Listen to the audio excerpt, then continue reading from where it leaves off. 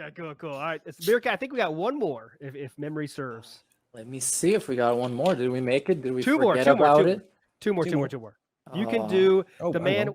He has a cat, and he makes long videos. Oh, we forgot about him. The next one is a lifetime achievement in psychoanalysis. This one goes to our to the resident psychotherapist. The Psychoanalysis Marathon Award goes to Steve of the Dead, everybody. Congratulations, Steve. Awesome, Steve. I didn't think I'd win. This is wonderful. Thank you, everybody. It's a beautiful statue. It's a momentous occasion for me. I'm very touched by the love and support I've received from the community. When I started doing this, I didn't think there would be much I could contribute, and to find that I have helped the field of psychoanalytic marathons come a long way since then it's astounding to me. Thank you all so much for this. I have prepared a short speech to commemorate this. It's not too long. Like I said, it's these to comprise the main body of the speech. There are 3 folders here, and I have a folder for wrapping up and a folder for my intro, because I wanted to make sure that I didn't miss anything. So if you're all ready, I'd like to start by considering the role that psychology has upon us and the real beginnings of the field. So when I came to discuss the psychology of Phil, I first had to consider psychology in and of itself. After all, how can one consider psychology if one does not know how psychology is formed and how the field has developed and grown? The ancient Greeks are really the first to discuss the idea that man is more, which brings us to today and the psychology of Darkside Phil. And when I consider that I have spent the last year and a half not only documenting the various psychological red flags that I have found, but also discussing and considering theories from other detractors and other reputable sources, I cannot help but wonder what the future does hold for the man who is currently having a downturn in not only his economic prospects, not only his career prospects, not only his life and relationship prospects, but his own psychological well-being. It is without intervention that this train wreck will continue, and long may it continue to the joy of us detractors. Thank you. And now that we've done all that, although I'm not entirely sure how much of it I might leave in, because, I'm going to have to cut some of this down. How long did I record? I have to cut a lot of that out. But anyway, after all that, now get on with the video, which is, as you well know by the title and the fact that this is part 2, and you're sat there on the edge of your seats. Let's get into DSP talking about champions at last.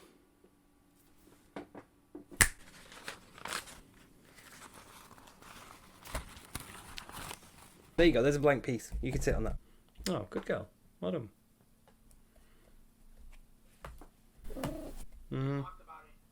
Oh, you've pressed space. That might not actually be a good idea. Okay, fair enough.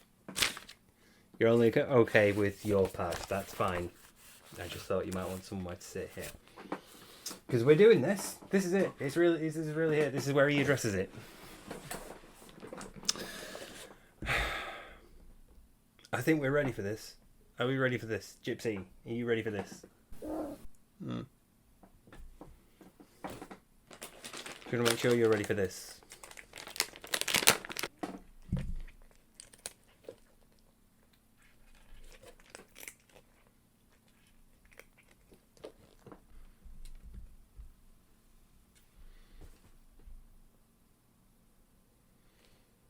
You can go if you want, it's fine. You don't have to stick around. You are free to roam as you please. There you go. Good girl. So let's fucking do this. What's so dumb, again, I'm actually going to address the super chat that just got banned, which should have been banned because it's promoting detractor content, okay? You can't come in here and say, oh, this specific video by a specific detractor was just made and will you react? You can't even say, don't do that. Number one, but you are totally fine to watch the original This Is How You Don't Play and monetize that. That's cool, yeah? And two, that video wouldn't exist without you uploading that video in the first place. The whole point of that video is it lays out all the evidence that leads up to that being significant. It literally explains why that reveal of your phone is important. It establishes everything. It's an amazing video. It should be watched by more people. Because you're promoting their shit on my channel. Even if that was a well-intentioned super chat, you can't do that. You're promoting detractor content. It's not allowed. Somebody promoted me in this chat once. I'm laughing because I got mentioned in a DSP stream. That's fucking mental to me. All right, they don't deserve the time of day. All right, here's what I will say about shit. Okay? All the time, on a regular basis, there's new exposés on Darkside Phil, new documentary on Darkside Phil made. All right? I reacted to stuff that is factually true. I reacted to stuff that happened right here, live on my streams, or in my on-demand videos, stuff that's factually well documented publicly. That's the stuff that I've reacted to. Why? Because that stuff is indisputable, documented fact.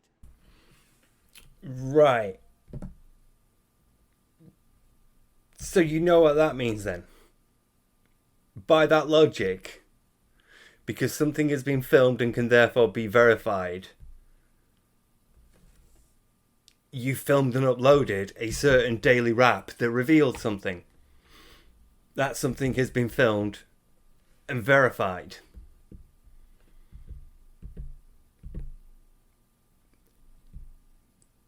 This is, he's trying to, what's he doing here? Because he's not directly addressing it, he's establishing here, he's establishing something. He's setting up that he will deal with things that he deems to be true, to be factual, to be important and verifiable in that way. He will react to stuff if it's true. So I'm assuming he's referring to Down the Rabbit Hole of him and the Howard and Rambo thing. I'm assuming he means them two when he says I will react to things that have happened here that are verifiable, because those are things that, you know, he doesn't really dispute. In fact, does he? He probably does at several points through the Down the Rabbit Hole stream.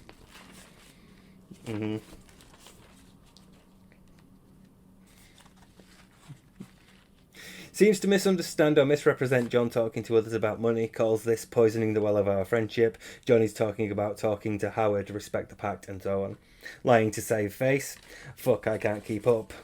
Lying about the money, pig-splaining being paid, obfuscating how easily you could find data on YouTube to work out how much to pay Rambo.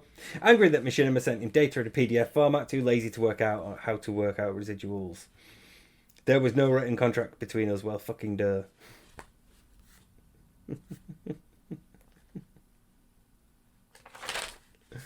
So that I picked like a random page.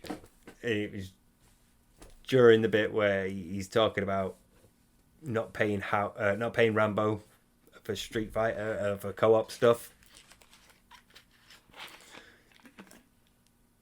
and we know that there's huge chunks of that. I've got another notebook somewhere that's full of stuff from the Howard and Rambo stream. I can go find that if you want and pick a random page out of that, and there's probably some point where he's lying.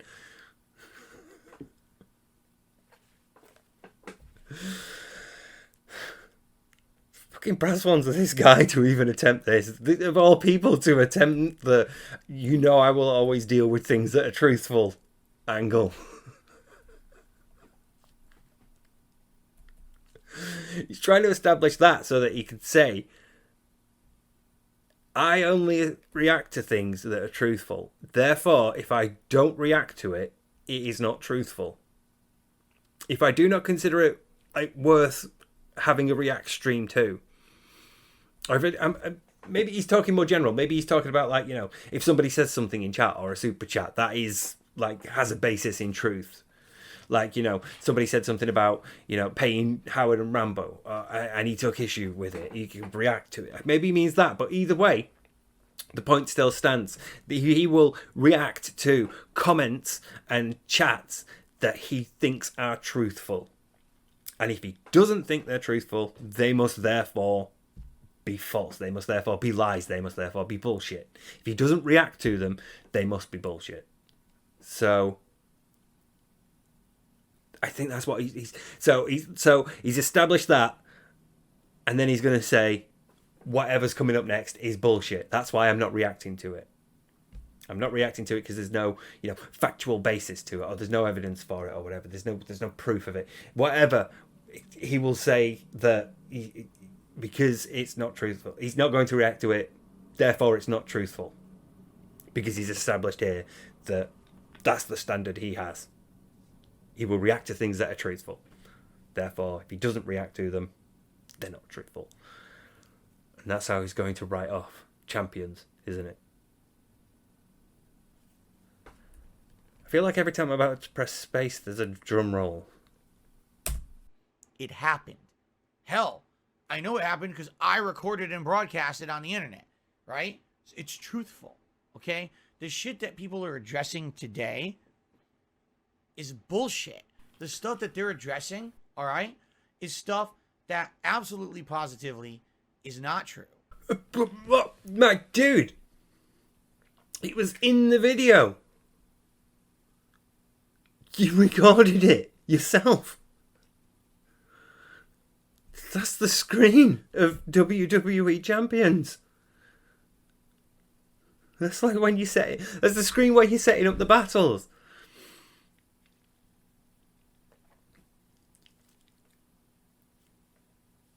I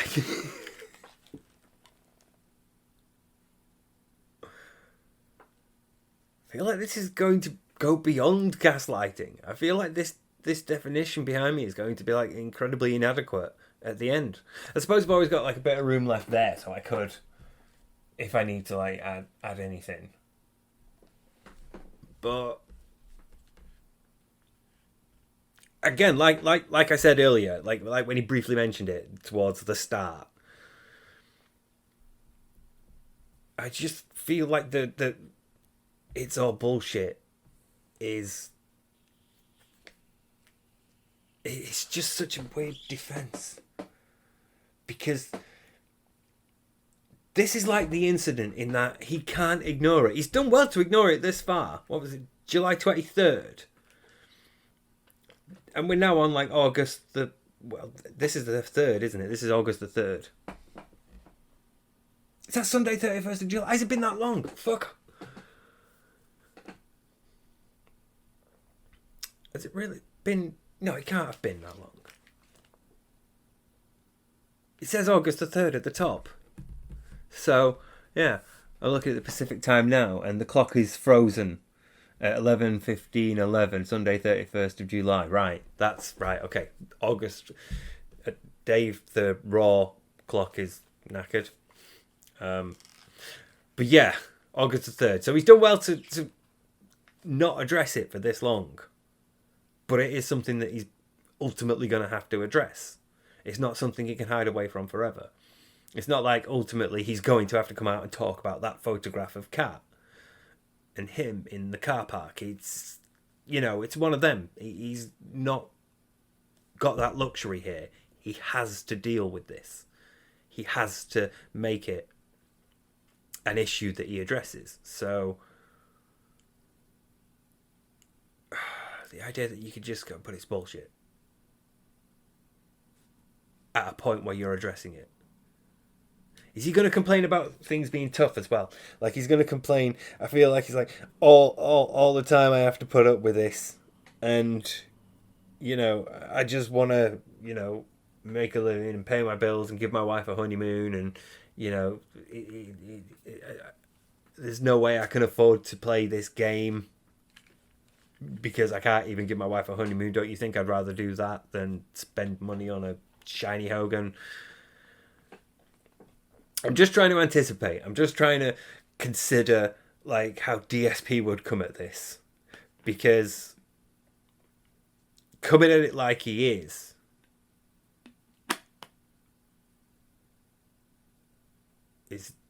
Davo. It would be Davo. He would deny it by saying, you know, it's bullshit, there's nothing to it, like he just has done, he would then go on to attack the people making the accusations, maybe saying, you know, they're mentally ill or they've got no lives. And then he would turn it around to say, like, this is just like part of my life now. You know, I'm constantly being trolled, and, you know, they swatted the zoo. That's how bad things get for me. And, you know, I just want an honest life, man. I just want to give my wife a honeymoon. And he would be Darvo side Phil again. Big up Zuber Allen.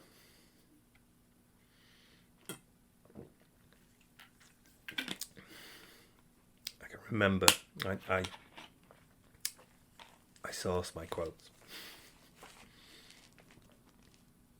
Dark Side Phil was also by Nuttifer, by the way. So if I end up using that at some point, big ups Nuttifer for that one.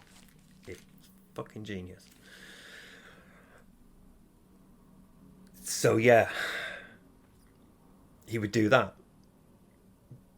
because it's a method of abuse. It's a method of control. It's a response abusers have.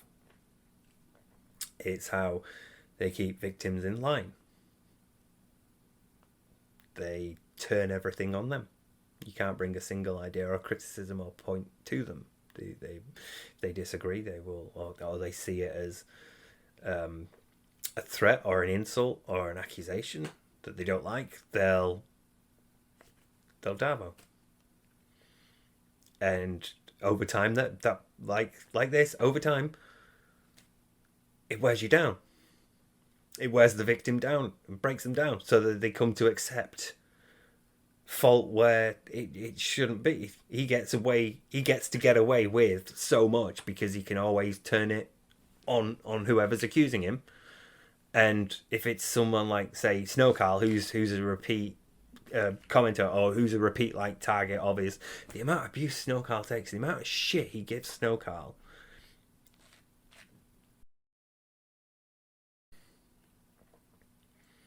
I think it was even...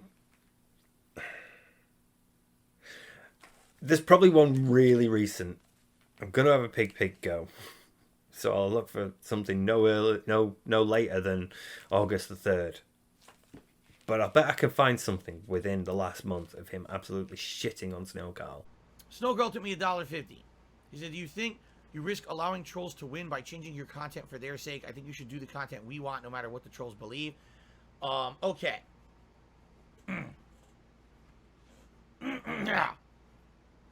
So, excuse me. Been waiting for this. Snow Carl, let me read your statement again, okay? Do you think we should risk allowing the trolls to win by changing your content? I think that you should do content we want, no matter what the trolls believe. Snow Carl, here is my response.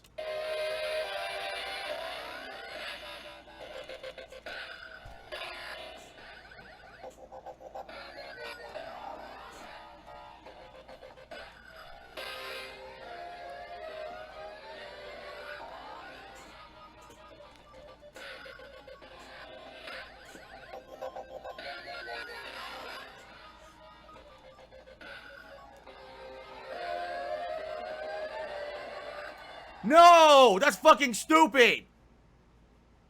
Stop asking dumb questions with dollar tips. Wasting my time. Jesus Christ.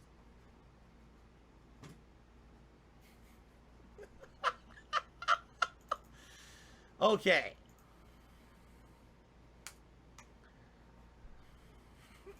That was a good one. I was waiting for that one. Okay. Because Snow Carl is the victim of an abusive relationship with Phil here. Because Phil has Darvo-sided him into submission over enough time.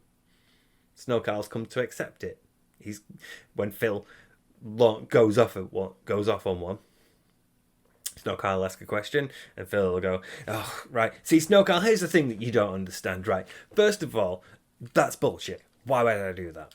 Second of all, you don't understand what it's like to be me, okay? So you need to get your head out of the toilet. You need to get your head out of your ass. And you need to stop spewing shit from both your mouth and your ass. Because this is my life and this is how tough I have it. And then later on, Snow Carl apologizes.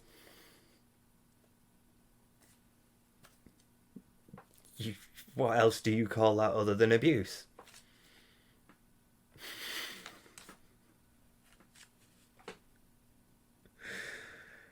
Lord help me. I tried to keep it light.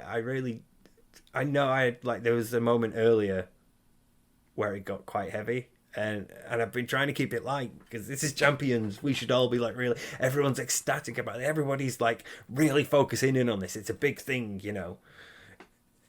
and everyone's like been waiting for this since July the 23rd, since that daily rap. We've all waited for this moment. Since that moment, Secret got a documentary out about it. So we've all been waiting for this, and I've been trying to keep it like upbeat and, try to bring in the psychology in like, a positive aspect, or at least like, an upbeat perspective. And when you're talking about like gaslighting and cults and Davo and abuse, it gets so fucking heavy. But I genuinely don't know what to call this. This is how he is with his fans. This is why we say he's abusive with his fans, because these are tools that abusers use to keep their victims. So, yeah.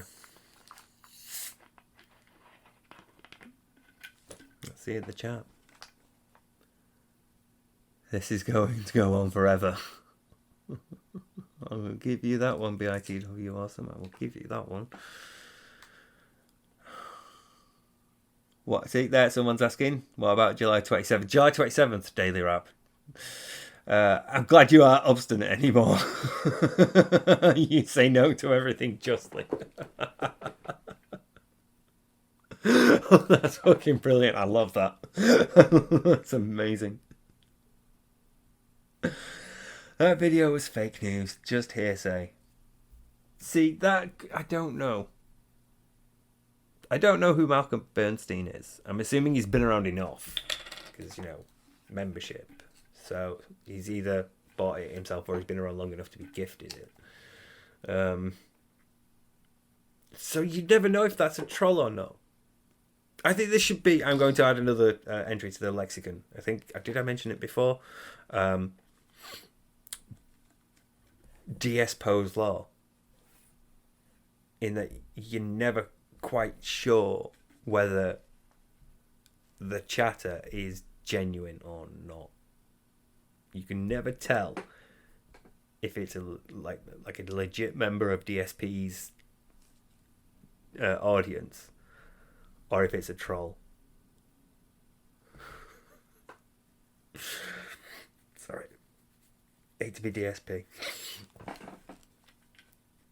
But there are so many times where I think I genuinely can't tell.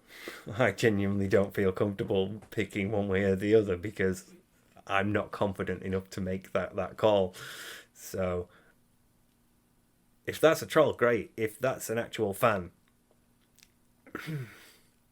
you are gonna need some help if you legitimately believe that. How do you break through that level of delusion? Video evidence is literally being presented to them. You need something to take them away. You need something to get them away from this so that they can readjust to more appropriate social norms and then come to realize, ideally with your help, but if it can be on their own, great. Ideally you'd want to help guide them towards the realization, because sometimes you need to be told something, sometimes you need to see it for yourself, but other times you need help working it out. So those are the best ways, because you've got someone there that you trust that can help you. Ideally,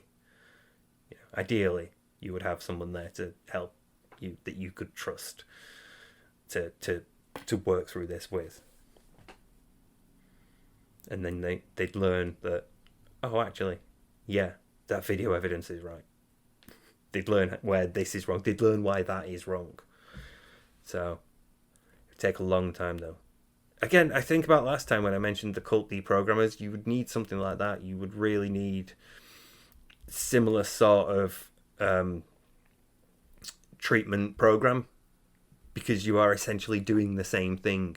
You are essentially helping somebody unlearn the social norms they've acquired through this and relearn more appropriate social norms. And not just social norms, social interactions as well. You'd help them like unlearn how they've interacted with people and how Phil has interacted with them and how that's come to affect their expectations of interactions with other people. And they would then have to relearn all these other social interaction skills that they would then require, in other normal social scenarios, like work and socializing at the pub or the football or whatever. So you need so much help for someone like that if that is legitimate. And I don't doubt that some of them are going to be. That's the thing. Some of them are going to be. I'm just not entirely confident when it comes to making the determination of which one is and which one isn't. I'm going to keep an eye on his chat, but anyway, this is what we're here for, Steve. Come on. What it is spin. It's taking circumstantial pieces of shit from all over the internet. Spin.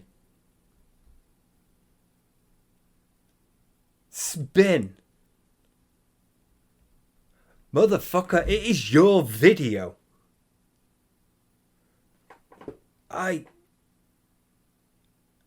cannot believe he just spin, of all things, to sort of say as your defense. You uploaded that video. You filmed that yourself.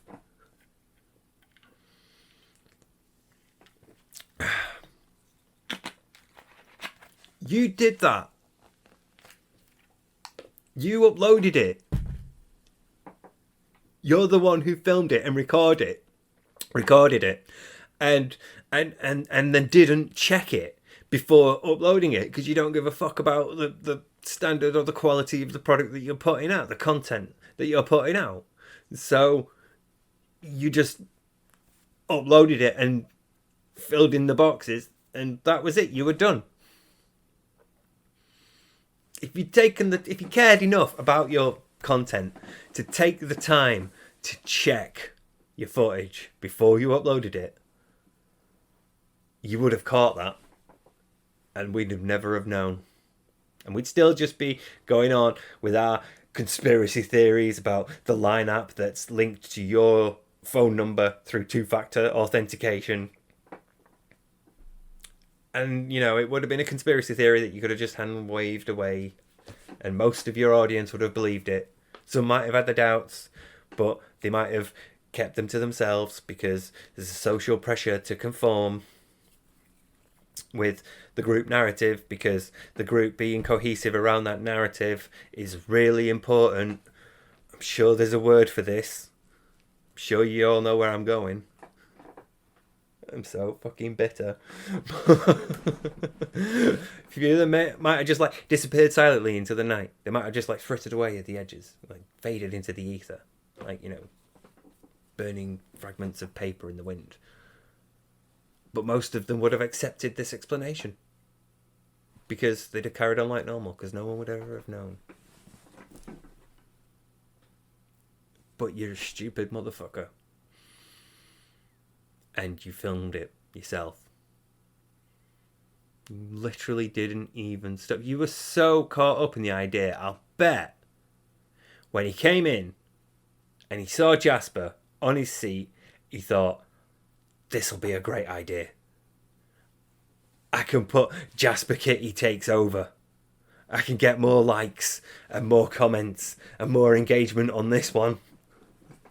So he rushed over to switch the camera thing on there, and he turned it down, and in his excitement he put down his phone, and he didn't even turn the screen off. He didn't even press the power button to switch the screen off. He just left it there and stood behind and sort of like waddled over towards the edge and then behind slightly to Jasper and started, terrifying the cat. I need to talk about that later. He didn't even have the mental pause to press the power button on his phone to make sure his screen was off. You did that, Phil. You did that. It's not spin. You did that. Fuck me. Fucking spin. How many members of his actual audience do you think can conceptualize spin? How many of them do you think know the word, what it means? I'm assuming he's about to explain because he loves the sound of his own voice and he loves sounding like he knows what he's talking about. Keeping it together to try to form a narrative that doesn't exist.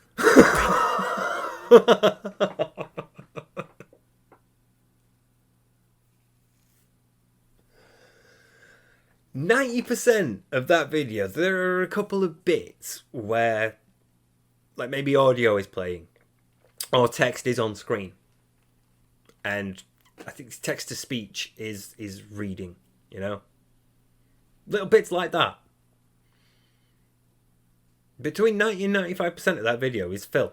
It's his video, it's his footage, it's his clips. They're laid out in order.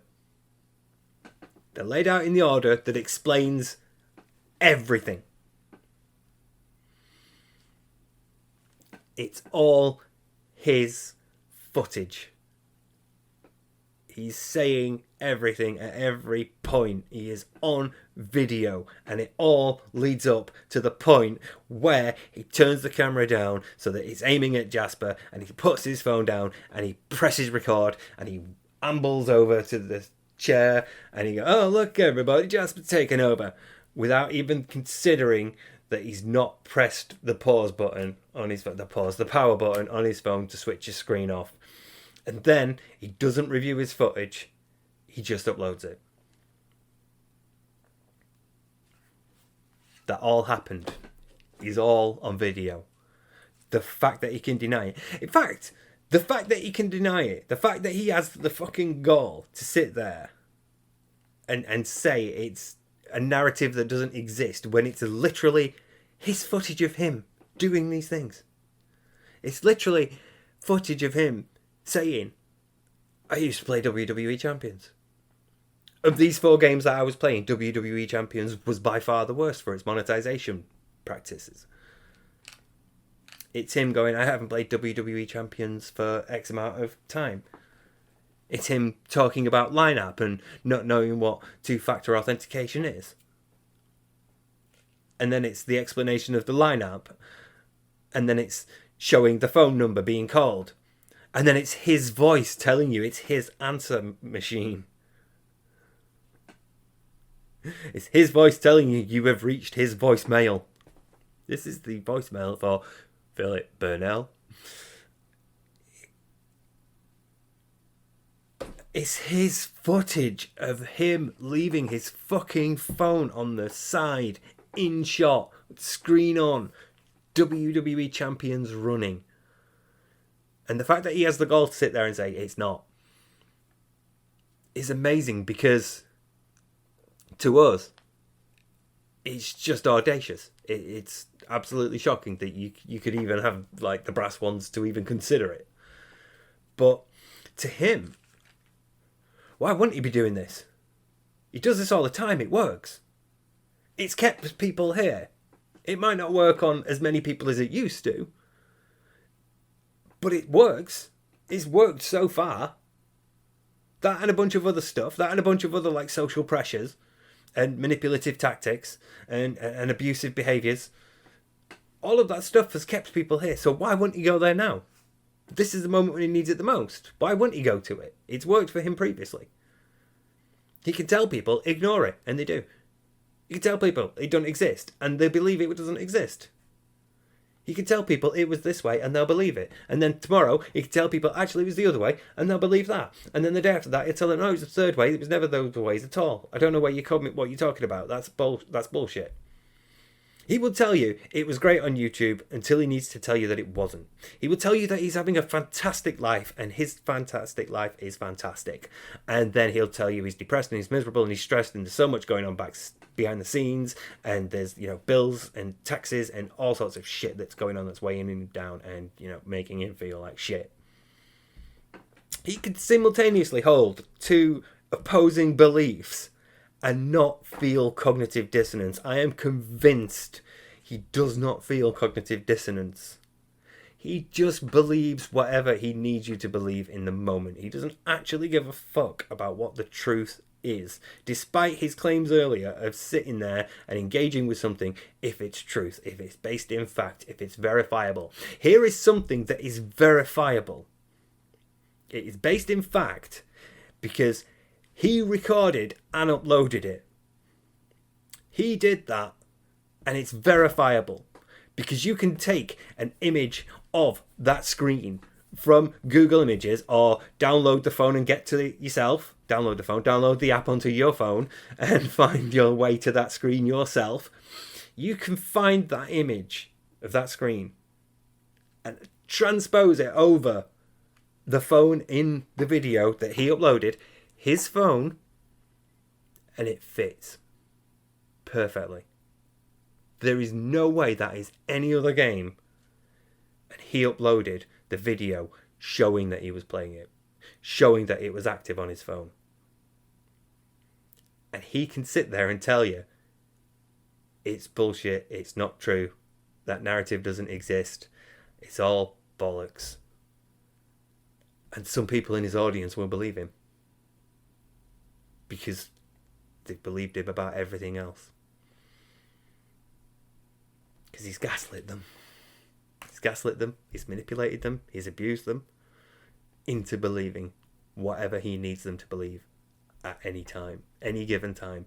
If he needs you to believe something, he'll tell you this is the truth. And people in his audience will believe it.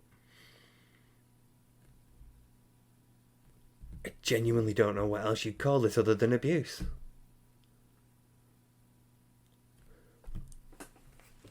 I don't.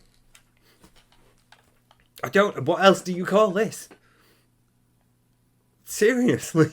Spinning it in ways that's not exactly the truth, but it serves their narrative. That's the kind of shit that has now happened to me in the last several years. Why? Why is that what you see about me on the internet, right? Because guess what? There's nothing going on my streams and my content anymore that could be deemed controversial or problematic. Bro, you made a slavery joke. You made a joke about selling a little black girl into slavery. All right, boys, prepare the slave trade. We're selling her right off for profits. You were playing like an old fighting game and the Chicky Chang Wang shit came out again. Remember, everyone, Ding Dong Day, Yamada Rose, Pop Yo Cock, your way to victory in fighter's history. Very nice. You said the transphobic word was not a slur, and it's okay to use. You do realize the words trannies and gay are not bad words, right? Tranny, transsexual, that's not a bad word. Gay, that's not a bad word. You can say it, stupid. There's plenty going on your channel. I had videos I wanted to do. You threw Howard under a bus and blamed him for poisoning the well and turning the entire Connecticut community against you. I don't have any grudges against anyone.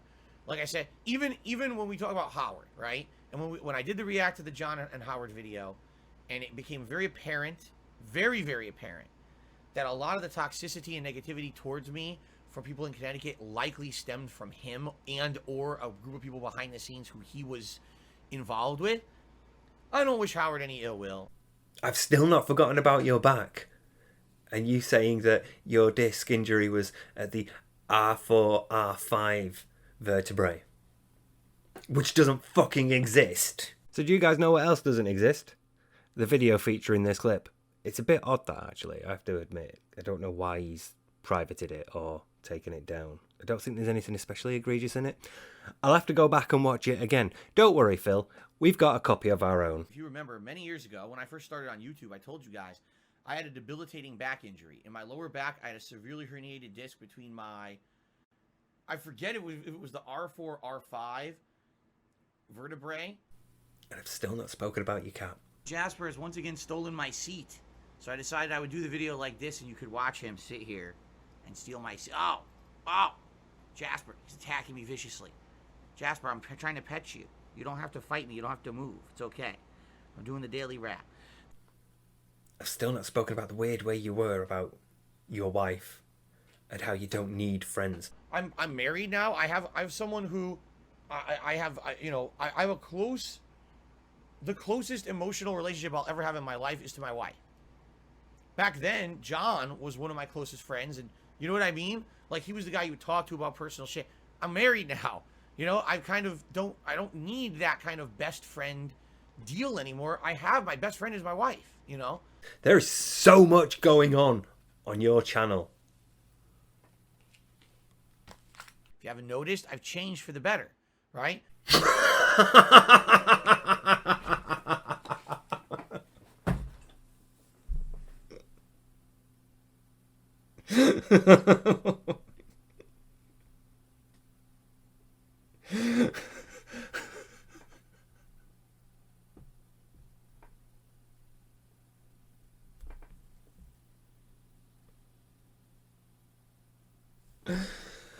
Actually, Phil, I hadn't noticed.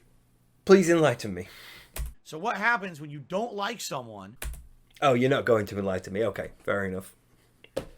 No, I hadn't noticed that you would change for the better. You have yet to demonstrate that particular progression in your content.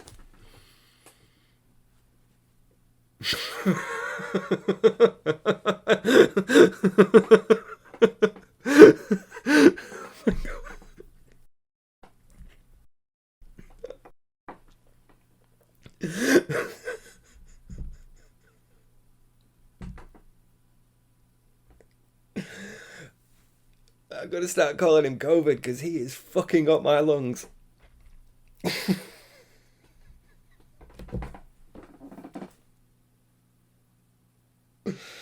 Oh my god. But they've changed for the better. Let's find other ways to harass them, right? Again. No, you've not. You've not. You've really not. How? I'm really struggling to see how. I'm trying from Phil's perspective. What would you use as an example to say, here's proof of how I've changed for the better? How would you justify that thing? Like, if it's, say, I've got stuff behind me. I've got, like, a display. I've got things, like, we add things to it, you know. How would he justify that? He'd be like, there's things here. Look, there's the Ryu for me Street Fighter stuff and the Blanca. There's like the is that the Dragon Ball? I think that's the Dragon Ball. There's an Assassin's Creed thing for a series that I like play sparsely. I play when the new one comes out for day one, and then that's it. I'm done with it. I've not mentioned that particular assassin. I'm assuming since the last time he played the game. The Vault Boy, when was he last playing a Fallout game?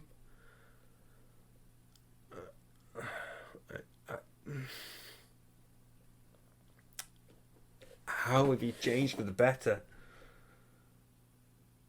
How would it be like in how he interacts with his fans? He's more interactive. He offers more community polls. He listens to feedback. He's turned on comments. He's done basic shit, and he wants all the recognition for it. That's a really, really strong narcissist trait. Wanting all the recognition for so little work, and wanting like the tiny amount of work that they do put in to be recognised as going above and beyond, and to be recognised and to be given reward in excess of their efforts.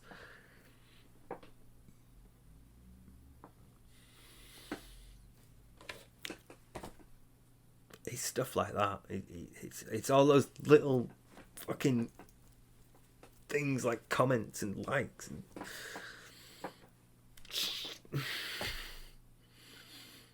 That's not change for the better, Phil. That's all those things cumulatively do not justify you being able to say that you've changed for the better. They don't. They're an inadequate source of evidence. You'd still take money off a starving man. Let's make up these insanely huge, crazy fucking things going on, right? That now there's always a looming conspiracy. There's always a looming air of bullshit. Do you see how he paints it already? He's already denigrating it. He's already attacking the sort of the quality of it, the content of it, the very concept of it. You can't consider any of this evidence because it's all a conspiracy and it's all bullshit. It's all this grand narrative. It's all drama. It's all shit the trolls have made up. You know, it's already being denigrated. It's already being like demoted in value and being pushed so to a point where it's below consideration. It's below worthy of consideration. So you're just not going to bother with it. It's to the point where it's so ridiculous that you can just ignore it. Just ignore it in chat. If it's a troll coming up in chat, it's bullshit, ignore it. It's that. He needs to paint this whole thing as some vast, overwhelming conspiracy of bullshit that we've been working on for months. Just so we can fuck with him. And not because he was stupid enough to record the evidence himself and then go and upload it. And I know I keep repeating that, but it does. You need to remember it. It's really key here because it is undeniably his fault. So he's going to try to avoid that like the fucking plague. He really does not want to address the fact that he uploaded it. He probably will at some point. He'll probably rant about it and he'll probably have like some pre-prepared excuse about it. Something that sort of like denigrates the impact of the responsibility for the fuck up in as effective a way as possible. But I feel like he's going to try to avoid that aspect of it because he fucked up. And like with the incident, he's been forced to accept it. But unlike with the incident, this isn't something he could roll with the punches. There's too much involved in this. Champions has been a thing he's been denying for years. It's been such a significant thing. People have gone on about lineup while he was playing Fallout. You know, people have gone on about some old Discord channel that, you know, or you know, somebody else has the same name as me, I don't know, but they're getting harassed. And all this shit has gone on for years. So there's so much here that he can't roll with the punches in the way that he did with the incident. You know, he leaned into it in the end after the initial bout of trying to silence it, recognizing very, very quickly that he couldn't, and he just had to accept it that he's fucked up. There's no other way around this one. Might as well laugh. Might as well turn it around like that, defend like that. It's probably like the smartest thing he ever did, and he can never consider doing it again. Because the very first thing it involves is accepting, well, you fucked up. And he just can't bring himself to do that. From one time he had to. He has to be forced into doing it. And even here right now, when he's been forced into having to accept that he's fucked up because he filmed and uploaded it, there is no other way you can spin that at all. You cannot say that that's a detractor editing video. You know, you can't. It's on his channel. It was his recording. It's his video. He uploaded it. You can't deny it. And yet he's going to. He's actually going to. This is the point where he could come clean. This is the point where he could genuinely turn it around. He could genuinely come out and say, yeah, I fucked up. I'm really sorry, everybody. It's all true. I will understand if you don't want to support me anymore. It's frankly more than I deserve if you do decide to stick around. But I have a problem, and now I'm being forced to deal with it. I have come to accept that it is an issue I need to address. Now I've been forced to face up to it. I have to admit that I need help, and as such, I'll be seeking treatment at Gambling Addiction Treatment Centre or a local Gamblers Anonymous, something like that. He could turn it around at this point. I think a lot of people would actually forgive him if he came out and turned it around, because they would at least recognise that he recognised the severity of the situation and that he was in the wrong. And so he could turn it around. This is like his redemption moment. And instead he's going to fight it with everything he's got. Because admitting that he was wrong and accepting that he fucked up, it just involves far too much. There's too much in Champions now. There's too much involved in it all. There's been so much shit that's been going on because of it. He can't accept it. He can't. So he's going to fight it. It may be ineffectual. It may just be like a regular, I'm just going to tell them to fucking ignore it.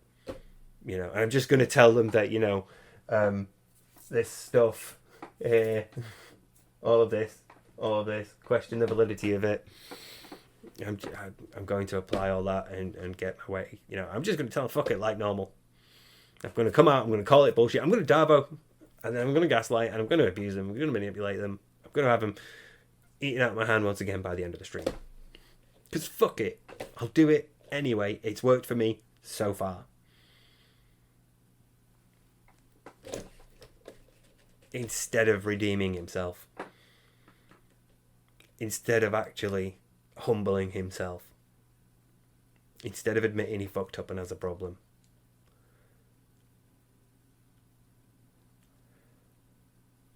That's fucking amazing, psychologically. That would also get its own segment if you were writing a paper. You'd need to delve deep into this. Both avoidance and narcissism are coming out swinging for this one. So that people won't want to engage in that person's content because you always got to hear this spin of bullshit. And that's exactly what it is they take little snippets of fact here or there. They tape them together to make this patchwork of bullshit. I like that. I like that logic there, Phil. They take all these little bits of truth and then they connect them up in a way that makes sense. They connect them up. And at some point, some magical transformative process happens that turns all these things that are true, that can be connected up, into bullshit. If all these things are true and can be connected up,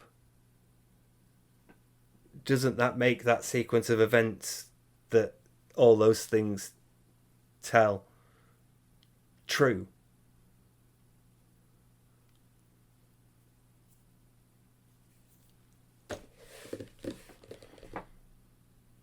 He's so bad at this. He's so bad at applying logic. He's so bad at thinking things through logically. He can't tailor his argument appropriately. That's so bad. That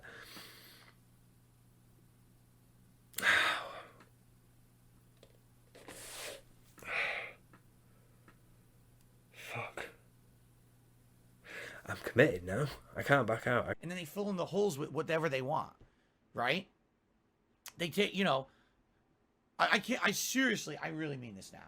I can't believe that the fact that years ago, I told you guys about me playing mobile games. Like I talked about games like WWE Supercard, what was it, Dragon Ball Dokkan Battle or whatever it was. I can't believe that me talking about those games years ago, very casually, by the way. It wasn't like I had serious in-depth discussions about those games in my content or whatever. Well, that's wrong. You hadn't asked the King section about it. Somebody asked you, would you rate the mobile games that you're playing? And you talked for, I think it was about 7 or 8 minutes, about Dokkan Battle, Brave Exvius, Marvel Future Fight, I think, and Champions. And you rated them all. You talked about them, about what type of game they were, about their each's respective pay-to-win mechanics, and then you rated them all. And you rated WWE Champions the worst of the bunch. By far, the worst game that I play is WWE Champions. This game is basically just a time waster for me, because I watch WWE, so a lot of the times when I'm watching wrestling, I'll open up the game and play it. It sucks. The game is actually one of the most unfair games I've ever played. This game actually actively cheats all the time. And what I mean by that, you'll be fighting an opponent. Okay, well, your character, for example, will use different colored gems to earn combos. So maybe your character uses green and black gems. Well, guess what? You'll play a match, no green and black gems whatsoever on the fucking screen at all. In addition to that, all right, it actively cheats with what gems are above that you can't see that fall when you break stuff. And I'm not kidding. You'll be like full health bar against an enemy that has no health. All of a sudden, the enemy will break one row, and then all of a sudden, combo, and they keep falling into place perfectly to get like a 10-hit combo, and you instantly die. And it's hilarious because people are playing this game and like it, and I'm like, dude, this game is terrible. This game is actually one of the worst mobile games I've ever played because it actively cheats. So if you wanted me to rank the games, I like Dokkan Battle and Final Fantasy Brave Exvius equally. Marvel Future Fight, I like the game, but it doesn't have, like, they don't actively add a ton of new stuff all the time. WWE Champions is just a time waster. If there's nothing going on in the other games, or a lot of the times what happens is these games for some reason have maintenance, and they end up being at the same time or whatever, then I'll go play WWE Champions, but that's like the afterthought. I barely, that's the game I like the least out of anything that I play mobile. So you did talk about them in a bit of depth. You didn't talk about them casually. You did talk about them in depth. So that's a lie right there. This is why we do our research on Pig Pig Go. I now don't have to sit here and go, wait, is that right? I'm sure that I need to check and spend like another 5 or 10 minutes trying to find the right combination of words because of how YouTube breaks its transcripts, which Pig Pig Go searches line by line. So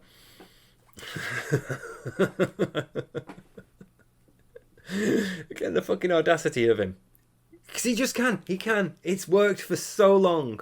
Why wouldn't he? Every day it works. It's abuse.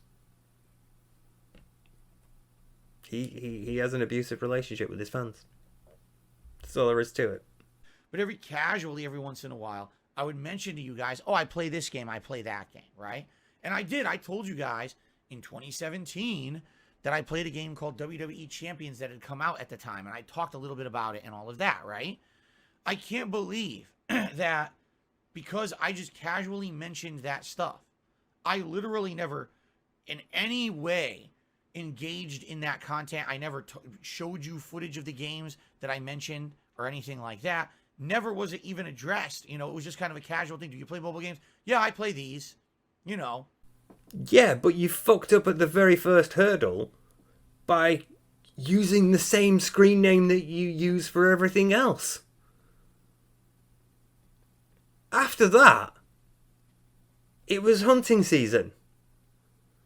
You fucked this up. All you had to do was pick a different screen name that you'd never used before and that no one would connect to you. That's literally all he had to do. Pick a different screen name. And no one would ever have known that was him. And everyone would be thinking, why has he got so many iTunes purchases? What is he listening to? How many albums does he buy? He says he doesn't listen to music. How many fucking albums does he buy? You just pick a different surname. Like, my YouTube name is not the same as my Steam name or my PlayStation name. My usernames are different on all three.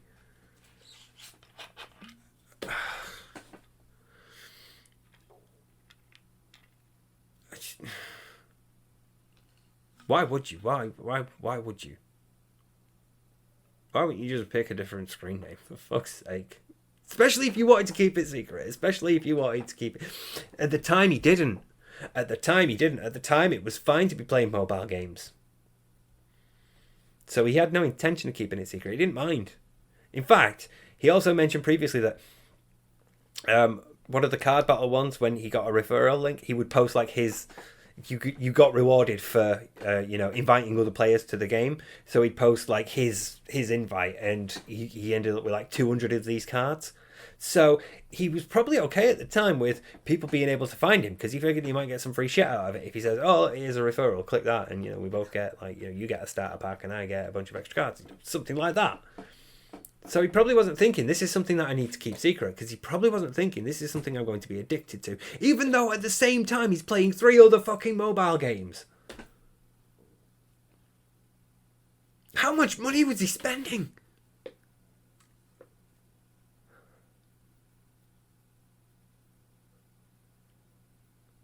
I mean, it's astonishing. I think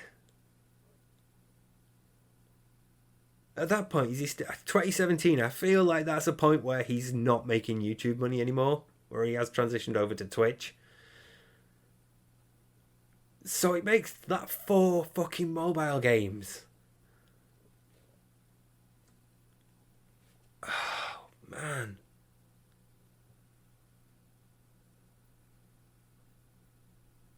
Phil, how do you not see that you have a problem? You can't live in denial forever. You need to come out and accept this.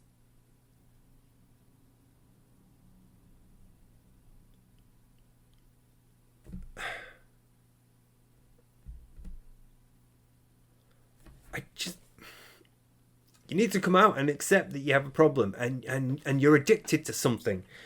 It's not a healthy way to live. Ugh. You need help.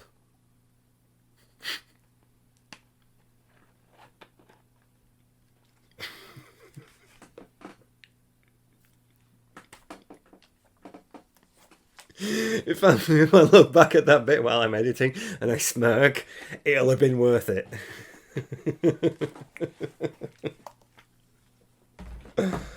My God. Come on. He's not even addressed whether it's true or not yet. He's just like written it off as bullshit and said like the conspiracy theory is bullshit. He's not even mentioned the app. Come on. He's casually mentioning it. Come on. He's not mentioned the leak. Come on.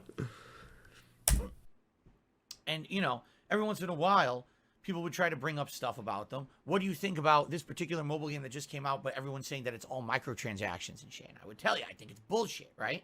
But I never fathomed, never in my wildest dreams, that just mentioning casually something like that they would take that and turn it into this insanely huge, overblown conspiracy theory.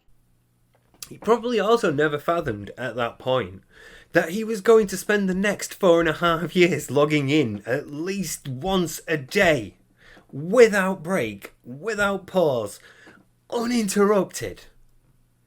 He probably didn't fathom that either.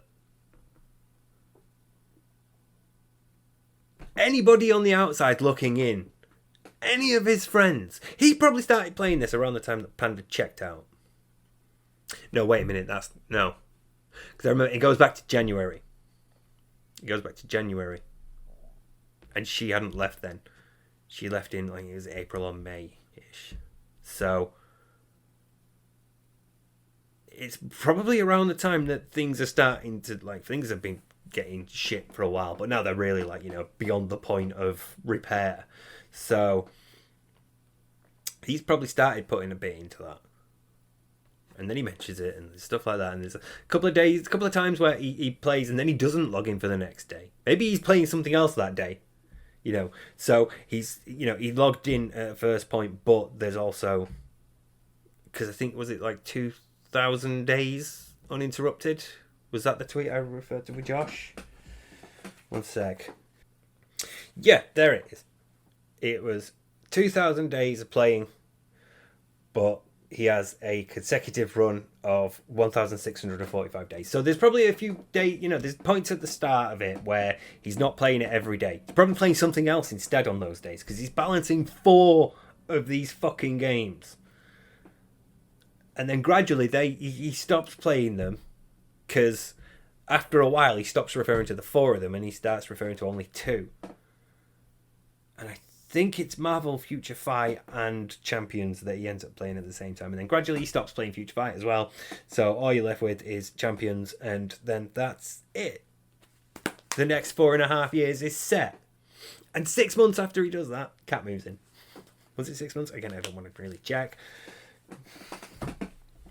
But he's been playing that daily. Longer than she's been living with him. I just like re-emphasizing that because it should be fucking mind-blowing. It should be a huge red flag. He's been playing it longer than she's lived with him. He plays it every fucking day. He interacts more with that app than he does with his wife. Right? I never, all right? And I've told you guys a million times over the years why I can't dispel rumors like that. Because to show any kind of stuff, like private stuff, on my phone or whatever, would literally just balloon into something bad for me, okay? Like it has done now. Because you showed something far too private.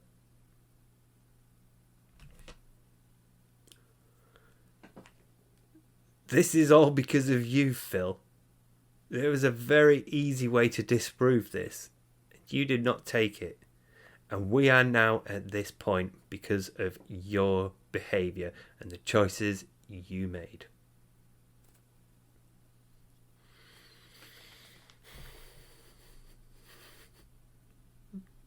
Again, just the fucking gall of the man. To even be like attempting to deny this. When it's so blindingly obvious to anyone on the outside that he is an addict who needs help managing his addiction because it is spiraling out of control. He spent more on this than he did on his mortgage.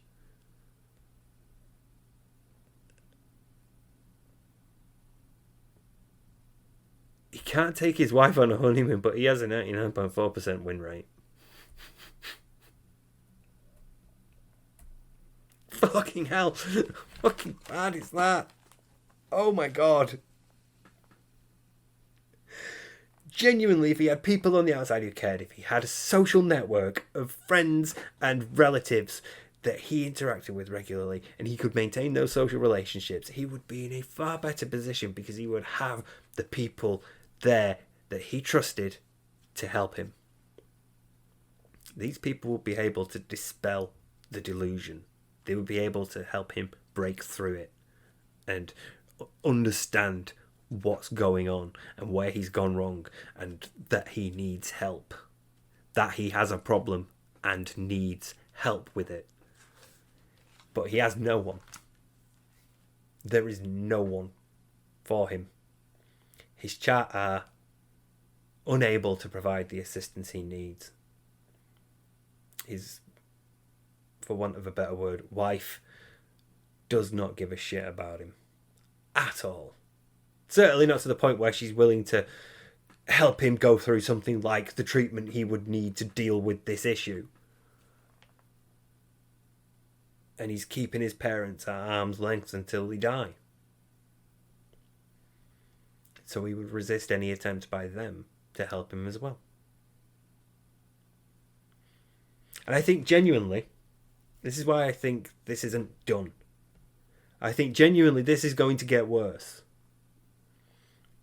And the longer he goes without intervention, the worse it's going to get. And I now think there's a possibility. I don't know how realistic it is. It's remote at the moment, but the longer this goes on without intervention, the more probable that possibility is going to become. That we see him have like an actual legitimate mental breakdown on stream at some point. It might be during a podcast. It might be during a gameplay. It might be in the unrecorded bits in between, in the unstreamed bits in between. It might even be on a late stream after a particularly thumping match of Street Fighter 2. We are increasingly coming closer to that being like a realistic possibility, that being something that we will see the longer this goes on without intervention. And I feel like at that point,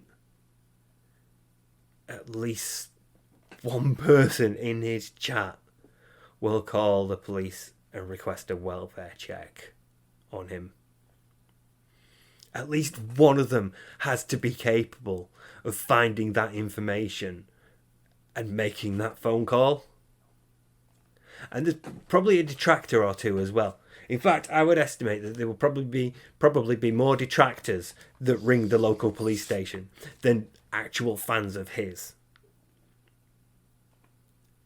And the police will come and they'll see that he's having like a full-blown mental breakdown. And at best, they'll take him to hospital. Because I know that the police aren't the best equipped to deal with somebody going through a mental breakdown. But hopefully whoever makes the call will tell him, he just needs help. Don't go in there. He's unarmed. He's not dangerous. He's just a bit of a dick. He's very inept. So you're probably going to be all right. But he does need help. So hopefully the situation will be resolved with him ending up in hospital.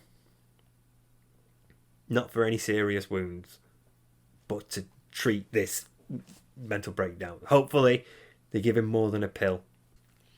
But then at that point, Cat would leave. And it would all come out that, you know, it's a sham. That would be justified. That would be all confirmed in the way that this Champions thing has been confirmed by his recording his phone. When Cat goes, that would all be confirmed. She would probably talk to someone on the way out as well. And then he'd have to move back with his parents. Because he'd lose the house. Because he'd be ill. He wouldn't be able to take care of it. He'd go through the process of a mental breakdown and recovering from that trauma. And it would be difficult for a narcissist like Phil to sort of come to terms with that trauma. Because it would be like a mental breakdown. But that's just all like my gut feeling. I don't know why, but his behaviour's getting more extreme. It feels like it's getting more extreme. And it feels like it's happening more often. Like, I think about what's happened between, like, my last video about Keemstar. So I think about, like, the Keemstar drama and this. And, like, stuff has happened in between these two periods of time, even though they're still both within this year. And this Keemstar drama became something else that displaced a previous, like, holy shit, this year has been wild, in the Howard and Rambo stream. So there's, like, already things that have been happening and things that are happening since and in between those two periods of time. And it feels like those things are, like, happening more and more often and more frequently. So it feels like things are escalating, and I just get the gut feeling that we are heading towards mental breakdown possibility here. And if that happens, he's fucked, because look at his support network. What's the most likely outcome if he does have a mental breakdown on stream?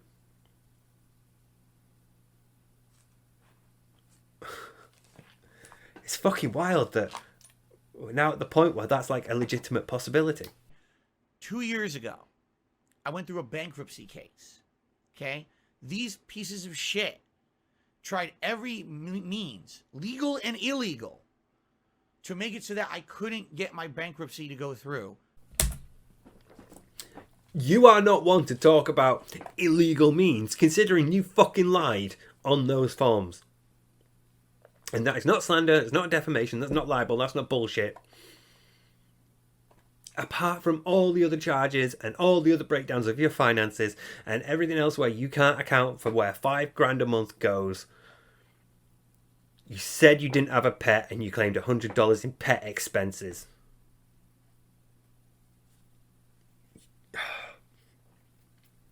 You can't even do that right.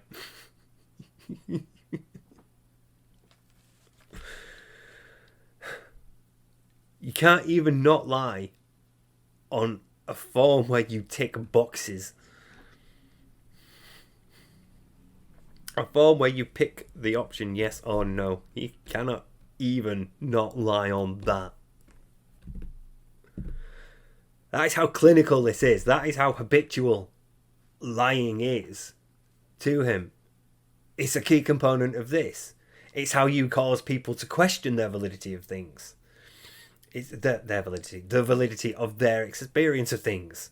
It's how you cause people to question their own perceptions of reality, or even what they remember. You know, it's how you break people down. It's the first step. He uses it so much in ways both subtle and gross that he even lies on a form where all you have to do is tick either yes or no. Do you have a pet? No. Are you claiming expenses for a pet? Yes.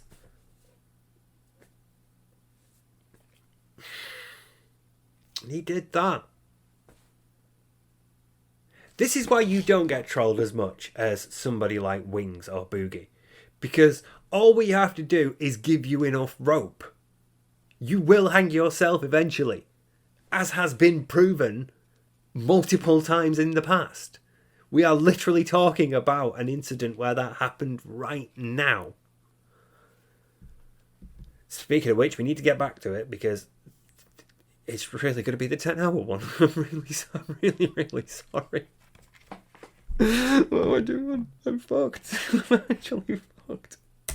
To ruin my life. Okay? They tried everything. They tried every piece of lie, slander, everything they possibly could. All right? Again, no examples given. They tried everything. They tried all these slides, all these slander. They tried everything. Seriously, everything. Don't ask me like what, but what do you mean what? Everything. I just said. Lies, slander, everything. An example would be nice. You know, might help us verify the validity of your statement. My bankruptcy case was probably top 3 most stressful things I've gone through with my life, and it probably is pretty close to top 1.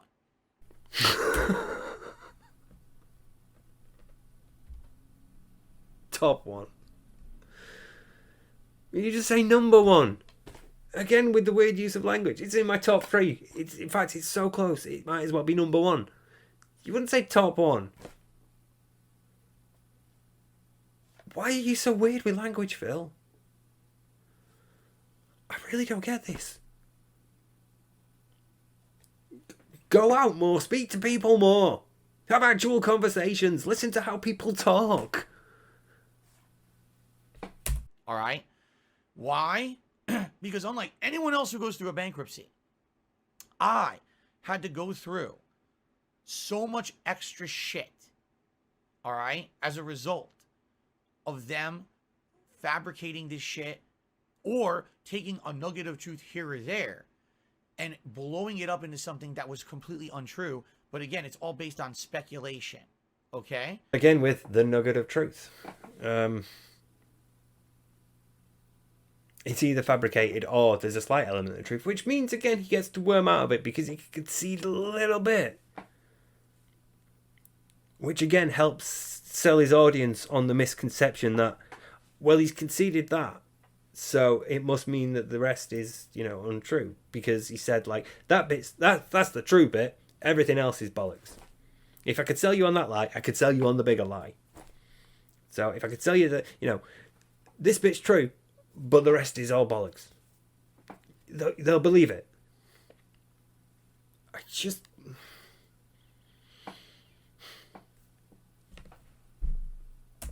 And it's just like, it's so crazy because my life is different from everyone else's because of these people. Oh, he took a while there. Notice he didn't give you any examples of the extra shit that he had to go through during this bankruptcy call. Which, if I remember correctly, is filling out the form and then attend the call because, you know, COVID, lockdowns, etc. I'm assuming there's like a meeting in between where, you know, he meets the bankruptcy person and they go through the forms. Like you would normally do, like anyone applying for bankruptcy would do, I'm assuming. I don't know, I've not had to apply for bankruptcy, but I would assume if you need, a bankruptcy lawyer to appear with you at this thing, you meet them first to go through everything. Typically, defendants do meet their defense counsel before a trial to go through their case. So I feel like he didn't go through anything extra. You just said he did. It's just like, it's so crazy because my life is different from everyone else's because of these people. I needed to see that again because that is an incredibly long pause.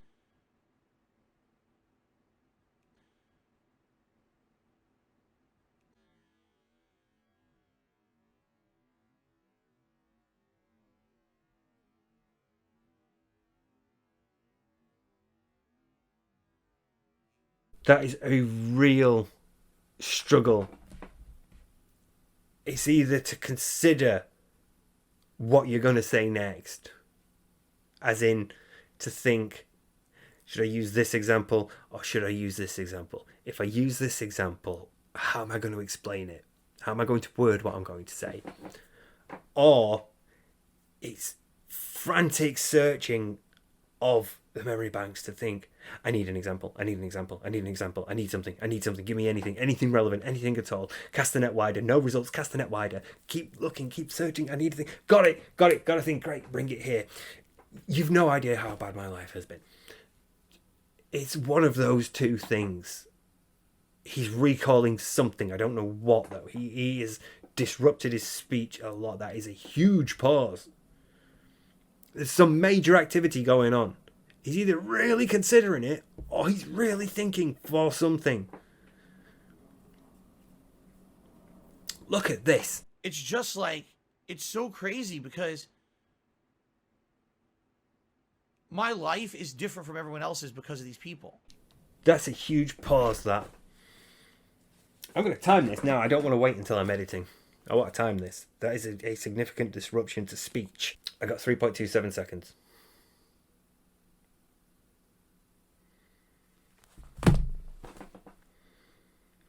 Over 3 seconds of pause there is... 3 seconds doesn't sound like a lot. But in cognitive processing times, in terms of cognitive processing, it's a lot. It's a long time to think about something. It's a long time to consider or recall something. Sometimes when you put on the spot, you really have to work for it. You'll know what it's like when you're trying to think of the name of someone or the name of a song, or what was that place where we used to go, when we were out on Fridays and after the pub closed, we'd go to that takeaway. Oh, what was the name of it? When you're really struggling, but again, at that point, you are still continuing speech because you're not actively disrupting the speech. You are trying to facilitate it. Speech is being used as a function to, because you can propel memory by talking. You can remind yourself of, like, I'm saying the word holidays and now I'm thinking about going on holidays as a kid, and now I'm suddenly remembering going to Northumberland and Cornwall, and I can remember things that I did when I was a kid because I'm talking through them and propelling the memory that way. I'm conjuring the memory verbally. Memory is something we can command and control. It's an autonomic process, and it's a very, very mysterious and multifunctional one, but it's also something that we can take advantage of to recall information at specific points. So when you're doing that, speech isn't normally that disrupted because you're using speech to facilitate it, unless you have to think about it, unless you need to think about what comes next.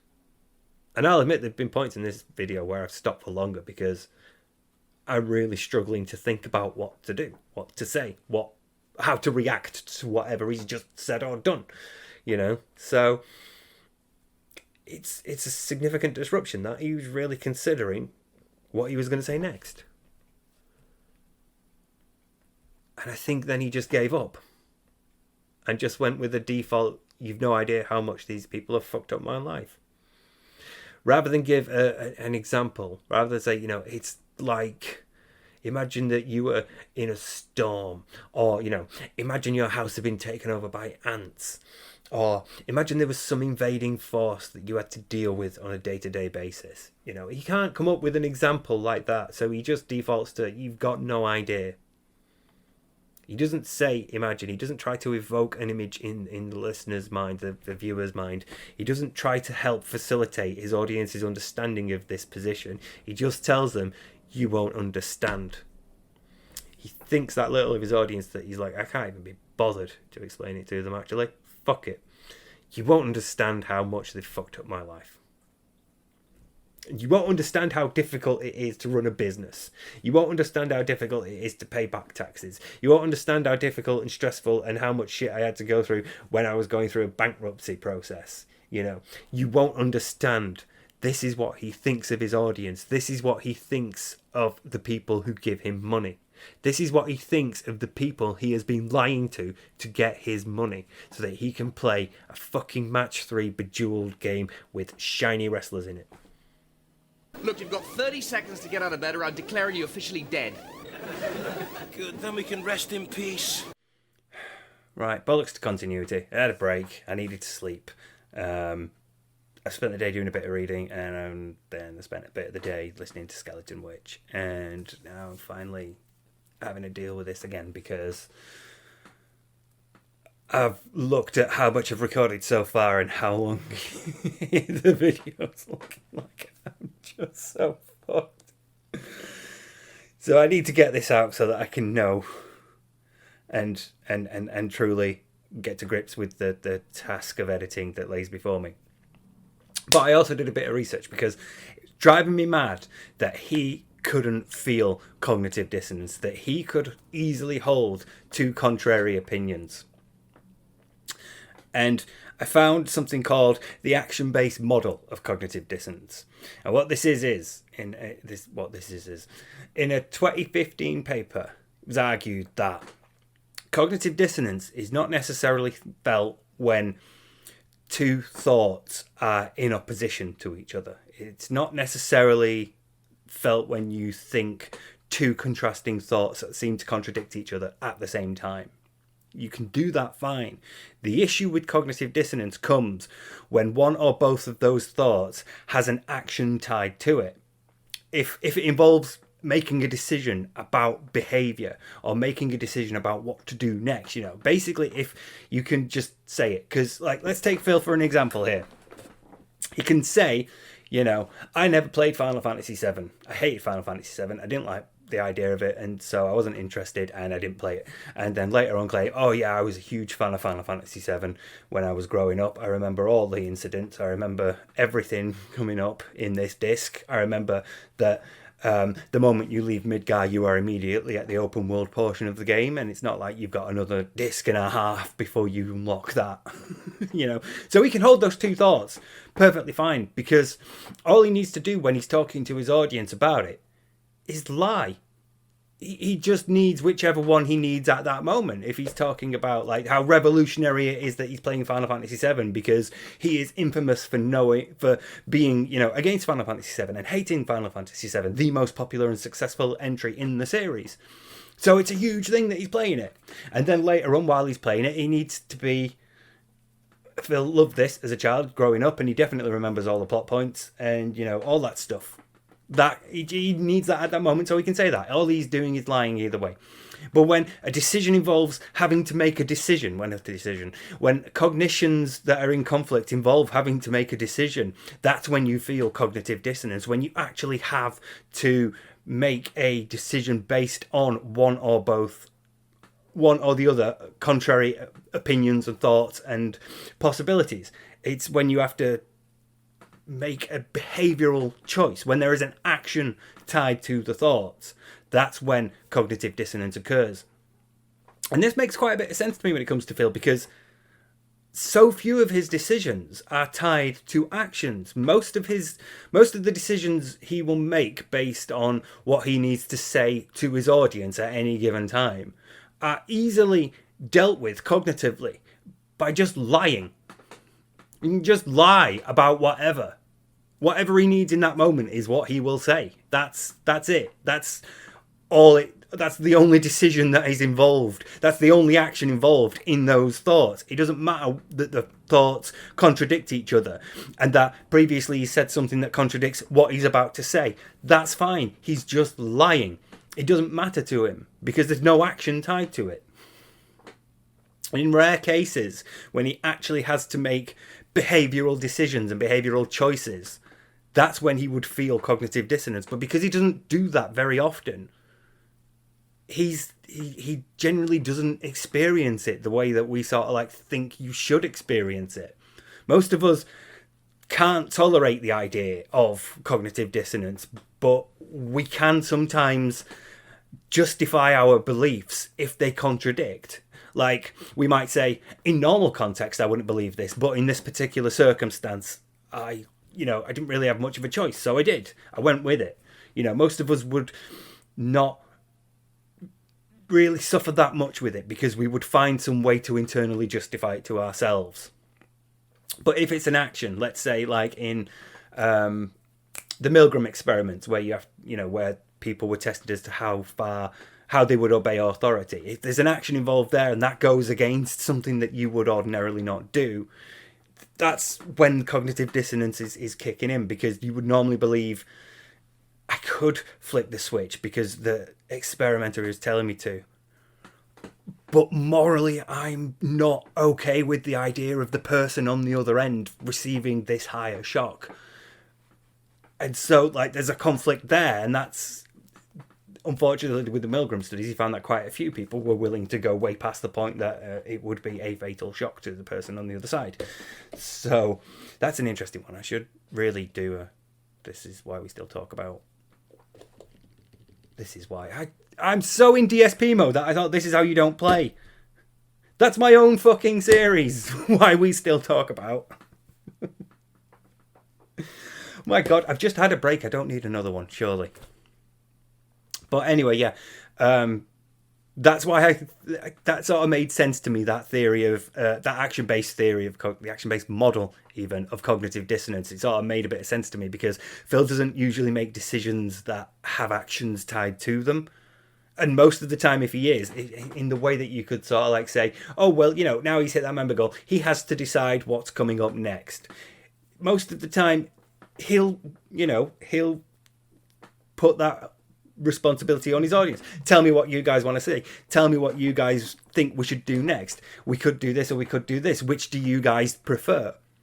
So a lot of the responsibility in the work involved in making that decision is put onto his audience. And if it's something that he doesn't like, but he's like, well, they said, they wanted it, so I'll do it.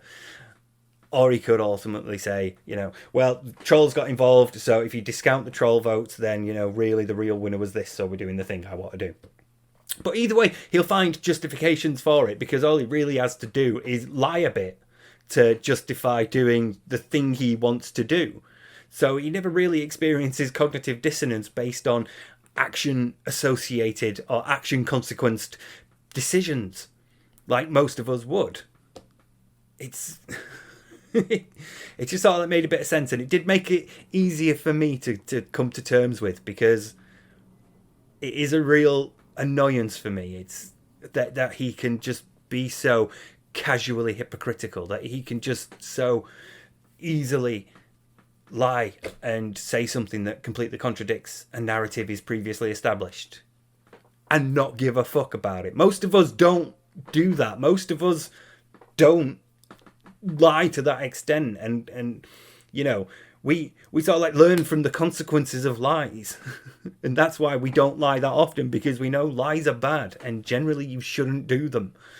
We're occasionally allowing ourselves a little white lie here and there to sort of justify that to ourselves, but most of us won't go to the extremes that Phil does when it comes to actually maintaining a level of truthfulness and honesty and openness and trust in a relationship or a social interaction with someone. So when there's a back and forth between Phil and his audience, you know, typically in other situations, if it wasn't Phil, if you were the audience with another streamer, there would be like a back and forth where, you know, they're responding to chat every now and then, but most of the time they're chatting and entertaining you while they're playing the game, because, you know, doing what a streamer does. And in that interaction is sort of an element of, or an assumption and a recognition of a bit of an element of truth, because you sort of expect, hey, this guy's entertaining, and, you know, what he's saying is generally accepted to be true, as he's talking about, you know, oh, you know, as they design this level, or, you know, my favorite thing about this game is the way that you can, you know, mess with the physics engine, or the way, you know, like the way the movement feels. You know, I'm playing Prototype, and, you know, traveling across the city, and movement just feels fantastic in this game, and, you know, that's, you know, my favorite game for that. And there's an expectation of an element of truth there, because why would you assume that that person would lie about that particular thing? And it works just as much with streamers as it does and content creators like me. And what I'm telling you now, you know, you would assume that I did go and read a paper about cognitive dissonance, because why would I lie about that? And I actually did. If you want to check, it's the action-based model of cognitive dissonance by Harmon Jones and Levy, 2015. If you want to go and search that, find it for yourself, and you can, you know. So there's an expectation of an element of truth in the interactions. Whereas with Phil, I don't see it. Immediately anything Phil says is suspect. Like I said, I took a break here at that previous point, and in the day-ish that's passed, Phil's claimed that his vacuum's broken again. And, you know, we've been through this route before, so immediately everybody's suspect, because we all know that Scopely have just raised the star limit from 5 to 6, and that's basically made his entire roster worthless. So he needs to get them all up to 6 stars again. So he's going to need a lot of money for that. And it's one of those happenstances that coincides with an expected or unexpectedly large bill for Phil. Who pays $1,000 for a vacuum cleaner? So yeah, anyway, as I mentioned earlier, we've got a lot to get on with.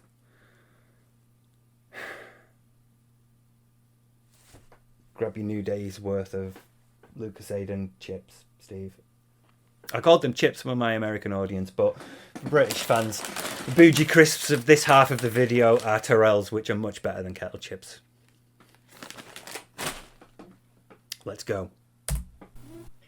You ready? What do you mean chucking that like a crisp wake you up? Oh, sorry. And I don't think you guys really understand the extent of that. You just don't, okay? Normal things that normal people go through cannot be normal for me because of these people. I literally can't record myself go to Costco or going on a walk because of these people. As I said before in the other half of this video, because I'm assuming it is going to be basically a halfway point, just record yourself. Don't live stream, record, and then edit together that, like you used to do with your vlogs. They literally find a way to be toxic about everything and lie about everything. And as much as I would love right now to just say, all right, guys, here you go. Here's the 100% truth about everything. Here's the mobile games that I do play, and here's the mobile games that I don't play. Plural. I don't think he was keeping an eye on that. I think that slipped through. He said plural. Mobile games. Plural. I think my favourite thing to come out of this is when on Twitter I mentioned to somebody that you could just look on these other games. If they have public profiles, all you'd need to do is look for They Call Me DSP and you'd find an account, because he'd use the same username. And someone did and found that, like, you know, there's about $5,000 in Marvel Future Fight. And here's what I spend money on, and here's what I don't spend money on, and here's actually the name of all my online accounts. The moment I do that, that's the end of any kind of normalcy for me. The world of shit will explode. It would end. All of this could have been avoided by you doing exactly that. You saying, here's my profile on Champions. I play Champions, here's my profile. All of this would have ended. Everybody would have been able to move on. We would have laughed at you. We would have been like, how ridiculous that you spent this much money. This is an issue. That would have been the issue at that point. The fact that you spent that much money would become an issue. Just as it is now. Just as much as it is now. But so much of this would have been shaved off the top because we'd have dealt with it. So much of this is based around the lies that involved in doing this. If you'd at least been open and honest, we could then have moved on to, Phil, you need help, because that is a lot to spend on anything that's not like, you know, your house. That would have been the issue going forward. And you would have had to have dealt with that. You would have had to have gone, right, okay, I'm either going to seek help or I'm going to stop playing the game, or you know, we're going to make it part of the business at this point and move forward, and I'm going to play it every Friday night. So if you want to come and see me streaming WWE Champions, you're more than welcome to join us. And don't forget that $50 gets you the gun and glasses, $100 gets you the hat, and $150 gets you the vest. Or the other way around, I really don't give a fuck at this point. Just telling the truth would have eased all of this, but because it involves the work of, I then have to either change my behavior or change like the fact that this thing is now public and I have to accept all of the criticism that I'm going to get for it. And both of those things involve more effort than lying about it and just banning whoever's bringing it up in chat. That's the issue. That's the problem. That's the downfall of the habitual liar like Phil. The lies inevitably create far more work for you than telling the truth would. Because immediately those trolls would use all that information to try to ruin my life in any way, shape, or form. I hope you understand that, right? How? In any way, shape, or form? Give us a few examples, Phil. I know I've paused it, so it's likely that he would give us an example, but I have my sneaking suspicion that he's not going to. He's not going to say, like, they would try to contact this person or they would try to contact this person. What he's going to say is they are going to go and find my profile on other sites, which you can do anyway because these sites have public things and you use the same fucking screen name every single time. Because you're that thick.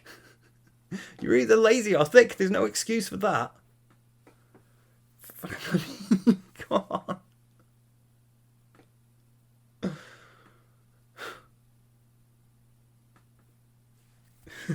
It's fucking ridiculous. Me telling the truth would mean that people will ruin my life. People would try to help him at that point if he told the truth. We could go like, look, Phil, this is a real issue. You really need help. Here's how you could get some help. People would show concern for him. What if he told us, like, on this game I played this, on this game I did this, and on this game I did this, and on this one, this. Yeah, I spent all that money. I don't play these anymore. I still do this one. How are you going to ruin someone's life with that? Because what is there to ruin as well? What is there to ruin? What does he do? He doesn't come out of his fucking house. He has no life. He doesn't have any friends. He doesn't have any work colleagues. He doesn't have anyone that you could, like, scare off or, you know, harass them by saying, look, hey, there's a bunch of shit about your new mate. There's fucking nothing. He doesn't respond to anything. People don't fuck with him to the extent that they fuck with someone like Wings. He is unbelievably lucky and he has no idea how easy he gets off. Well, I'm sure he has some idea of how easy he gets off. It just involves a couple of taps on the screen and money going to Scopely. But still, he has it so easy. He's so lucky that most trolls don't fuck with him directly. We don't even send shit to his house. We don't even, like, arrange deliveries of food to be sent to his house. And you'd think they'd be really, like, that would be a really vulnerable thing because he's doing it so much that they'd be just like, oh, it's another order from Phil, fair enough. They'd probably turn up, deliver something that he had ordered, and then go away. Get back to the restaurant, and they'd be like, "Here's another one for Phil." For fuck's sake, he's just eaten. Cat must be hungry.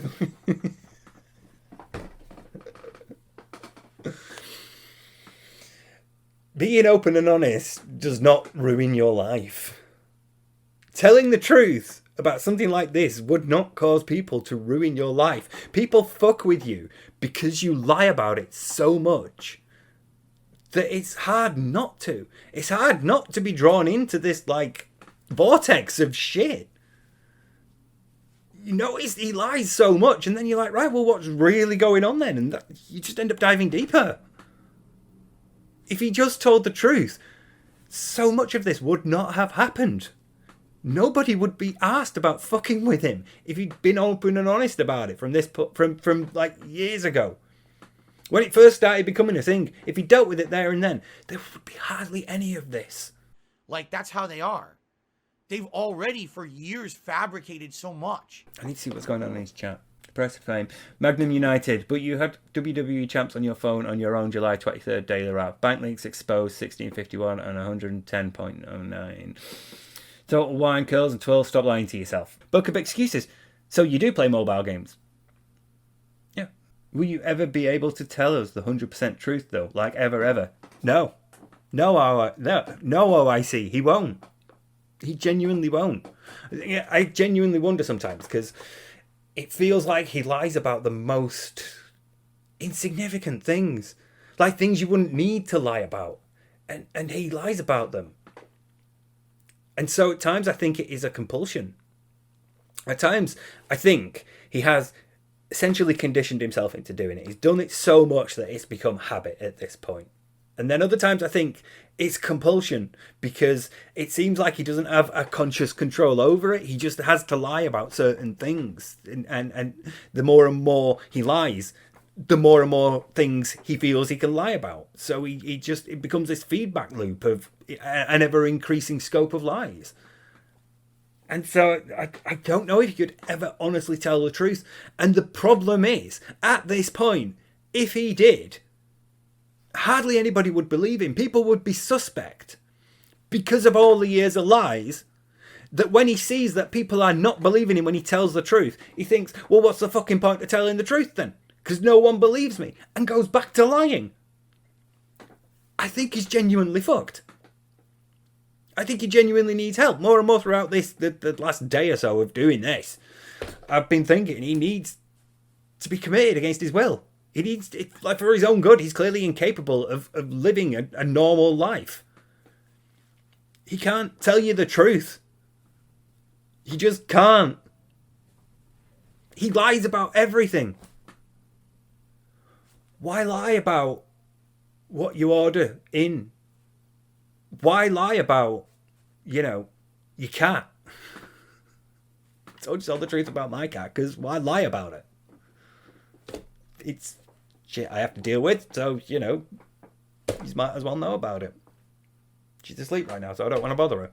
But I have no real sort of, concerns about waking her up either, because she's really cute when she meows. Even though I do feel bad about it. But he lies about, the most insignificant things, as well as the bigger things. As well as stuff like, where does your money go?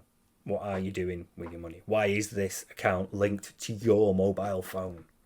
Stuff like that. He'll lie about the big things. He'll lie about the small things. What pet food do you get for Jasper?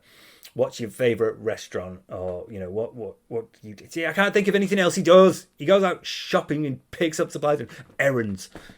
Oh, we've got stuff to do around the house. Like what?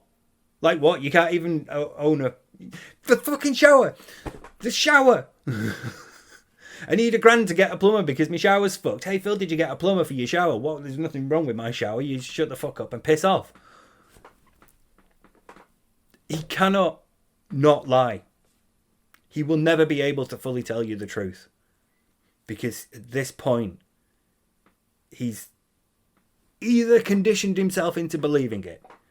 It's gotten so bad that it's a compulsion. Or he has total control over it and he does not give a fuck. It's one of those three options. I just don't know which one. Because I can argue for all of them, and I can't argue against any of them. That people can't tell what's fact or fiction.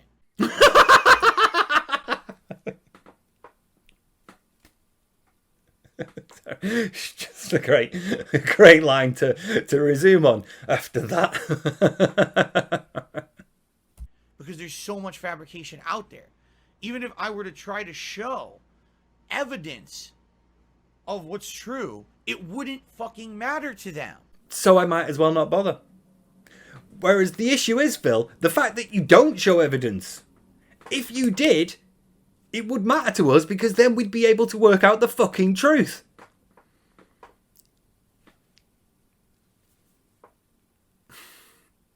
Oh, it's going to be another 6 hours, isn't it? It literally wouldn't. These are people who, no matter what you say or do, the goalpost moves. You understand? That's you! That's you! I need to quickly change this because the keyboard stopped working again. That's you dickhead! That's you moving the goalposts! We've been consistent. Throughout all of this, detractors have been consistent in saying, hey, Phil, explain $16.51. Hey, Phil, explain $110.09. Hey, Phil, there's an app on your phone. That's the consistency of the detractors. It's all led to that. Everything has been about that. The stuff about the line app, the stuff about the Discord, it's all because of that. All of it leads back to that. There has been consistency with detractors throughout this entire period of time since WWE Champions became a thing and now.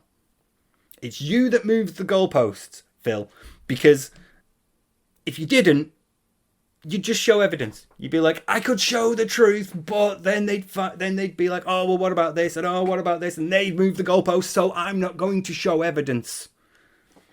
When the reality is, if you showed evidence, that would be it. We could deal with it.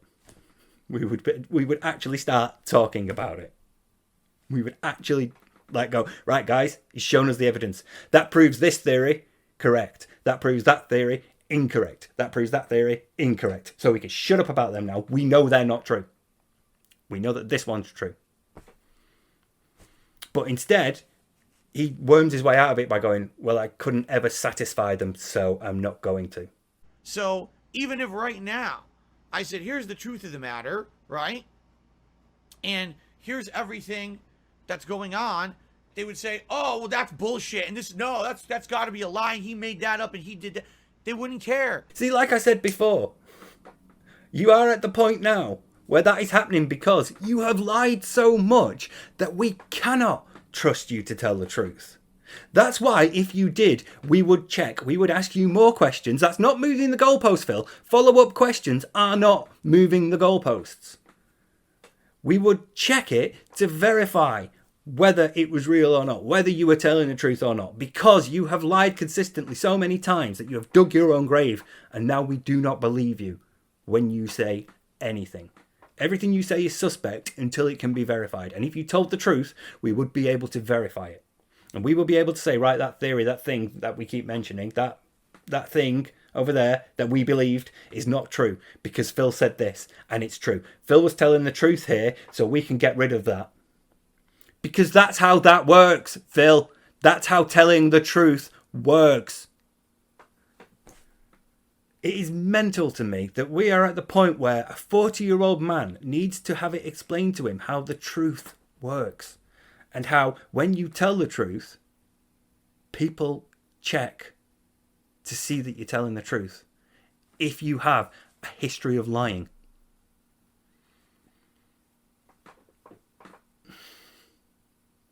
Most kids learn this. Most kids learn this as they're developing. Usually around like the age of like 6 to 8, maybe.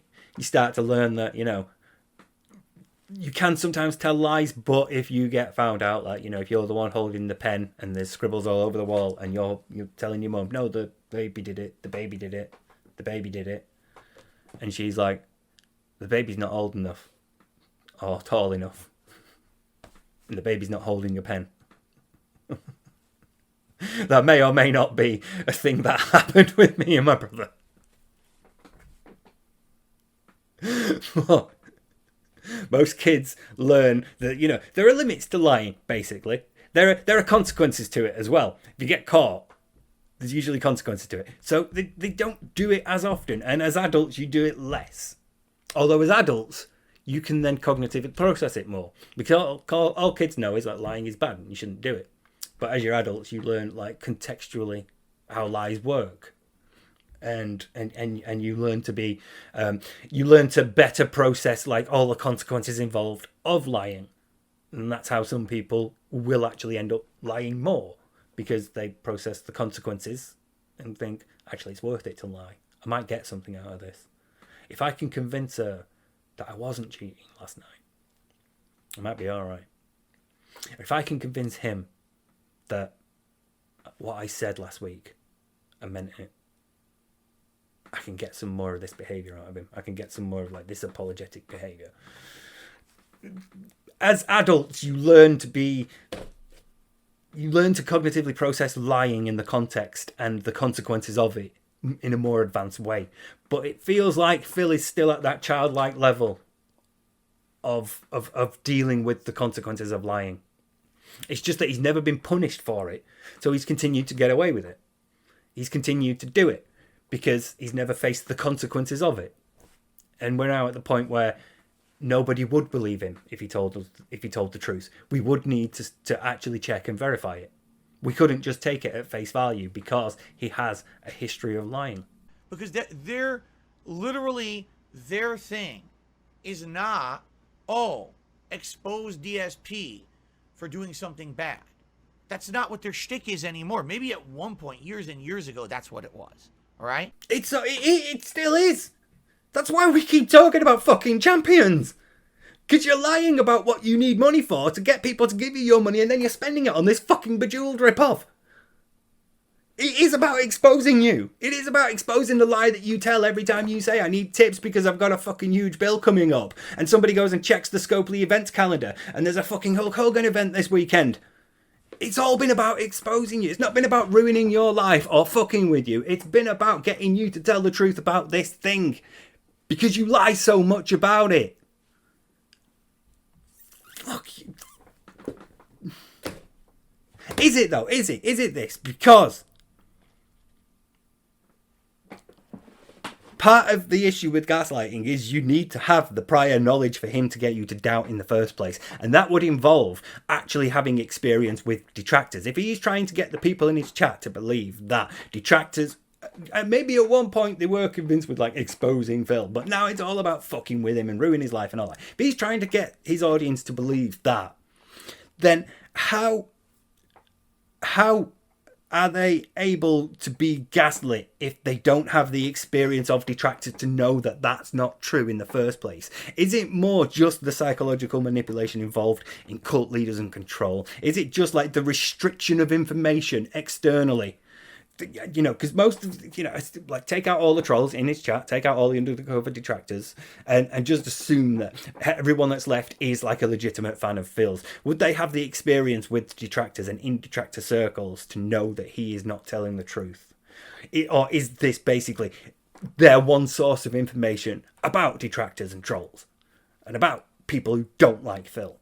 Because if it is, he's not like really gaslighting them because there's no experience or memory or, you know, personal perception that they have to be able to call into doubt and to question and to sort of like lean away from their own experience towards what Phil's telling them. This is basically just Phil directly telling them and being like the primary source of information, the only source of information. This is Phil mandating the consensus the group must adhere to, so that social pressure will be applied by his chat and his mods to do that, to fall in line with the overwhelming group belief, and they won't be able to question it.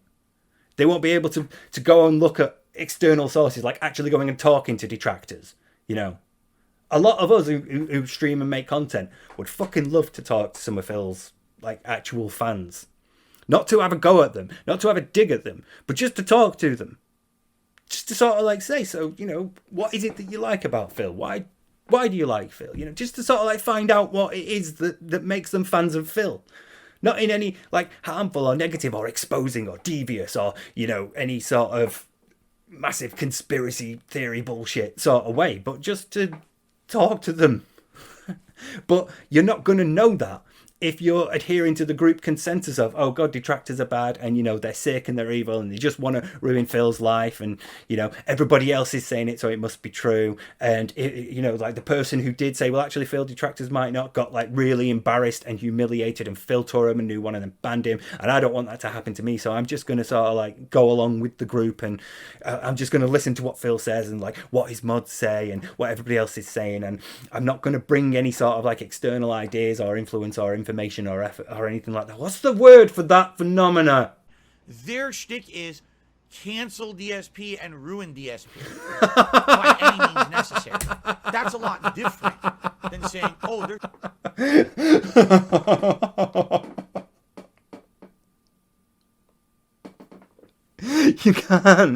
You can't cancel Phil. We've talked about this on that being said. You can't cancel Phil. He's uncancelable. He's cancelled himself. He's willingly chosen this path, this lifestyle. He's willingly chosen this. You can't cancel Phil. Nobody wants to cancel Phil. We all have different wants in the detractor community from Phil and what we like ultimately expect of him. You know, I want to examine him. I want to dissect him. I want to like look at how he works. You know, people like Brittany Gates and Fantastic Mr. Sam want to see him improve. They want to see him improve as a business or as like a creator and a presenter. They want to see him like improve his format and how he does the things he does. You know, other people just want to see him like face consequences for his actions. There are a multiplicity of perspectives and views and opinions about this within the detractor community, because there's no like overwhelming consensus view of what we want from Phil. But again, he's not necessarily gaslighting his audience because they don't have that understanding to question in the first place. They don't have that experience of detractors. So I don't think it is gaslighting. But no, I don't feel confident saying nobody wants to cancel Phil, because I would imagine some people do. But I would imagine most of us do want to see him see consequences for some of the shit he's done.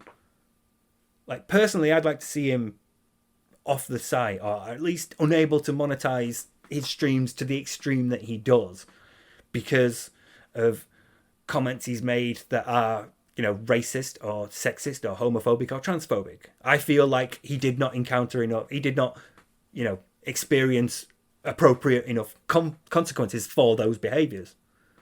Other people might want to see him completely banned for some other reason, but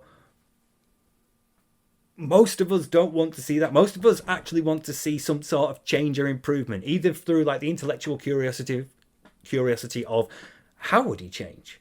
Would he be likely to change? How would he do this thing then going forward? You know, and how would he like react to that? And how would he handle that? And how would his sort of like his psyche change? And how would his behavior change? And, you know, how would his decision making change? Things like that. And other people just want to see it improve because they're fed up of waiting an hour and a half to 2 hours before he gets into gameplay, and then another like hour and a half of mainly menu based talking. So, but again, there's no real consensus because we're not victims of groupthink. That's a lot different than saying, oh, there's something that we feel there's something underlying going on wrong here. There is. There fucking well is. There's something going wrong with you, Phil. You don't socialize enough. You have malformed views of relationships and friendships, and you just are so fucking weird. I cannot think of any other word for it. You are so abnormal.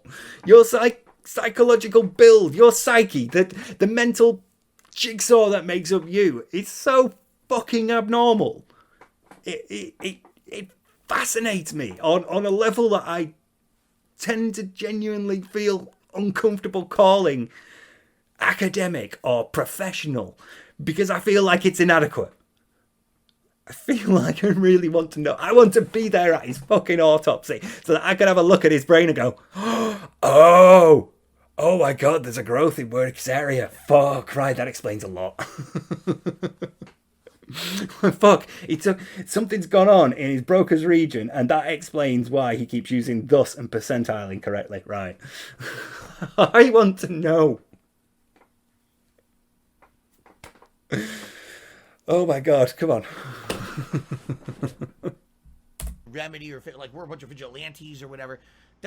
Those days are long gone. The early days of This Is How You Don't Play, that's what that was. No, it wasn't. No, it wasn't. See, now that is gaslighting. That is gaslighting. There's not really much stopping his audience from going and watching those This Is How You Don't plays. But again, would they have done? Because Phil's always told them don't. I don't know. I feel like, because he says at times as well, I can't control what you want to watch. You go and watch what you want to watch. He has that sort of air of, okay, I can't acknowledge having that much control over my audience's life. Even I know that's a bad thing. So, he has that ostensibly fair and, fair enough perspective of, I can't control what you want to watch. You as my audience are free to also watch whatever the fuck you want. So if you want to watch This Is How You Don't Play, fine. You can go and do that. I can't tell you not to do it. So maybe there is that element of gaslighting, but again, I am assuming that he's going off the presupposition that he's going to be their only source of information about it anyway. So he feels free to tell that lie. He feels free to sort of like say, actually, it was bad. It was all about getting Phil back in the early days. It wasn't about laughing at how bad he did at the game. It was all about ruining my life. And he can feel free to do that because he's going to assume that nobody in his chat has watched a This Is How You Don't Play. So I don't think it is gaslighting, but it functions as gaslighting if there are people in his chat that have seen This Is How You Don't Play and know that most of them are basically just look at how bad he's doing at the game. Here's the game telling him how to do something, and here's him not doing it. Here's the game showing him where to go, and here's him getting lost. So most of it is about that, and very little about it is about let's fucking destroy Phil, ruin his life, and cancel him. And so they could be being gaslit at this moment, but I feel like his primary motivation is just the manipulation of I am your one source of information about this. So maybe, see, I'm hesitant now. They feel like gaslighting, and then you have to consider that these people might not necessarily have the experience to begin with. They might not have the initial thought that he would be bringing into doubt if he was gaslighting them. So let's see how this one goes. But at some point along the way, it literally became just whatever we can do to ruin Phil's life, we must do. Okay? Honestly, I really wish I could tell you all the shit that they've done to me. But the fact of the matter is that if I told you about it, it gives attention to the shit they've done. If I wanted to portray somebody who I felt had been harassing me for years as a bad person, a really good way of doing that would be to tell you things that person had done to me. I would tell you they behaved like this, they did this, they sent this to me, they contacted my parents, and then when my parents didn't respond, they contacted like my sister-in-law, and then they contacted all my mates, and then they kept like sending them all this shit about me that was lies and slander and bullshit. And you would have examples. You'd be like, oh, this person turned up outside my house, or this person tried to fake being a DoorDash driver to get close to me, or this person came up to me in the mall and asked for a photo. He would have examples. You would, and you would not excuse it with I'm not going to, because it gives attention to them when you're literally talking about them right now, and you're literally saying they did so much shit to me that it ruined my life. But I'm not going to tell you how, because I don't want to give attention to them. But you guys need to understand that these people are so fucked up that they'll do all this shit that you won't even believe to ruin my life. And I don't want to talk about it because I don't want to bring attention to them. And again, right, like it can't be cognitive dissonance because there's no action involved either way. He can just say it because he's lying. And he doesn't have to deal with the cognitive dissonance because either way would just be say it and lie about it.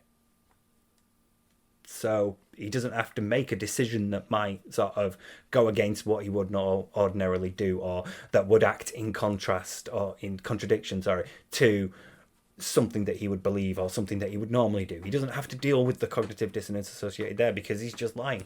So you can. And with these kind of people, the way that they are up here, how dislodged, how not whole they are in their heads, how messed up they are in their heads. Careful, Phil, because you are treading on my toes here. You are stepping into my territory. And I really don't like doing this, but I do want to give you a heads up.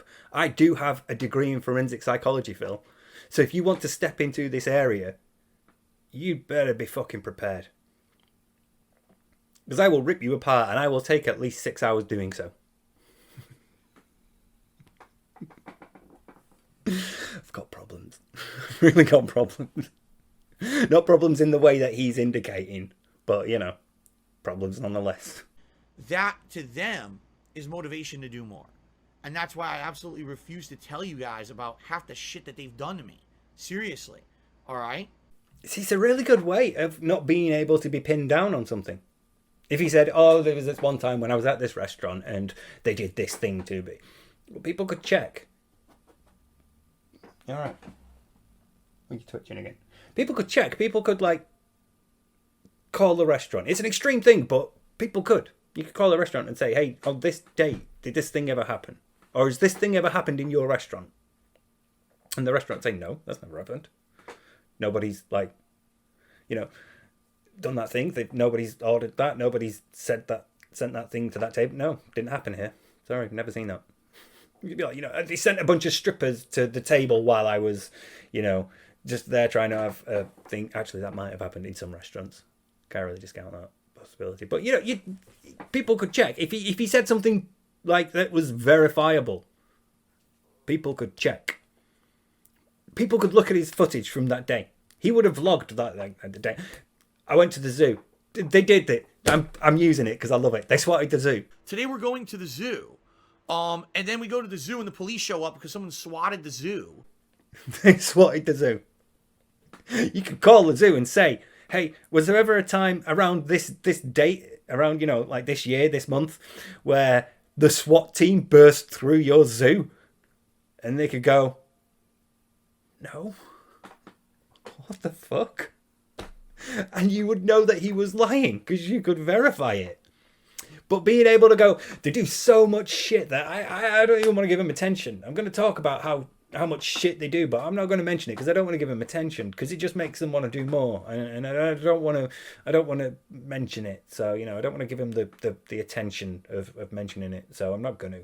People I never talked about have been swatted, and behind the scenes of stuff, family members of mine were swatted for no reason because I never even publicly talked about it. So, you know, that's why I'm not going to give attention to it.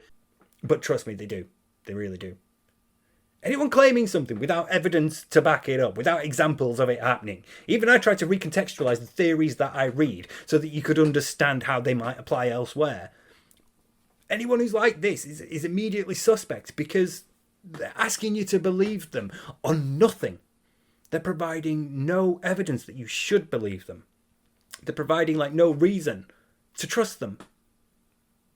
I don't believe you when you say this because you have provided so little evidence of it happening.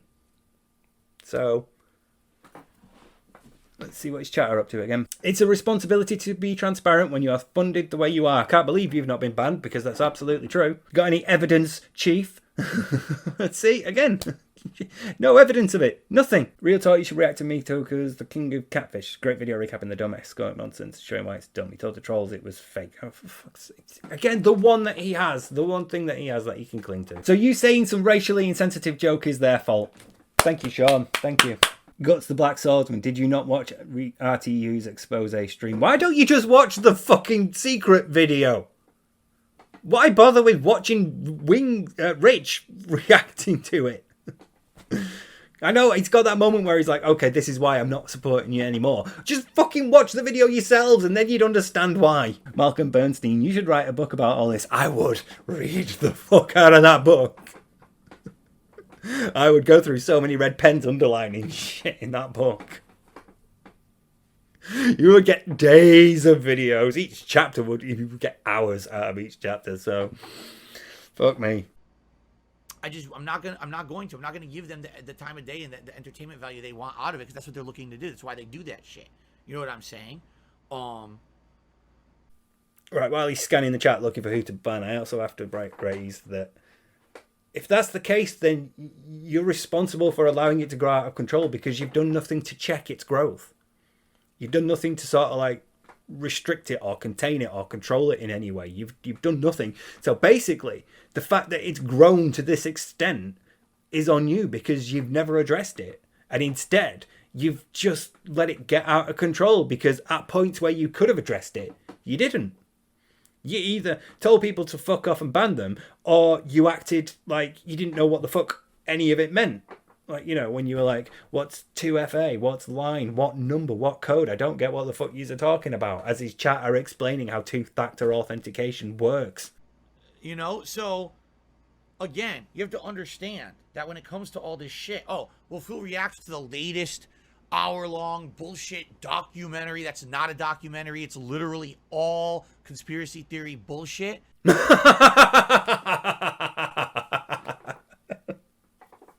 No.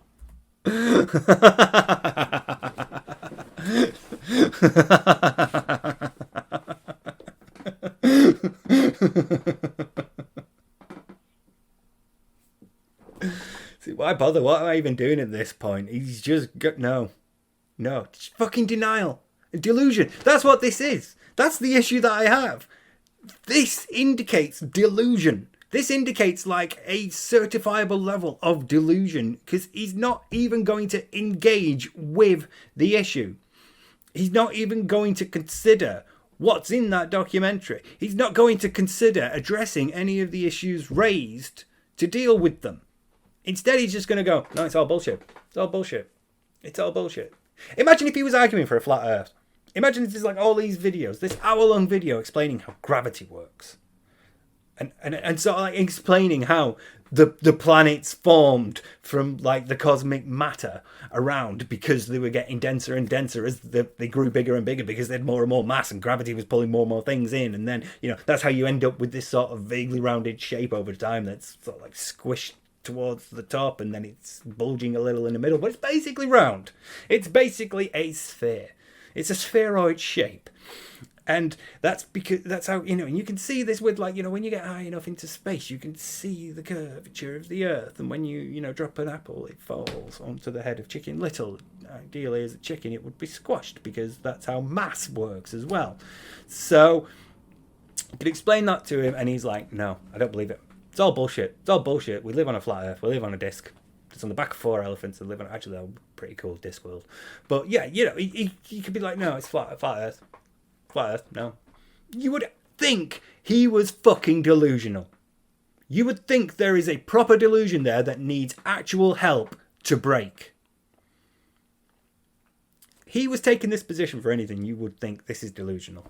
If you are taking a contrary position to something that is provably true, there is evidence that shows how true this thing is, and you're sitting there going, no, it's all bullshit and lies. It's fucking delusional. You want me to react to factual stuff that actually happened on the internet?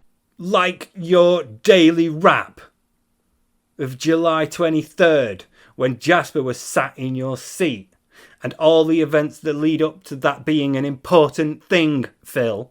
100% indisputable happened because it was right here on my stream. It was, you fucking uploaded the video. I cannot get over that you uploaded the video yourself. You could have just watched it. You didn't even look at the thumbnail. I'll bet you the phone was visible in the corner of the thumbnail. The thumbnail would have shown like the first frame of that video, and it would have been Jasper, and it would have been like that angle with his desk, and you would have seen it in the middle. He didn't even look at that. He didn't even see it on the previews that YouTube gives you, the one near the start where his screen would still have been on. He didn't double click to check that it was fine, and like maybe, you know, the audio hadn't gone out of sync or anything, or that, you know, like he'd forgot to turn on a light so it was quite dark, or, you know, Jasper wasn't in focus or anything, so we might as well reshoot it. He didn't even do that. He just filmed himself and the incriminating evidence and uploaded it, and he's now sitting there going, if you want me to react to something that contains actual indisputable proof because it happened here, I will do. But that video that contains that thing that happened here, that is incontrovertible proof, is bullshit. Fucking delusional. He needs help. He needs actual psychiatric intervention. I am fucking convinced at some point soon somebody has to call a wellness check on him. He is not well. Psychologically, he is not okay. We are at the point where he is literally denying the truth of a video that he himself filmed and uploaded. I don't know what else to sort of like say about that. I don't know what like other theories. At least when we're talking about cognitive dissonance, I can go away, do a bit of research, and be like, oh, he's like a theory that explains this. Or, you know, like with narcissism, or, you know, I think he's avoidant, and here's like the evidence that I think supports my argument. I could go away and do some research, but this is just fucking delusion and denial. And the way you deal with that is you have to take that person away from the situation, and it takes so much time to fully extricate someone to the point where you can go, right, we need you to now start to look at why you were wrong. Or you need a sudden, sharp shock. He needs to lose his house and his wife and his cat on the same day because of champions. He needs something like that. He needs something extreme to break this delusion. Those are the two ways you deal with delusions. You either take someone away and slowly, gradually, over time, help them to understand, help them to get through the delusion, help them to reconfigure all the information that they have and understand it in this new context. Or you need a massive shock to them that breaks them out of it. I think it's called flooding that. I think it's graded exposure or gradual exposure, and flooding. Those are like the two ways you sort of deal with things like delusion and with phobias as well. You need somebody to get over like a phobia. You either slowly have them near the thing they're scared of and gradually over time build them up to being closer, and like if it's a spider, you get them in a room with a spider and then they get closer to a spider, and then over time, obviously not within the next like 10 minutes, but over repeated episodes, appointments in future, you gradually get them closer and closer to the point where they can have like a spider in their hand, or you just shove them into a room full of spiders to shock them into it, you know, which sounds cruel, but in some cases it works. Generally, people prefer the graded exposure, where the gradual exposure, where they can slowly build up a tolerance. But sometimes when that doesn't work, you just need to shove someone into a room full of spiders and close the door behind them and wait until they stop screaming. And that's what you need to do with Phil. He either needs the shock of losing everything at once because of champions, or he needs his parents to step in and take him away from it and put him in a place where he can't deal with it, where he can't access it until he's properly dealt with his issues. So that's how you break through this. And that's why I think we're going to need psychiatric intervention, because there's no way he's going to do this willingly. And Kat does not give enough of a fuck about him to want to help him through it. So it's either going to be she goes and he loses everything and snaps, or you know, like hits the rock bottom and then has to come back up again. Or his parents have to get involved and take him home, or put him in a hospital or a place where he can deal with like a gambling addiction or a spending addiction or something. So yeah, that's how I think you deal with delusion anyway. That's what you'd need to do with Phil. It was in one of my videos. I recorded and broadcast it. You want me to react to that? It fucking was! Yes, I will. It was! All of that stuff is you! It's your footage, it's your streams. It's you! It's you mentioning that you play Champions along with 3 other games and rating it the worst. It's you saying that you don't know what lineup is while you're playing Fallout New Vegas on a marathon. It's you fucking uploading your own daily rap. All of that stuff is in that video that people are asking you to react to, that you are calling bullshit. So fuck you, Phil. Fuck you. Just like seriously, fuck you. This is not an issue where you get to sort of like be malleable with the truth and bend it to your will. This is incontrovertible. No matter how much you want to sit there and go, it's bullshit, it's detractor nonsense, it's conspiracy theories, this is incontrovertible and you have to deal with it because you have fucked up. This is on you. You made the decision. You did the thing. You uploaded it. It's on you. These are the consequences that you are now having to face because you let it get this far and then fucked up. You didn't deal with it earlier and stop it from being this big of a thing. That video that people are asking you to react to has your footage in it.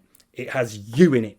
It's things that happened on your stream and on your channel that you can't deny are true because you literally recorded and broadcast them happening. So, yeah, by those criteria, Phil, the secret documentary qualifies. It's acceptable. Because it's undeniable. Yeah, it is. It's all footage of you. Apart from like the little text bits explaining this is what happened to the Sons of SmackDown clan of fucking whatever. You know, this is what happens. This is how much this thing. Apart from like the text bits explaining stuff, it's all you. It happened. You can't deny it. You're so used to lying about shit on video. Because you would have done before in all these like tiny little ways. Oh, Phil, on this video you said this, did I? Oh, well, I don't remember. And you know, anyway, I'm saying this now, so that's all that matters. All that stuff, all that, you know, saying that your shower's broken and then saying, what shower? I never said my shower was broken. All of that stuff. It adds up. It leads into this point where you can just lie about it and say, it didn't happen. That's bullshit, that. But Phil, it's your footage. It's your stuff. It doesn't matter. They're twisting it. They're taking the nuggets of truth and twisting it into a narrative.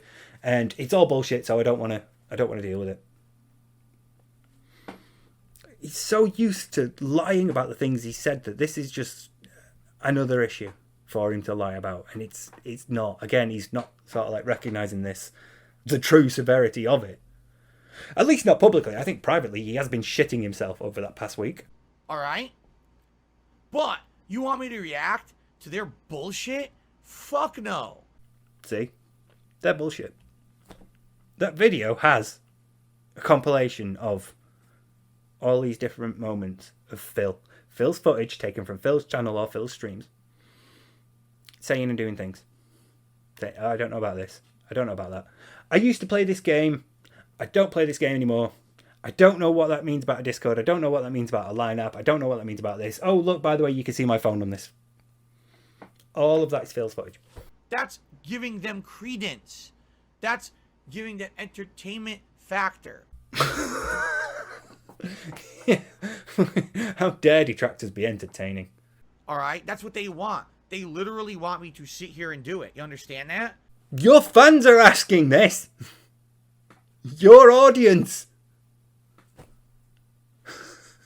We want you to react to it because we know it's true and it exposes literally the biggest lie you have told for years. And we want to see that. But your fans want you to react to it as well because we're all talking about it. And the people in your chat that are undercover are talking about it and trying to bring it up in subtle ways. And because you keep going, guys, the troll stuff, ignore it. Just ignore it. It's bollocks. Ignore it. People are going to start asking themselves, why does he keep telling me to ignore it? Your fans want you... That's a good point, actually. Little Muffin, they want you to debunk. Exactly.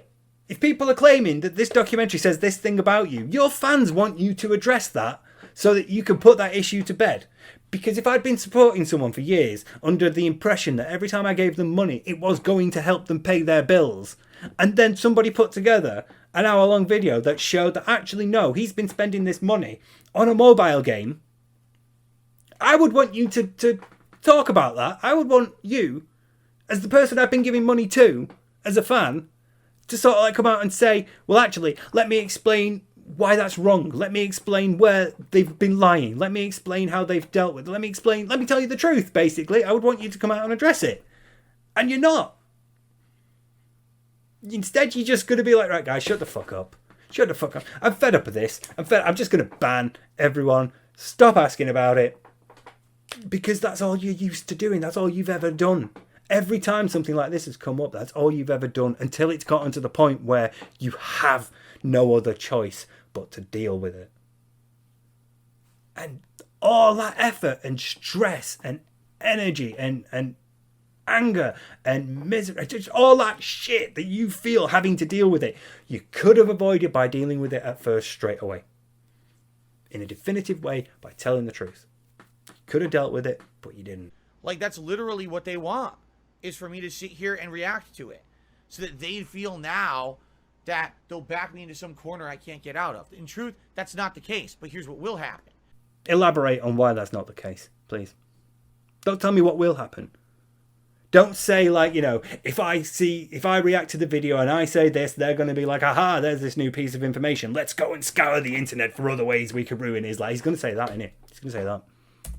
To disprove what they're saying will expose more personal information about me, which is exactly what they want.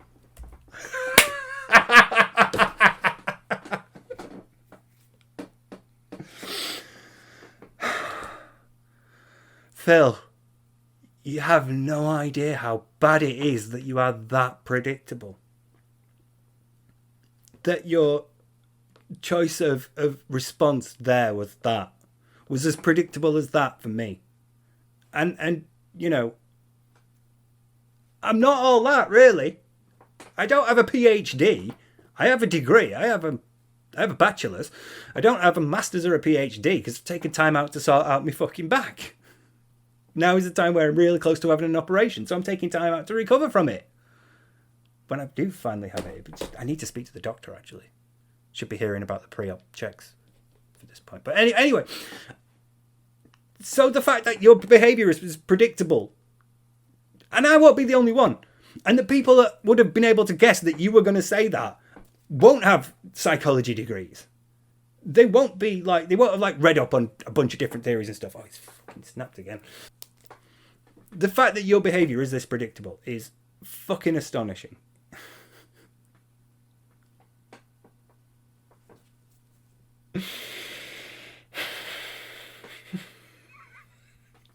Need help. The more and more I see, the more and more convinced I am that you just need to be off the internet for a while. You need to go to therapy. For years. Not weeks or months. Years. You've got a lot to deal with.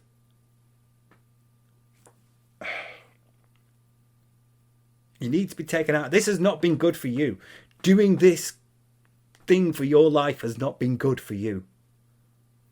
As far as he's concerned, it has been, because he's been great. He's been able to like live off DoorDash and spend thousands on champions monthly. He's been fine. He's fucking loved it. All he's had to do is degrade himself by putting on a hat and some glasses and a vest whenever people give him enough money. And even then, it's like, it's fine because he's the one picking which one it goes. So, you know, it's like, I don't mind feeling stupid for wearing a Sonic hat because of $150. So, well, $200 for the Sonic hat, isn't it?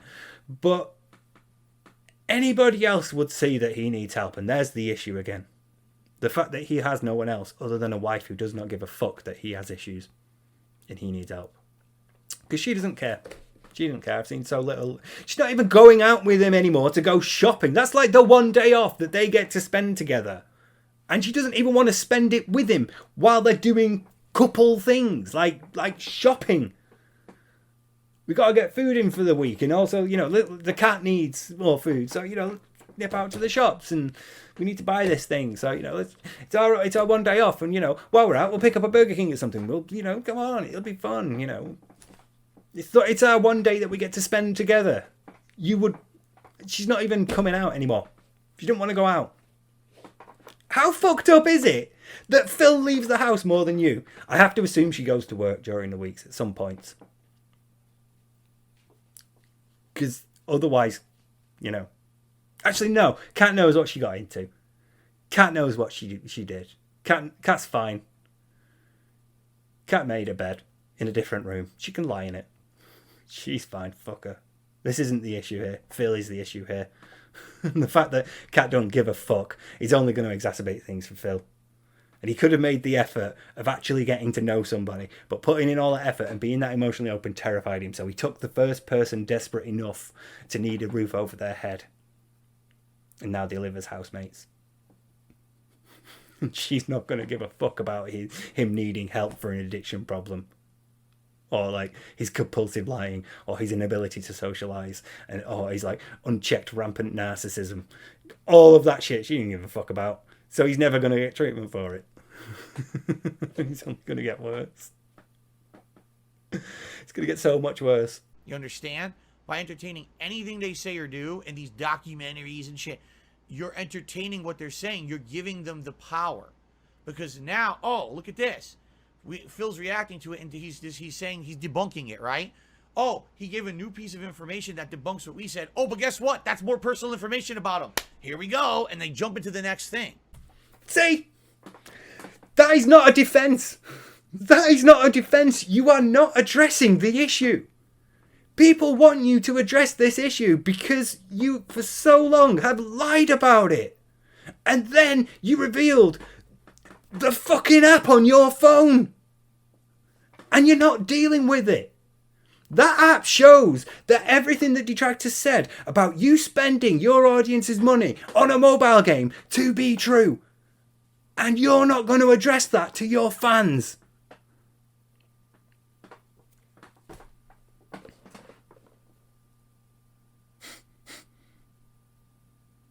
Also, the founding waifu, I'm going to assume you're a troll, because if not, you're a fucking idiot.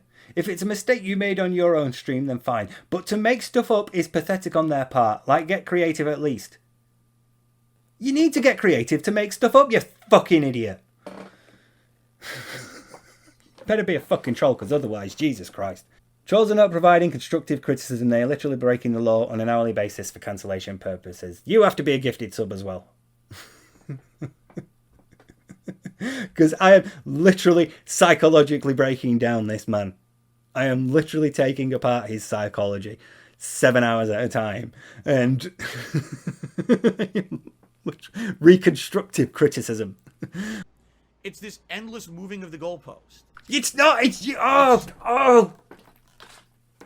this detractors. I'm squeezing this. Detractors have not been breaking the. Have not been. I'm still pissed off about you. Detractors have not been moving the goalpost because the detractor argument has remained consistent. You lie about your bills to get money from your fans that you will waste on WWE champions. That has been the detractors' criticism and accusation and point for fucking years. That's it. That's been the detractors' perspective on this issue. That has remained consistent throughout. No detractor needed to be socially convinced by pressure like you're having to do now with your fans to believe this. All they needed to do was watch a couple of videos. And guess what? They did. So we've not all come to believe it because, oh, we all have to believe this or whatever. We all believe this because it's true.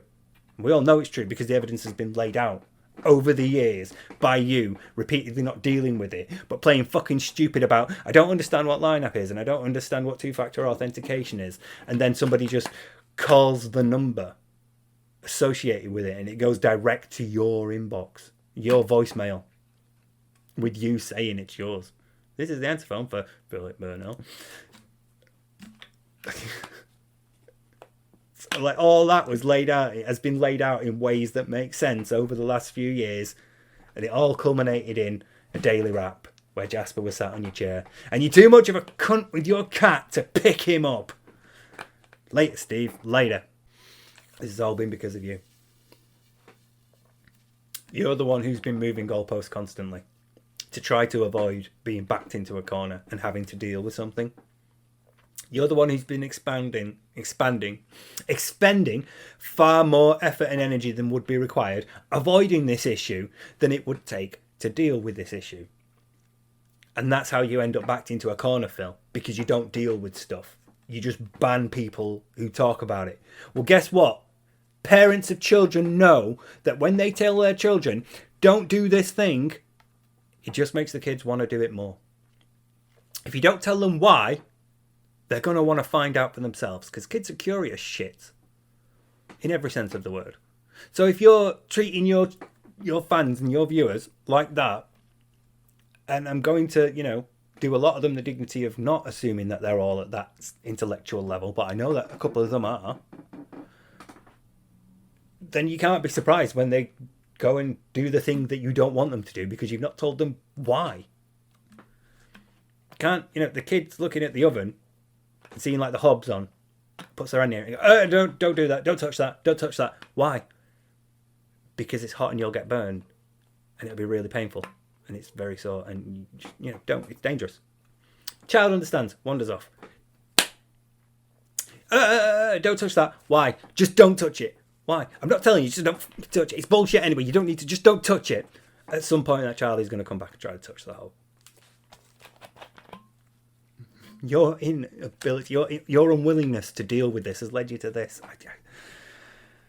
That and you need help are like the two most overwhelming themes of this video so far. That and I've not got enough drugs left to deal with it. Endless. It never ends. Because to them, it's always on to the next fucked up thing we can say and do, on to the next thing we can fabricate. These people have made it their business. Some of these people have made tons of money and gotten popularity doing it. It's an endless cycle.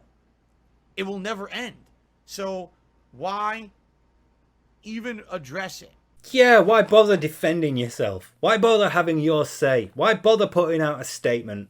Why bother turning up to court? Why bother with an attorney? I don't want to have to address the accusations, Your Honour. They're bullshit. Phil, this isn't how you defend yourself.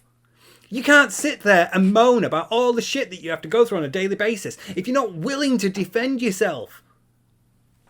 Dealing with this months ago, I'm fed up of saying this, would have dealt with this issue.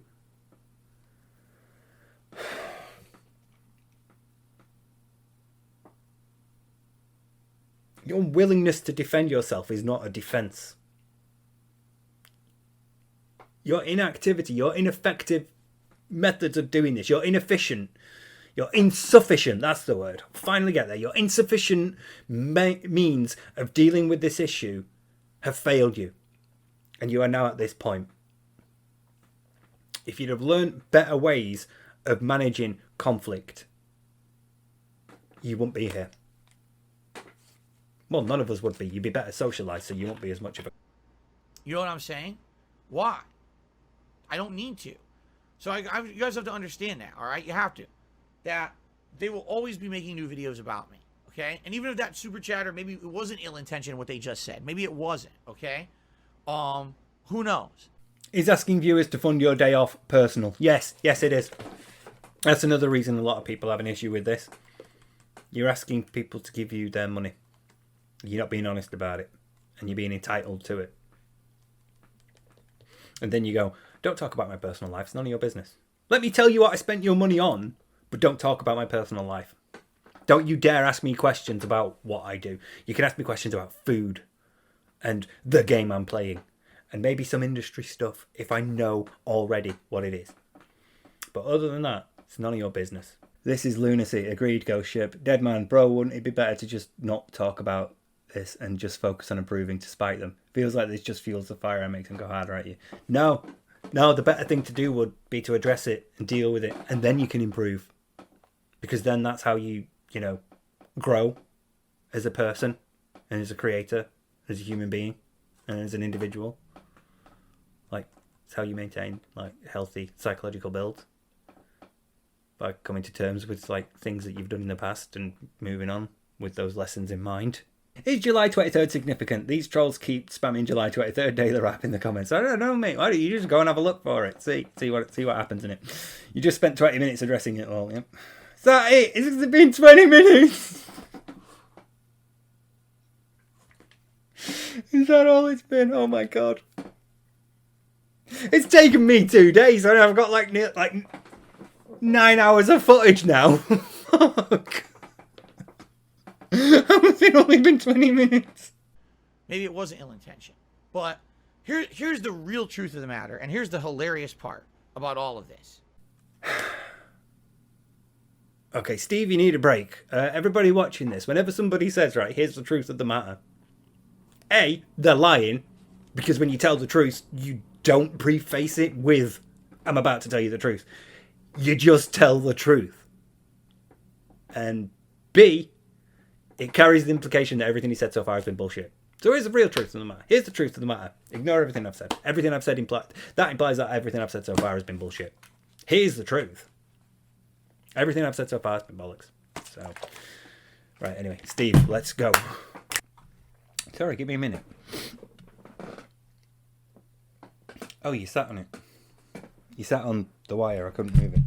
So you've got all this room now. Here you go. Come, move a bit closer. You get a bit closer to the camera. You can exploit your views then. See if we can get you. Oh.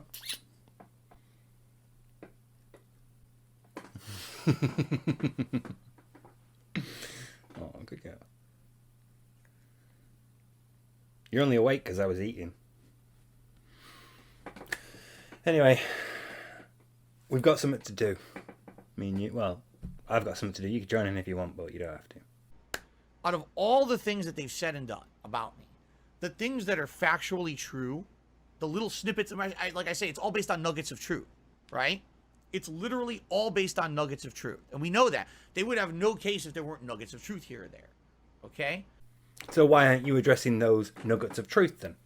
Why aren't you acknowledging the things that come from that nugget of truth? Because the things that come from that nugget of truth are the issue. The nugget of truth is that you uploaded a video to your channel that contained another nugget of truth. That was your phone showing WWE champions. And the logical conclusion from that is that all the stuff that the detractors have said about you playing WWE champions is right, because the nugget of truth here is the WWE champions on your phone in the video that you uploaded. So it's this that you need to address, because this nugget of truth should be being addressed by you. And if you're not going to address it, and you are going to acknowledge it as a nugget of truth, then it's what follows it that is the issue. I feel like I'm ramming my head into a brick wall. The nuggets of truth, all right, if you actually listen to what I've said about those nuggets, all right, you would know the truth already. You would already know the full story about everything. Sorry, what? When have you addressed it? When have you addressed the nuggets of truth? When have you addressed, like, the nugget of truth that is a line app associated with a WWE Champions account is connected to your phone?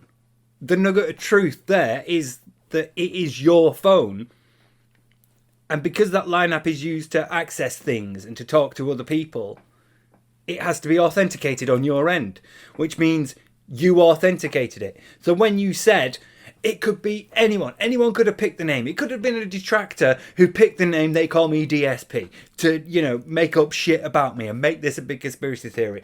Well, how did that account that's active get authenticated? Because you can't activate the account without authenticating it, and to authenticate it, you need to be on the receiving end of the phone number that gets the text, and that phone number is yours. So you authenticated it. And you didn't address that. That's a nugget of truth that you didn't address. You just went, I don't know what you're talking about. I don't know what lineup is. I don't know what the code is. What you're talking about, a code. See, this is what they do. They take a nugget of truth and they blow it all out of proportion. What code? I don't know what code you're talking about. Anyway, fuck off and banned.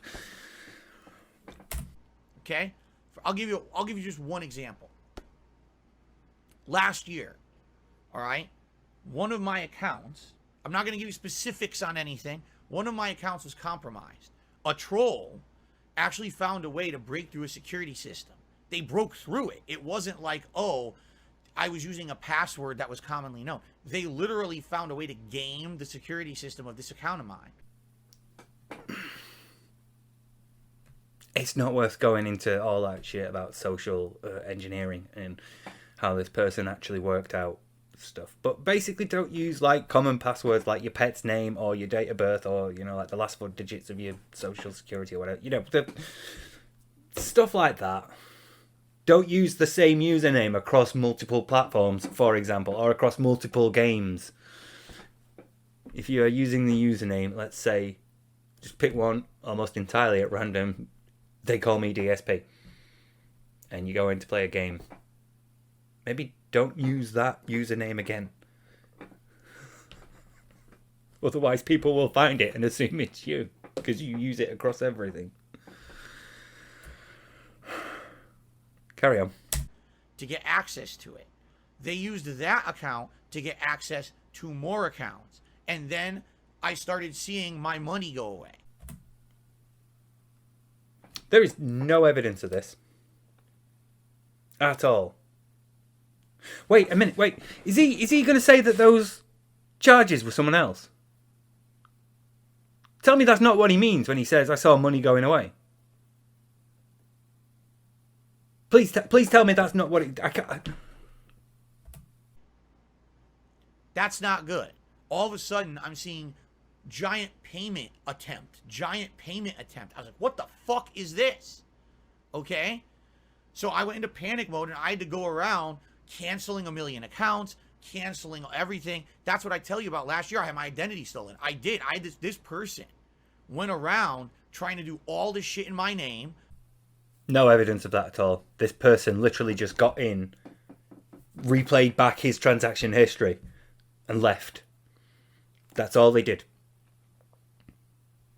They didn't. There's no evidence at all that this person tried to actually make like purchases or shift money or do something like that in Phil's net. There's no evidence of that. This is just a straight up lie. This is just a straight up lie. And again, you all know why, because it's Phil. He's straight up lying about it. Because he can at this, but he can lie about this, because he could say, like, you know, it's my transaction history and it's my bank account, and none of you know, you know, that's because he's going to say, you know, the transactions aren't true. The fact that I have my identity stolen is, but the transactions aren't. So he could say, I suppose, he could say that, you know, you don't know. This person did try to make purchases in my name, or this person did try to, you know, spend all these huge chunks of money, and not need to provide proof, because you could say it's my private bank account. That's not mine. This is actually mine. All that stuff there is not from my account. This is actually my account. But he wouldn't, because it would involve going, actually, this is my account, and then showing you that. And he's not going to do that, because that would involve A, like actually addressing the truth, and B, showing something personal.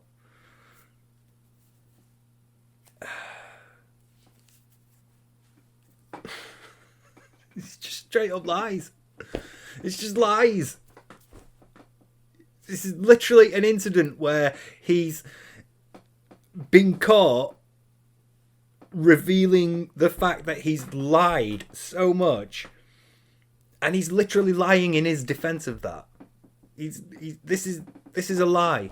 This is an outright lie. It's deceit. It is deception. He is trying to trick you. He's trying to con you. He's trying to make you believe something that is not true.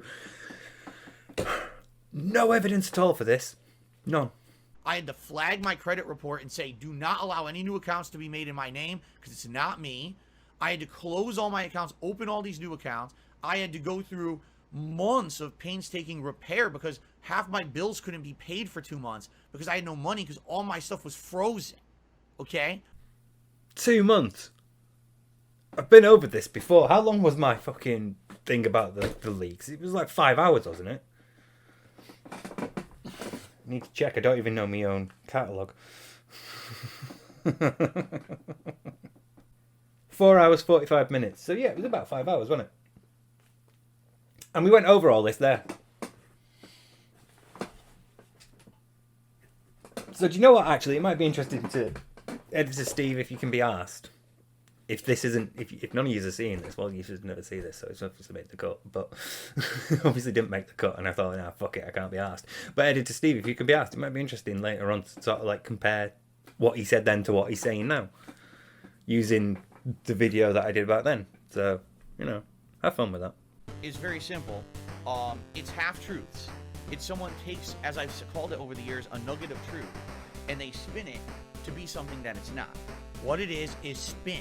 It's taking circumstantial pieces of shit from all over the internet, taping it together to try to form a narrative that doesn't exist, all right? Spinning it in ways that's not exactly the truth, but it serves their narrative. They will take one piece of information that is true, and then they fabricate 400 pieces of information and attach it to the one piece that's true. They staple it together, and then they say, oh, well, here's everything about Phil that we know. They take little snippets of fact here or there. They tape them together to make this patchwork of bullshit, and then they fill in the holes with whatever they want. Like I said on Twitter the other night, maybe in a few years, okay, and I mean that, like maybe in a few years, once all this dust has settled and once all this shit is fixed, maybe then I can tell you more specifics. I certainly cannot right now. It would be an insanely bad idea, okay? For myself and the safety of myself and my family, I can't. There's just nothing I can do about it, all right? To show any kind of stuff, like private stuff, on my phone or whatever, would literally just balloon into something bad for me, okay?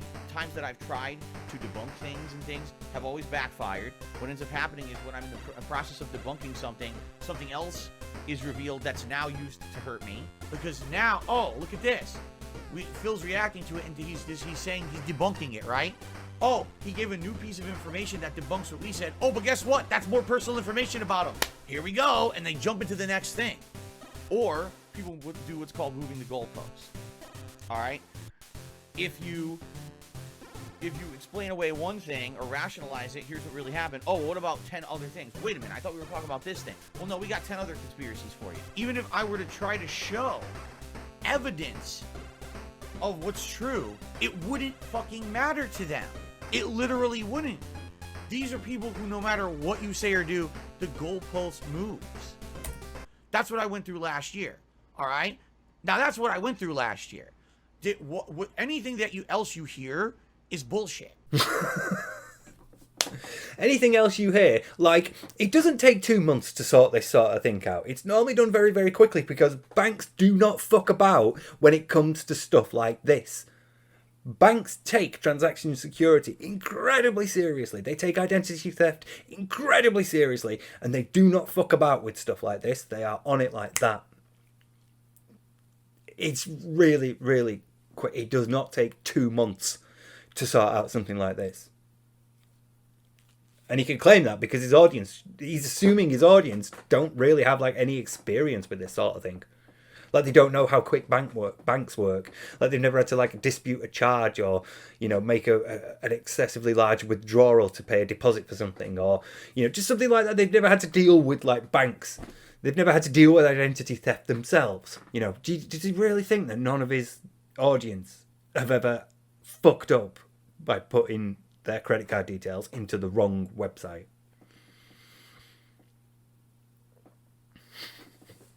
I can see at least one of them having done that. So they'd know. So I do think maybe this is gaslighting. Part of it is just being able to outright deceive because he feels like he can. He can say, look, it was my bank. None of yous know how difficult it is for me to deal with it. Especially, I don't care if you've had experience of it. None of you know how difficult it is for me to deal with, which is true. Because most of us deal with these things like adults. Most of us aren't Phil. Most of us don't make huge fucking dramas out of, I went to the shop and where I normally pick up my cherry juice, it was at a different end of the aisle and it was at a different display. Fucking weird. Why would they do that? You know? Most of us don't do shit.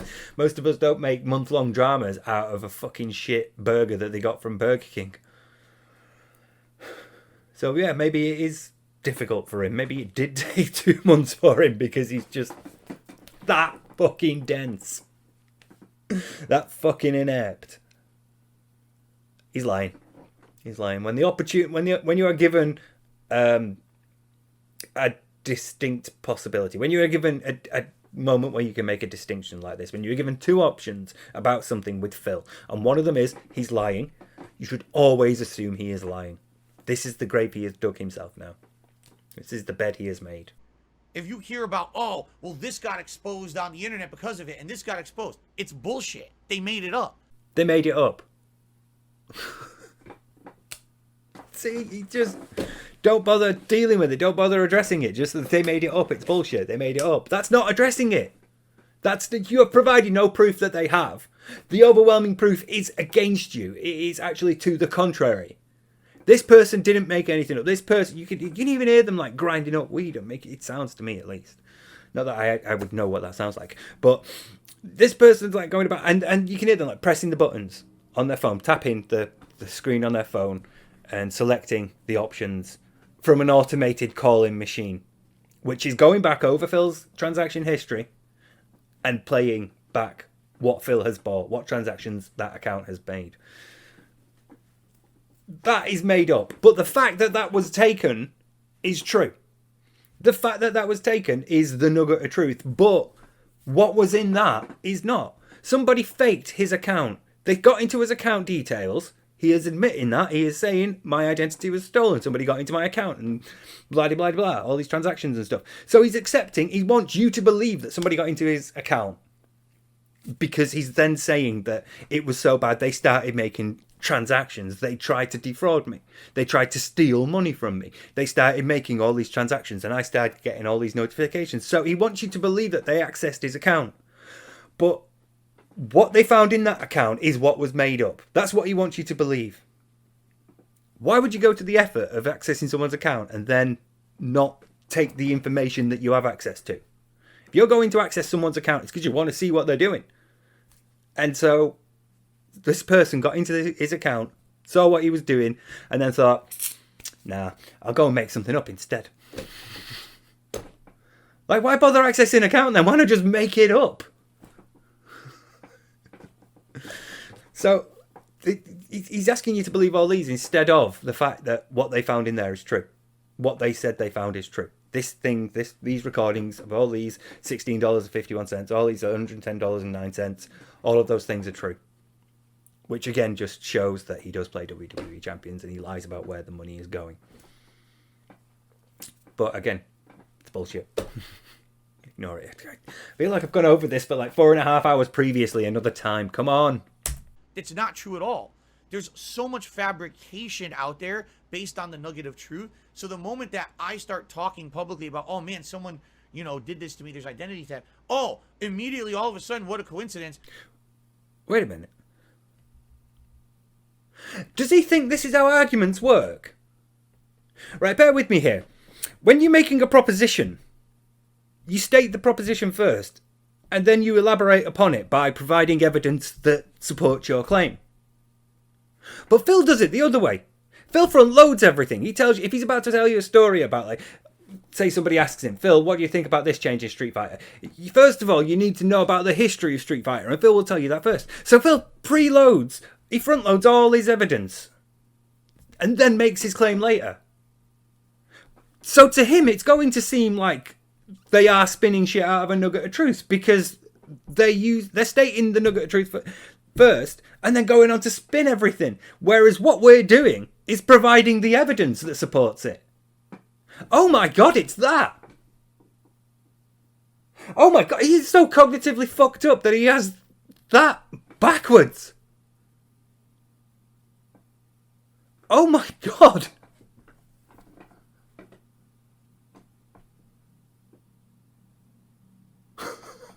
Fucking hell. It can't be that.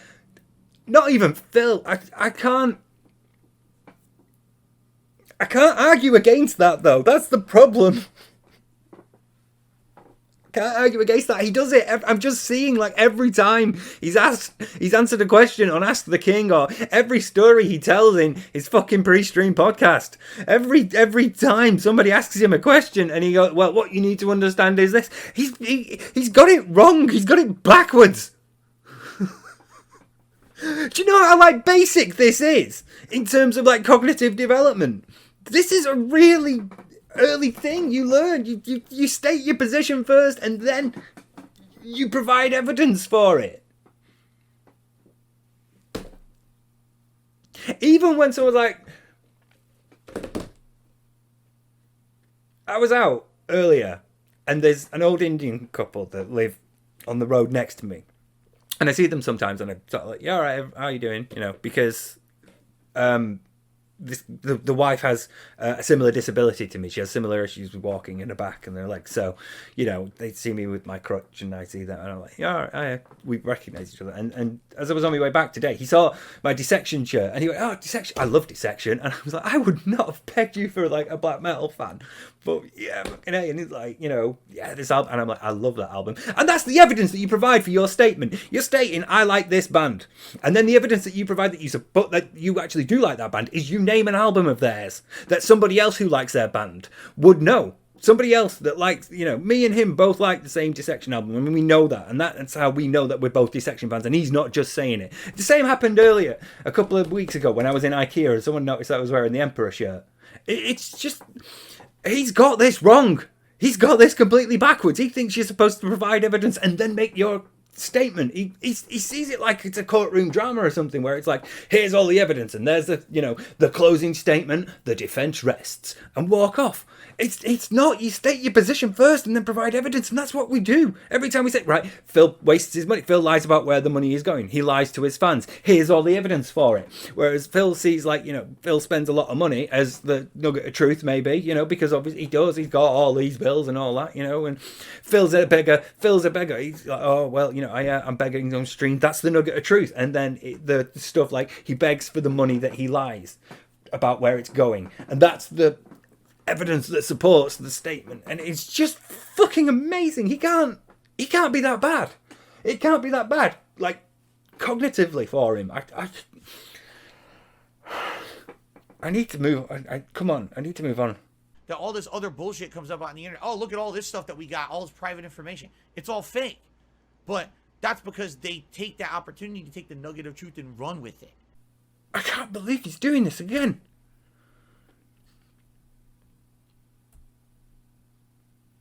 You can't have had your identity stolen if the thing that we are saying was stolen. These bank records, this transaction history of yours. You can't be saying that you had your identity stolen, but what was stolen isn't true. It's like me saying somebody's nicked my phone, but, you know, all the apps on that phone isn't mine, because, you know, all the apps are different or something. I'm really trying to find an example or an equivalent, but it's such fucking irritating logic that I'm struggling, because you're being asked to assume so much in accepting his position of 4.5 hours, 4 hours 45 minutes, 4 hours and 45 minutes of this. I can't again. Come on, this is already long enough. You see, there's no evidence of the shit that these people are saying. You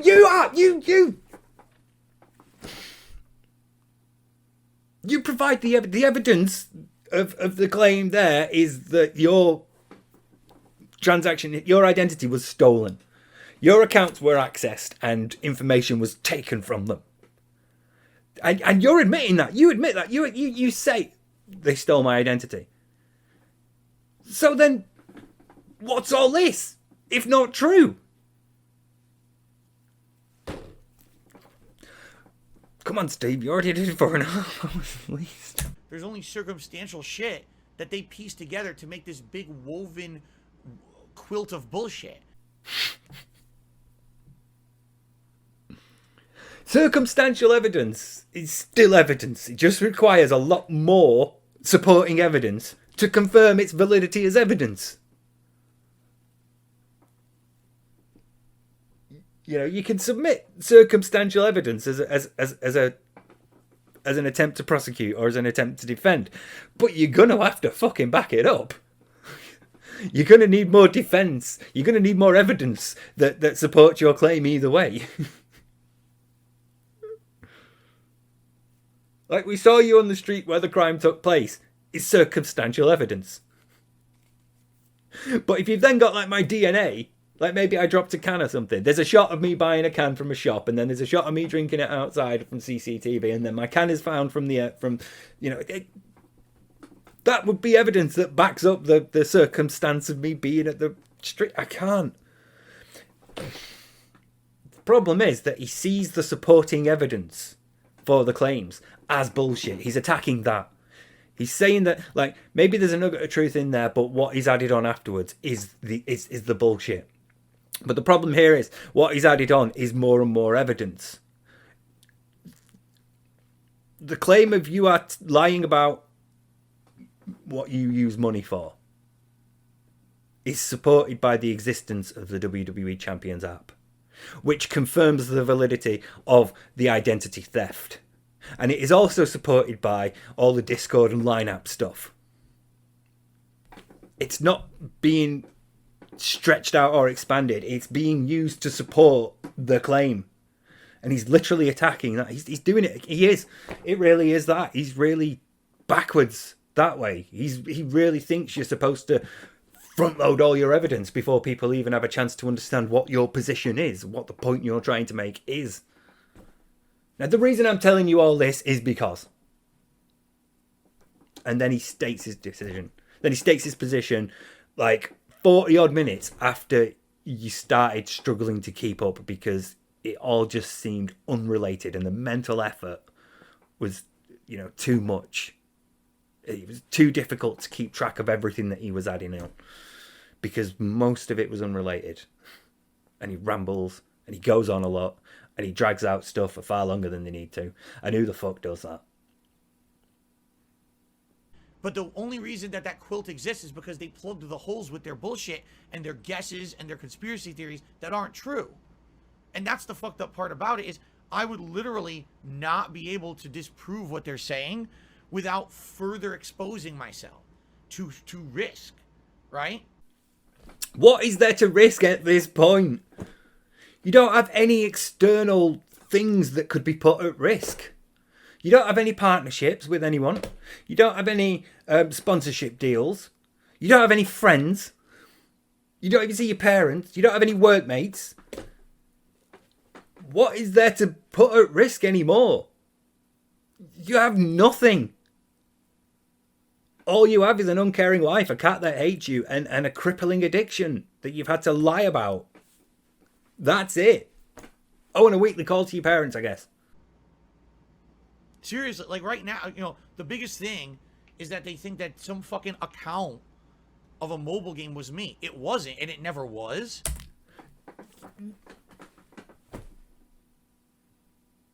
The biggest thing, he's misrepresenting this completely.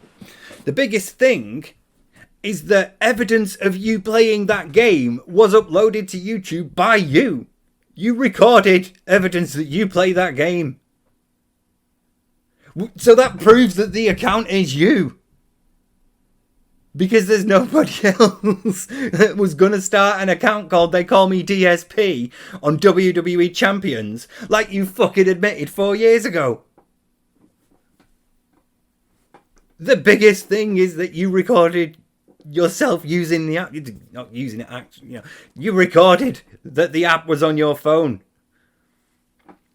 Oh my god. It's lies. Lies upon lies. Denial. Delusion. Needs help. I have a feeling like by the end of this, I'm just going to be sobbing on the floor. But in their minds, because the account uses my Twitter handle, they believe that account was me. Whoa, misrepresenting everything. Again, misrepresenting everything. Nothing about a Twitter handle.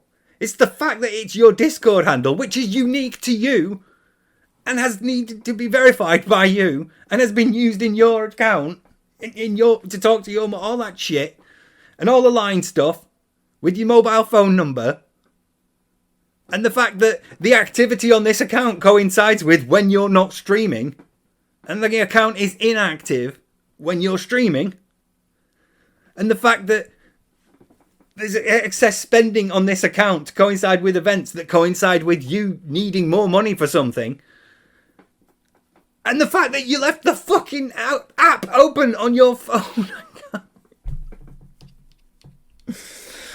Oh my god, this is so bad. This is so bad here. He wants you to believe that the detractor argument is worthless.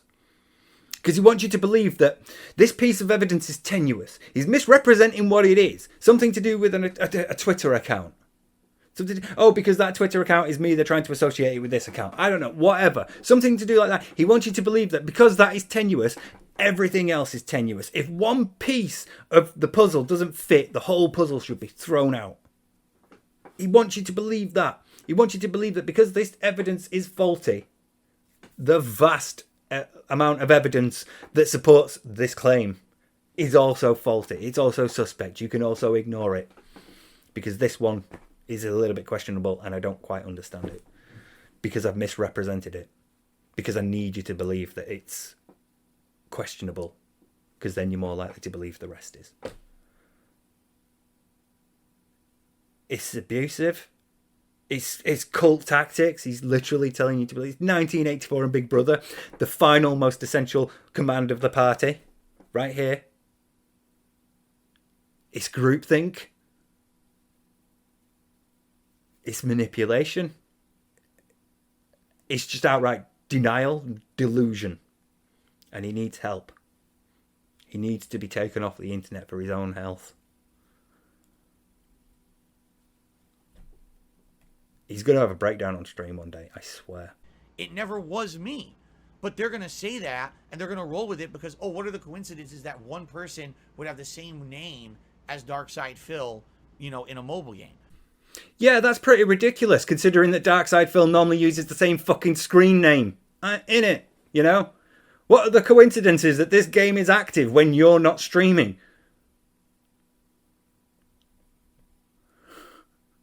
I can't let it go. I need to let it go and move on.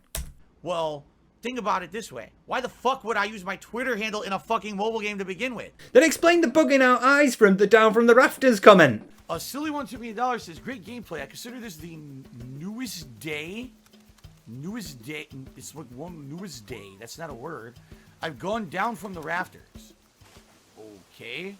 Mr. Gun Show 84. Let's see here. Call me Brazy to be $1.30. What's up, Phil? What does the gun show mean? I don't know. What are you talking about? What does the gun show mean? In reference to me, I have no idea. The fact that you're playing the game. He's not dealing with that. Right now, he's going for the like, I'm going to introduce doubt into the idea that the account is me. I'm not going to deal with the accusation that I'm playing the game. Instead, I'm going to attack this. Because I can't defend against that. I literally recorded the evidence of me doing it myself and uploaded it myself. So I can't deal with that. So instead, I'm going to divert your attention this way, and I'm going to misrepresent this and attack this, so that hopefully you won't think, hang on a minute, but the actual app is on your phone. You don't need to think that. Stop thinking that. What you need to think is, yeah, why would you use the same name repeatedly for different games and different accounts? Why would you, they call me DSP, use they call me DSP elsewhere?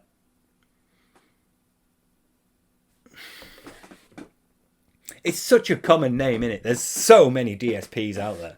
So many people try to do they call me DSP. I can't tell you the amount of Steve of the Deads there are out there. It's so common. Fuck off, Phil. Please tell me this is where his attempts to lie and control and manipulate his fans fails. Please be someone in the chat saying...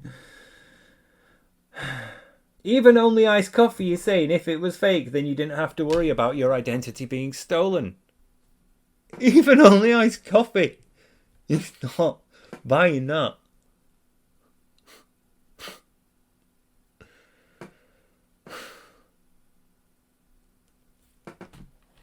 I am genuinely terrified of how many of those people might be legitimate.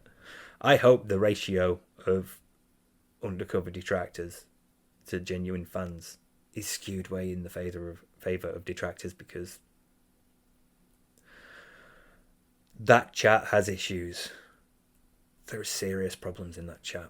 Wouldn't I want to be DSP or DSP Gaming? Or for that matter, wouldn't I want to be a totally different fucking name so no one can find me in a mobile game? Yeah, that would have been the smart thing, Phil. Wouldn't it? You'd be fucking great in a crisis. I mean, duh. And why don't you think I don't want to actually open my phone right now and prove something to you? Because then you'd know the fucking name I would use. So you are playing it then? If opening your phone and showing us reveals a new, like, username that we've never seen before, you're still playing the fucking game. Which proves the claim that we're making, that you're lying to your fans about where your money goes. How are you? Why are you so bad at this? How have you managed this long if you're this bad at this? Oh my god. In a mobile game or other accounts all over the internet, and guess what they would do? Run all over the internet using that name, find all the accounts, try to hack them, try to ruin my life. You understand? Why would it matter if you're not playing the games anymore? Why would it matter if somebody found like your Brave Exvius login? You're not playing the game anymore. It only matters because you're still playing it. That's the issue. This is what I mean, like, Jesus Christ. It's exhausting living with this shit. It really is. It's incredibly exhausting having to put up with their bullshit. Because there's no way for me to, again, I can... Don't you fucking dare. There is absolutely a way for you to deal with this. You can tell the fucking truth. Look upon my truthful past.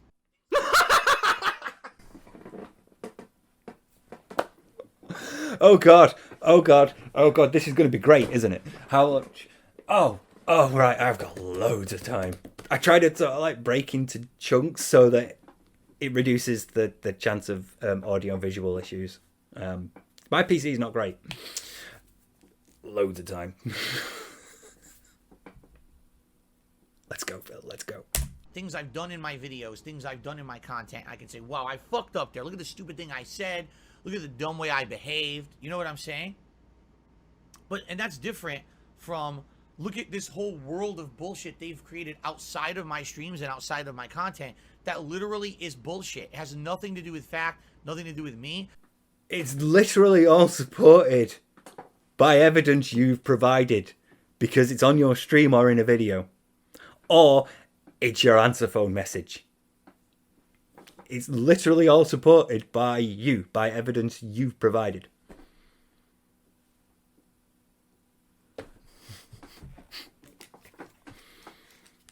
Fucking amazing that he can get away with this. It's fucking amazing that he's even like audacious enough to even attempt it, but I suppose that's all he's ever known.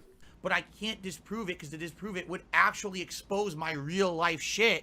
And now you know they're just going to go after it like they've done with every other thing. What actual real life thing would showing your WWE Champions account actually affect? Like would it affect your medical data? Would we be able to suddenly find out like medical information about you? Would we suddenly be able to find your actual bank account details because of the username? What would it affect, Phil? How would it affect your life? See, he never elaborates on these points.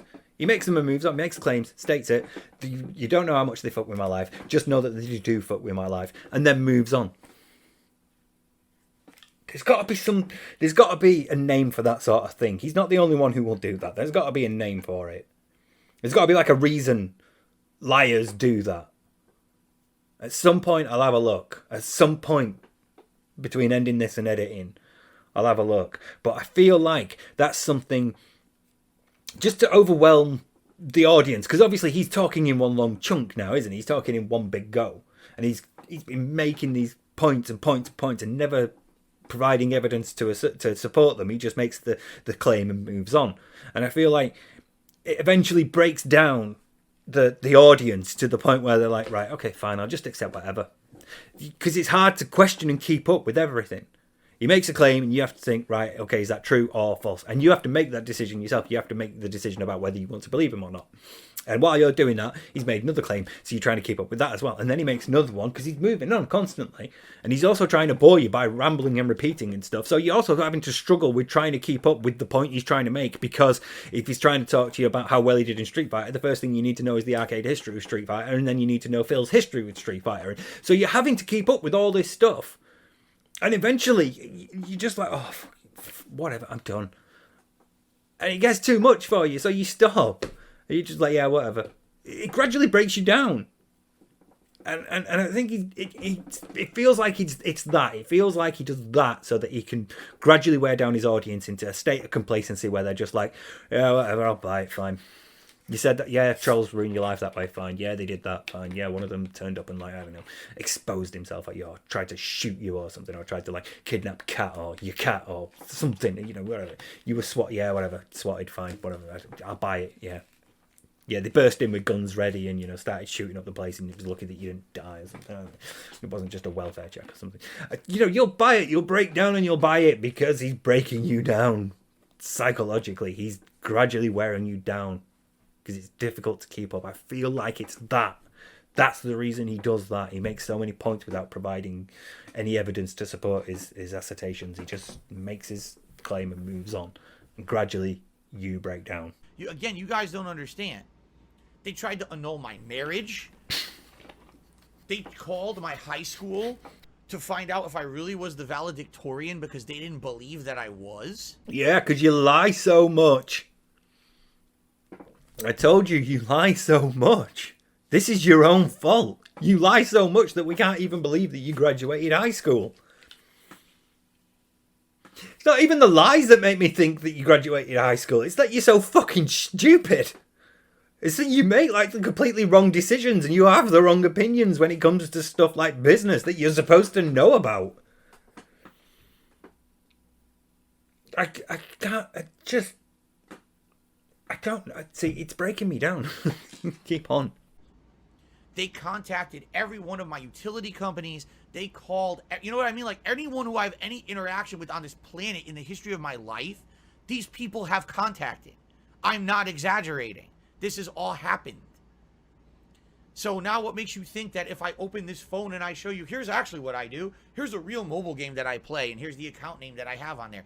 What makes you think that that wouldn't immediately try to cause more conspiracy theories, more bullshit, try to hack that account, get the account closed, contact fucking, you know, Apple and shit. You know, of course they will.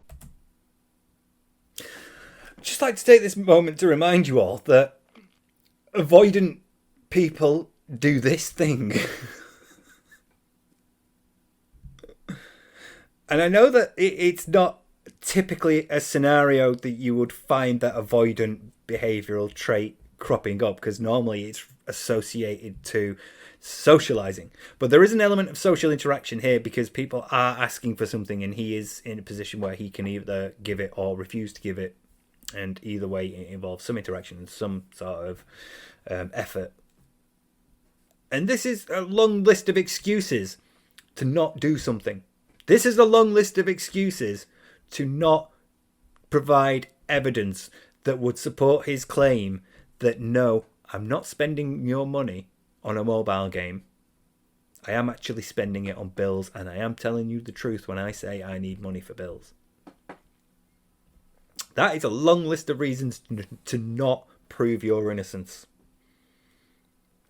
And sometimes personality disorders, when untreated, can manifest themselves in maladaptive ways that actually ultimately harm someone. So I do think there's an element of that to that. Every time I see him do a list like that, I think of the avoidant personality thing. Every time. Because it is exactly that. Here's a long list of excuses to not do something. Of course they will. So why would I do that? That's why. And again, why would you do it? I don't know. To prove your fucking innocence. Can you think of a case in court where the accused stands like there? Actually, don't introduce that. It's too personal. If you introduce that piece of evidence, people are going to examine it and they're going to want to know stuff about it and they're going to be asking me all these questions. So don't. I'm not going to address it. It's all bullshit, Your Honor. Why would I want to do something that proves my innocence and proves that claim wrong? I have the power to literally disprove this entire conspiracy, and I'm not going to do it. Fucking mental. Unless you know he doesn't and he's lying. In which case it makes perfect sense. Because of course he's not going to do that. It would prove us right. He can't do that. He doesn't have the evidence. I know I'm addressing the super chatter who got banned because he specifically mentioned the name of the video, which he shouldn't have done. He shouldn't have mentioned the channel and the name of the video. Okay? Can't do that here. Oh, a bit of Davo as well. Thanks. Attacking the super chatter because they happened to mention the name of it. Not dealing with the issue. Not dealing with the point. Not dealing with the question. But banning them because they mention the name of it. Wow, people are really messed up in the head. It's mind-blowing to see what hate can do to a person. I agree with you, El Grey Zorro. Not for the same reason that you think I might be agreeing with you, but I do agree with you. I love you, Davy Crockett. Honestly, really scummy that they tried to abuse two-factor authentication to implicate you. But you have to understand, this is why I can't talk about any of this shit. It has nothing to do with this stream. He's repeating himself at this point. Oh my god. We've just been over this.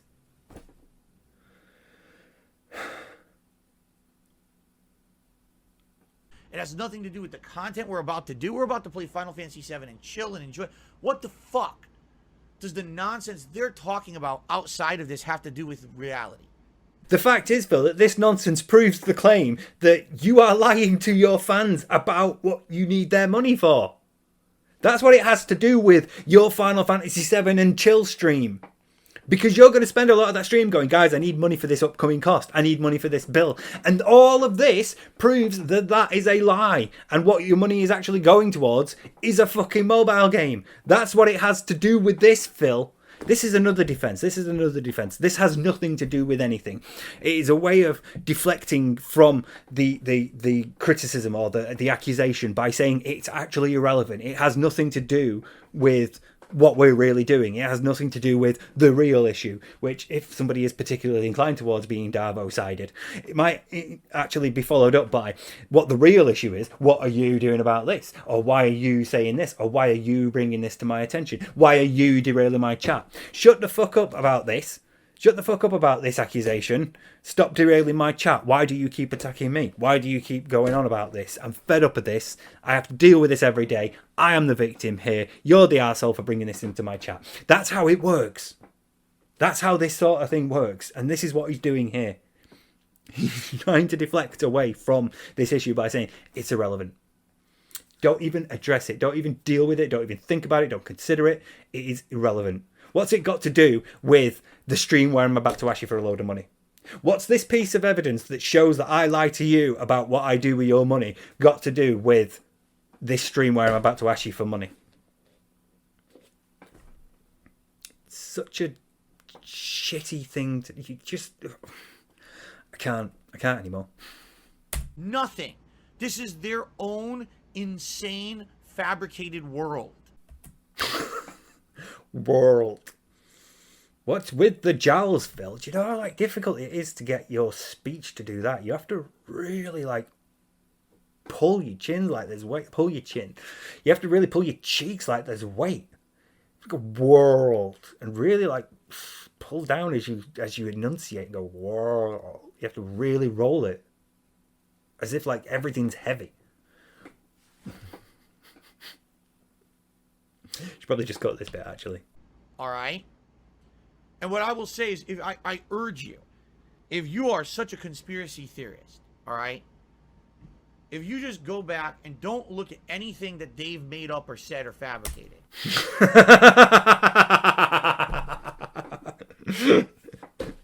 What I will say to you, if you believe this, is if you don't consider all of the stuff that we believe, if you don't consider all of the evidence, if you ignore all the evidence that proves this point's ridiculous and I'm innocent. Fucking hell, are you really going to do that as well? Go back to the stuff you can confirm. Right, okay. Well, we can confirm that the Discord's yours. We can confirm that the line-up thing is yours. We can confirm that you play WWE Champions. We can confirm that the bank leaks are true because you keep saying that you had your identity stolen, so that must be the thing that was stolen. Otherwise, you wouldn't give such a fuck. So, it's not looking good for you, Phil. If we just consider stuff that we can confirm, Like the lineup being you because you literally say it's your voicemail. You literally say your name on your voicemail. And we can confirm that you play Champions because you literally filmed the video yourself. So if we consider all the things we can verify that you're playing WWE Champions. This is not the defense you think it is. This is really not. How desperate are you? How bad are you? How inept are you at this? You have spent years defending yourself from people online. How are you this bad? All right? Go look at this stuff from my videos, my content, things that I've mentioned from over the years. Yeah, we did. It's all in that video.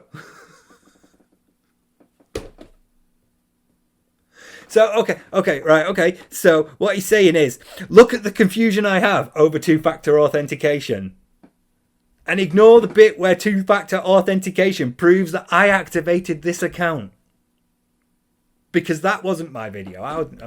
Okay. So, let's stick to things that are on your video then, okay? Yeah? Do you know what is on your video? Yeah? Do you know what is on the video that you uploaded? It's the evidence that proves that you play WWE Champions.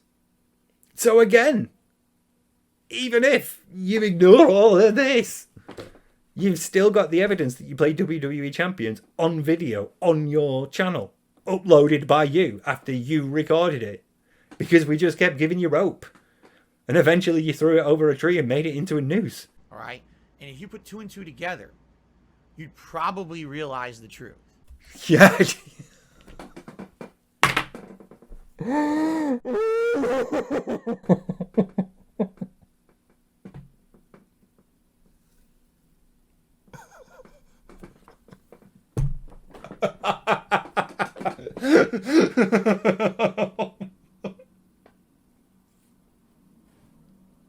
I can't keep this up.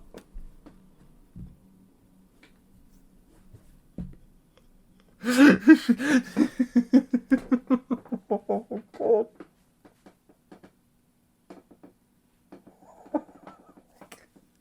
It's like Phil, of all people.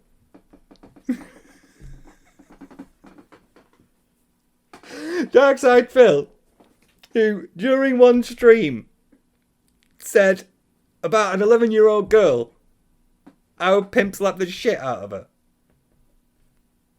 And then later on, in another stream, said that didn't happen. He thinks you put 2 and 2 together and you get the truth, which is that the video of him that shows that he's got Champions on his phone open in the middle of a multiplayer thing, ready to go for a multiplayer thing, doesn't prove that he plays WWE Champions and spends too much money.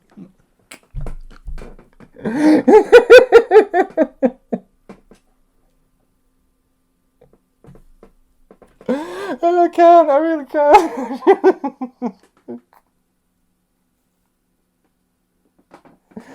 I need a break. I'm probably nowhere near done. I'm just using DDM and I think there's like another 40 minutes here. Because I don't know like where it ends. Oh my god, he's still going on about it in like 20 minutes. Because I can see him waving his phone in the preview. Oh my god. I'm fucked. I'm really fucked. It's gonna take me days.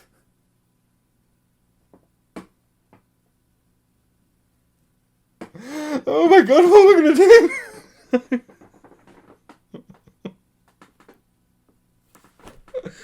I need a break. I can't believe he just said that. I genuinely can't believe he just said, like, if you put 2 and 2 together, you'll be able to. Oh my god. Oh my fucking god.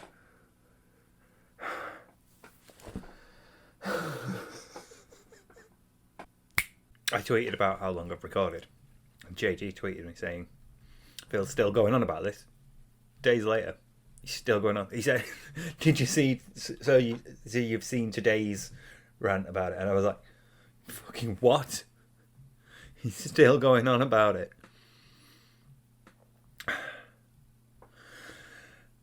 I need to just deal with this for now. I need to get on with this. You would. You know, in a nutshell, Of course I play mobile games. I've told you guys I do. I've admitted it publicly. I've told you guys, yeah, I play mobile games. But I'm not going to tell you what ones I play. I'm not going to give you my account names, because if I did, they'd fucking try to fuck without all of it.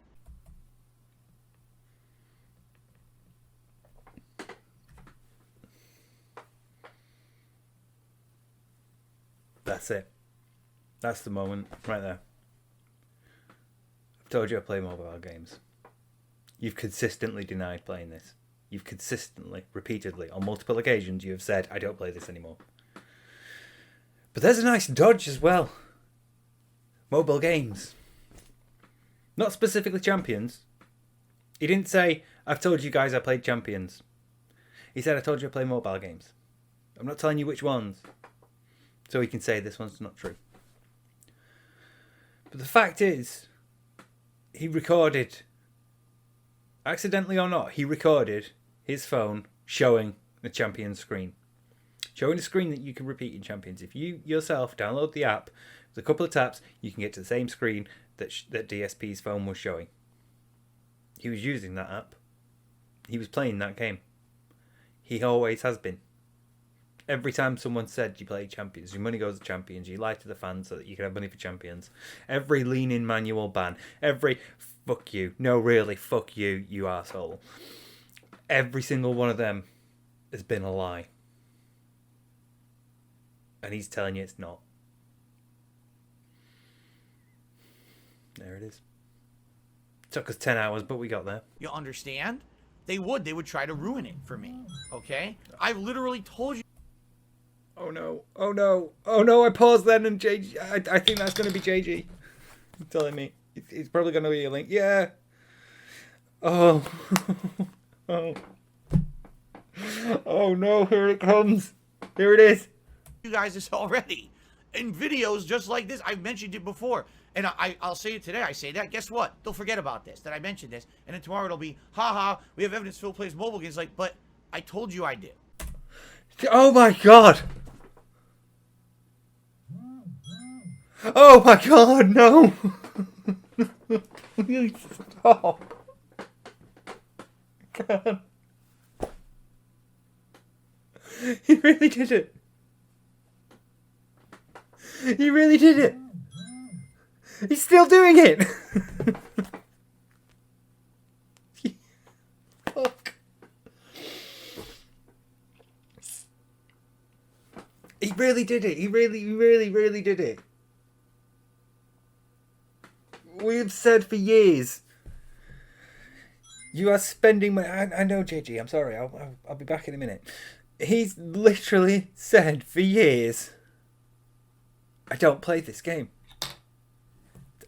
We've been saying you're playing this game, and he's always said no. He said I used to play this game, and now he really legitimately just said that. I need to see it. He really legitimately said, I've told you guys I play games. I told you guys I play mobile games. He really did, didn't he? He really did. I've mentioned it before. And I'll say it today. I say that. Guess what? They'll forget about this, that I mentioned this. And then tomorrow it'll be, haha, we have evidence Phil plays mobile games. Like, but I told you I did. Oh my god. Oh my god.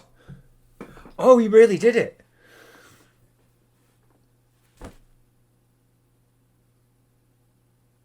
I don't know what.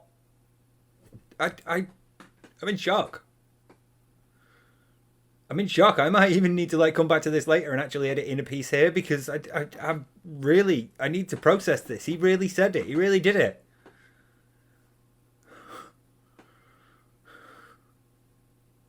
But he's not played Champions yet. He's not said Champions yet. That's the thing, Steve. He's not said Champions yet. He's still trying to kill this thing. He's still trying to say they're making a huge deal over the fact I play mobile games. But I've said before I play mobile games, so what's the big deal? He's still trying to avoid the issue.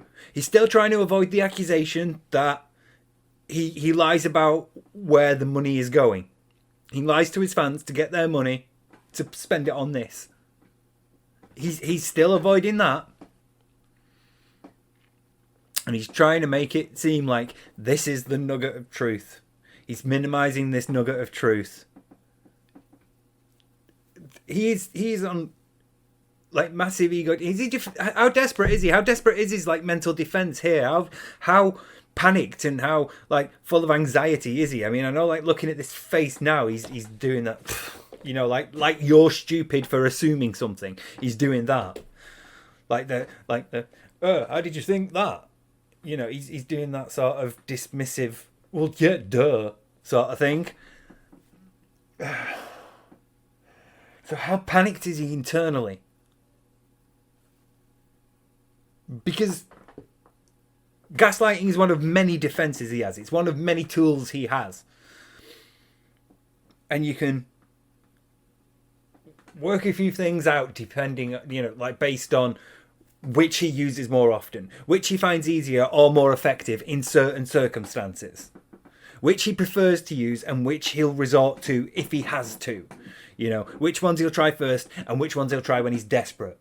And I feel like this is one where he's desperate. Because other times he does it, just ignore it. Stuff like that, just ignore it, banning people, things like that. And then later on minimizing stuff or deflecting stuff or attacking. You know, how dare you come to me with that accusation? You don't know what it's like to live my life. That sort of thing. There's all these mental tools that he has to deal with these issues whenever they come up. All these defenses.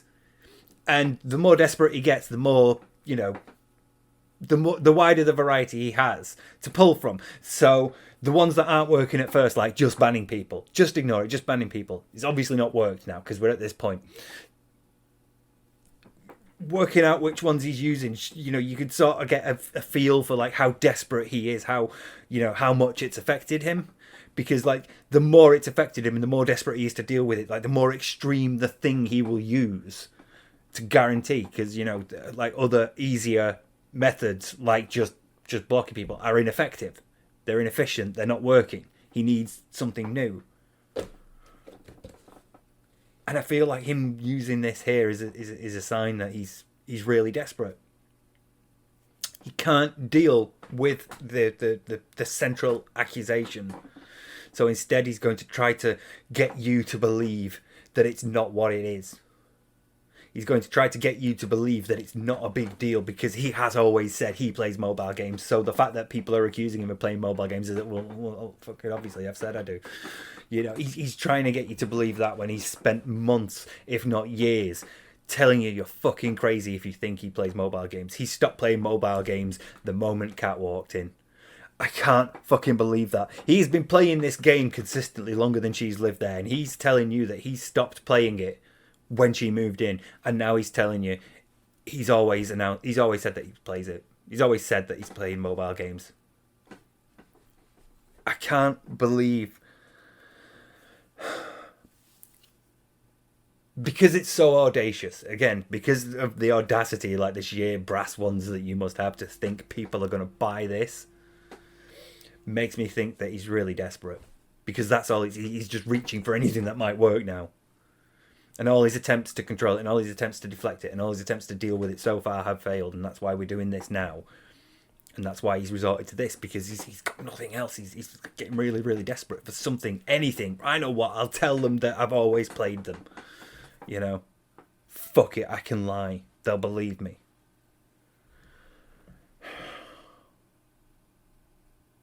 He really did it. He really fucking did it. He really actually did it. Oh my god.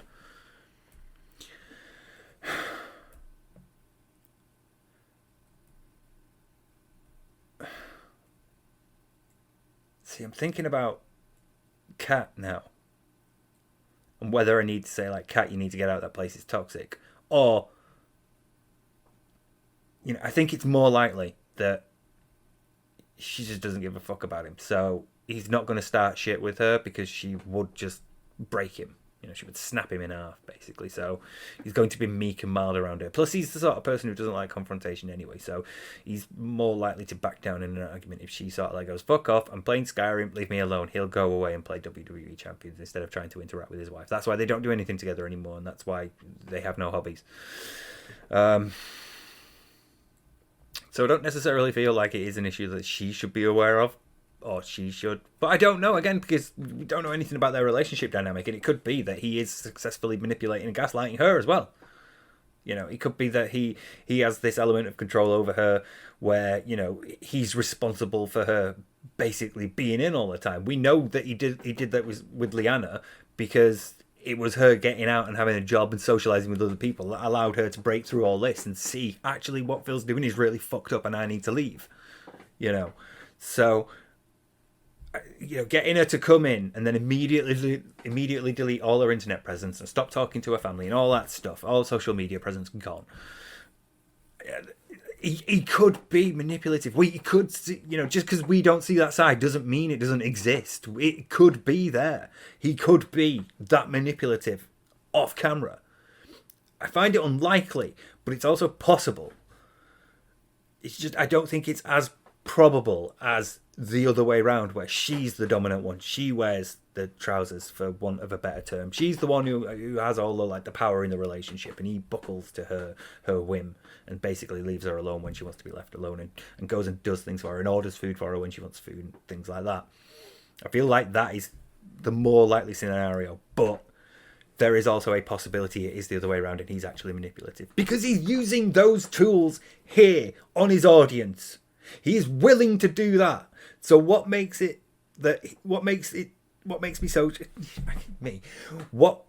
impossible that he wouldn't do that off camera as well with people around him? So I feel like it's probably less likely, but it's a possibility. So, you know, maybe Kat should look out for it, but I don't think she necessarily needs to, because I think it's more likely that she's the one who has the power in the relationship. But the fact that he's using these tools, the fact that he's using things like gaslighting with his audience is a fucking huge red flag.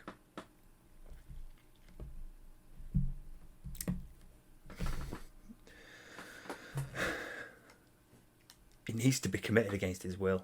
He's ill. There's something mentally wrong with this man.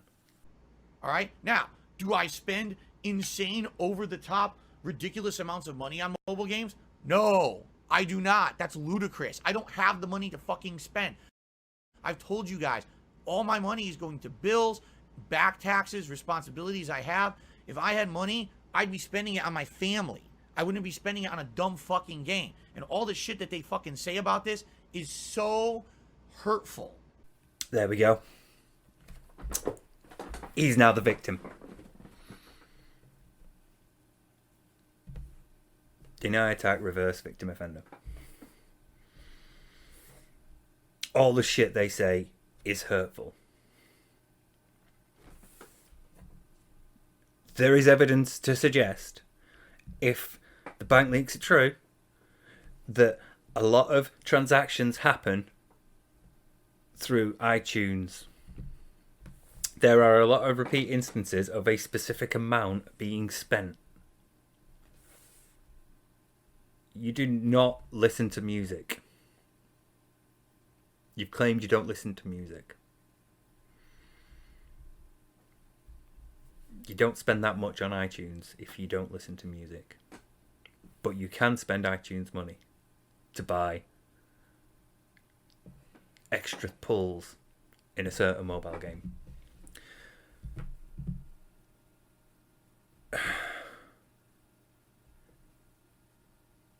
He just flat out denied it. He just flat out denied it by saying, "Don't you think if I had the money I'd be spending it on my family?"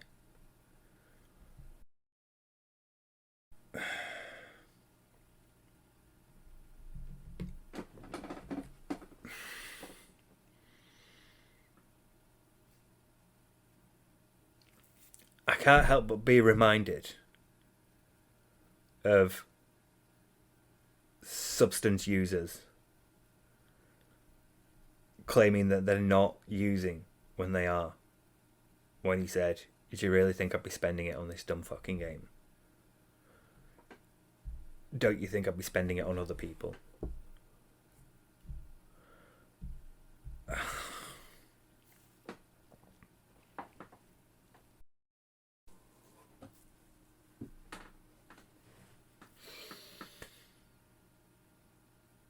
See, the thing is, Phil, yeah, I do. There she is. I don't know if the mic picked that up, but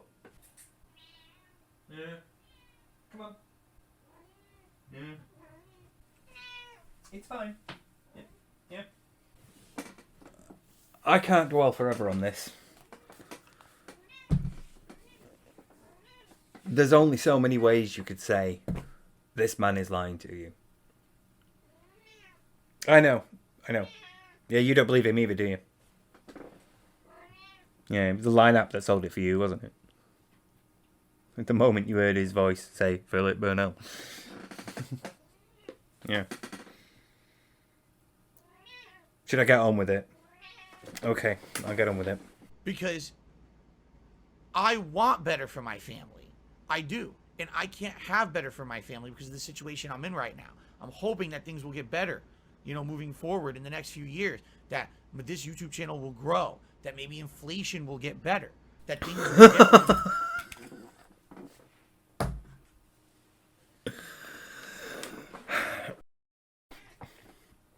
Yeah.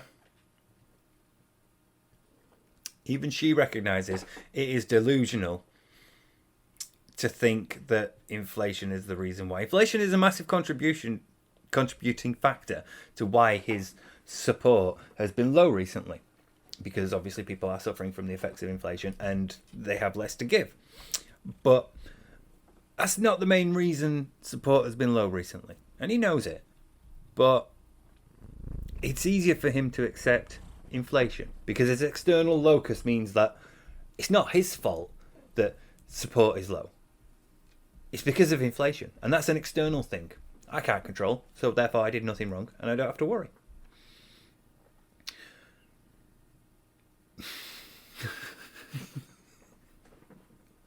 Really? This is fucking mental. This is really fucking mental. Oh my god. Let's see. Let's have a look at his yeah, should we have a look at his chat? Yeah.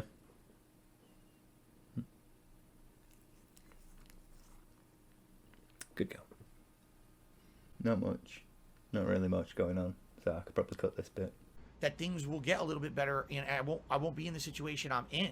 You know what I'm saying? But it's just utter fucking stupidity. Like literally the video that they keep referencing, July 23rd Daily Rap. Do you know what will give you the most support? You admitting you have a gambling problem and you are going to rehab.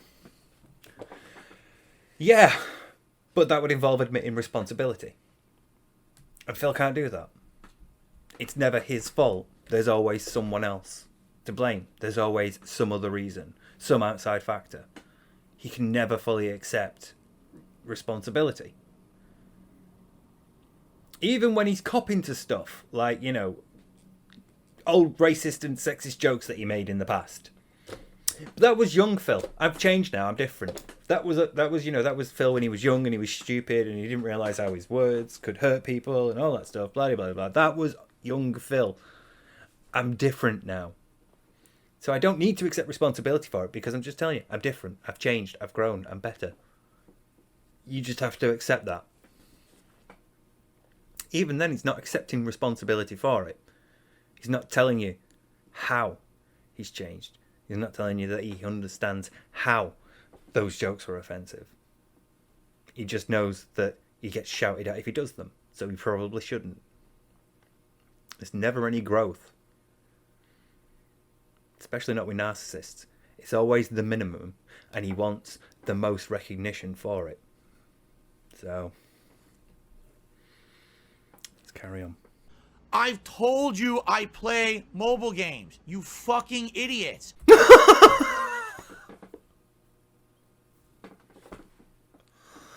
The fucking cheek of him.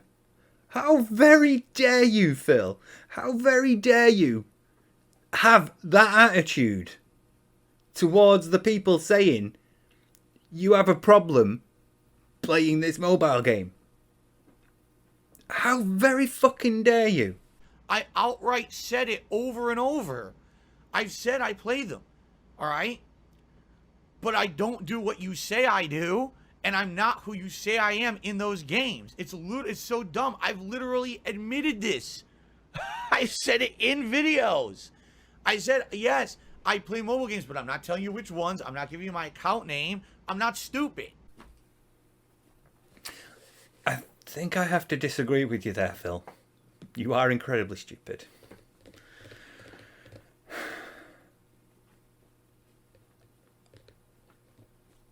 I don't know what to say anymore.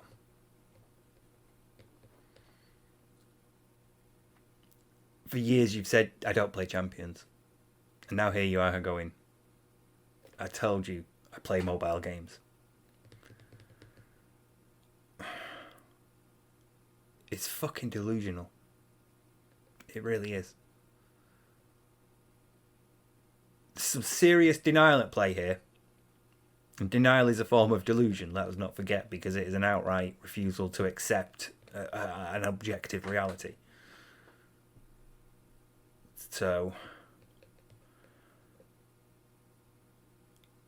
he needs help. He really needs help.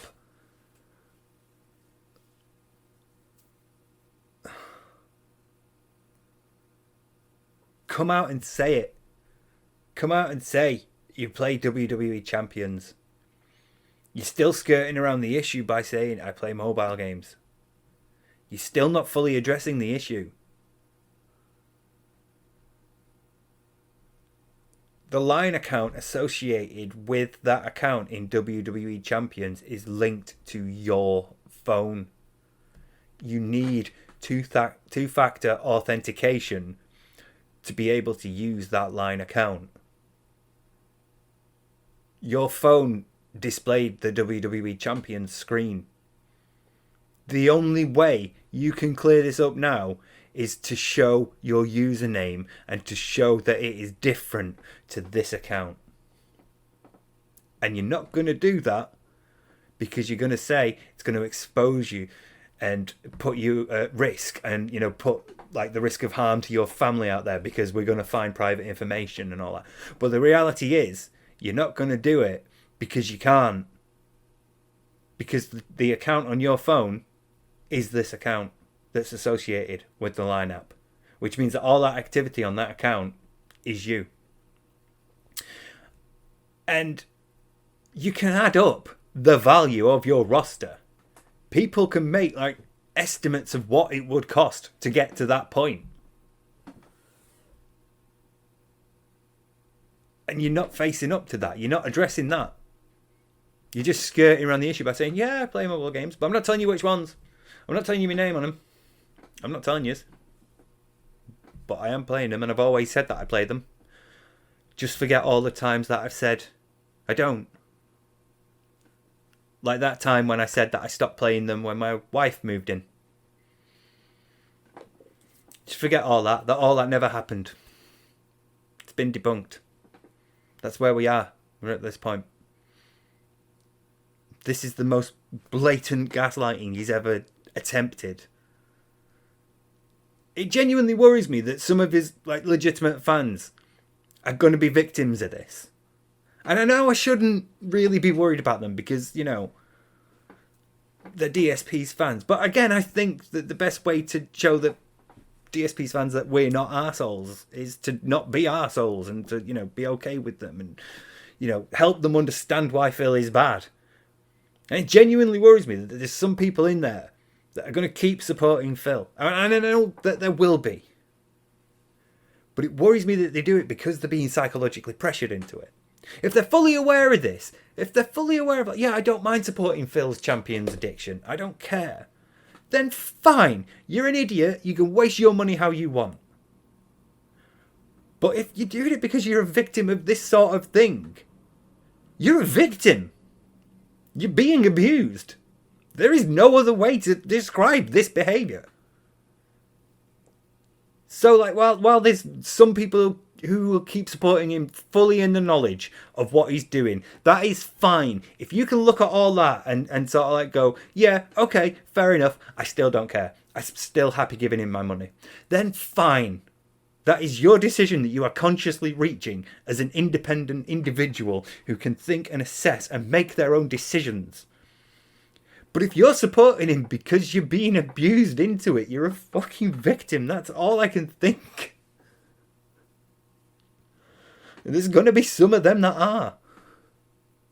Once you get rid of like undercover detractors and you separate out the people who will know and be okay with it, what you're left with is people that are supporting him because they're victims of this.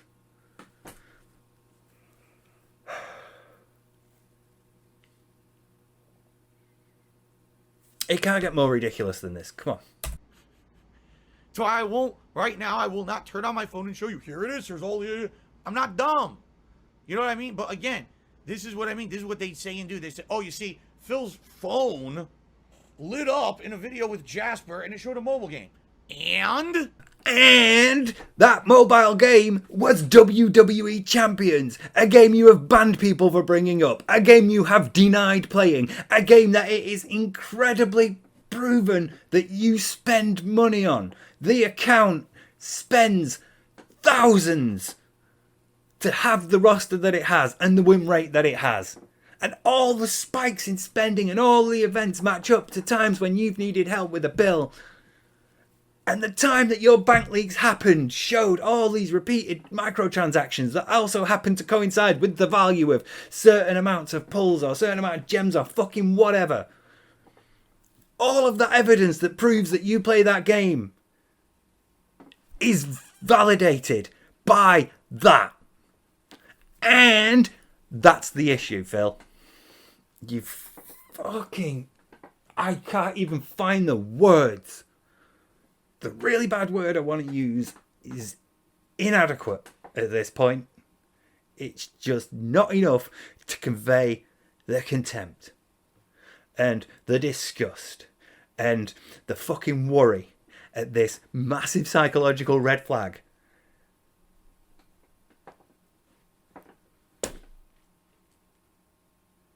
He needs to be stopped. He genuinely needs intervention. Look at him. Look at him right now. He knows the biggest charge against him for at least a year, if not two, has been that he wastes money on a specific game. And he's acting like this in response to the video that shows he plays that specific game. Look at how he wants you to treat that evidence. He wants you to dismiss it as if he's always said, yeah, I play that game. What else do you call it but this? I need... Oh, God. See, look at the idiots. Look at the idiots. Bill is crushing the trolls. Trolls on suicide watch. What's the problem with being addicted to mobile games? You fucking idiots, a lot of yous. Unless you're an undercover detractor, in which case you are doing a fantastic job because you have just convinced me. So fucking well done, guys. You're doing great. But if you're a genuine fan, oh my God. And what? What is your fucking point? There's the duper's laugh right there. Sometimes it's subtle, sometimes it's gross, but there it is. It proves nothing. It proves everything. It proves absolutely everything. If none of that was true, there would be no reason for you to have a WWE Champions app on your phone. It proves literally everything. At this point, he has to have seen that secret video. He has to have seen it. When was it out? When did Secret get it out? 28th of July. 5 days after Shut Up, Ignore the Trolls ban was working. Secret presented all the evidence in a way that prosecution would present evidence in a murder trial. They laid out all the evidence that showed leading up to that moment in the Daily Wrap. And this is the third. 6 days. He has to have seen it. He has to have seen it at this point. He has to know.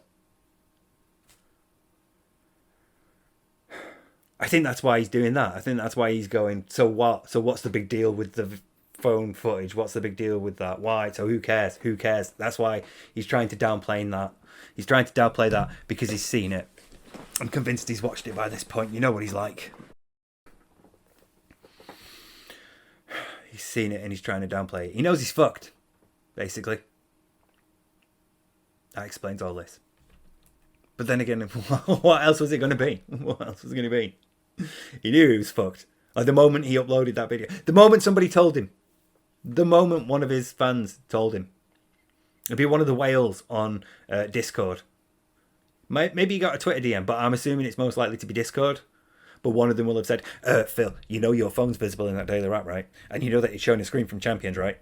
And that's it. At that moment, he'll have realised, I'm fucked. I need to deal with this. Right, and the first default mode is immediately shut it down and kill it. Just silence it, just block it, just ignore it. Fuck it.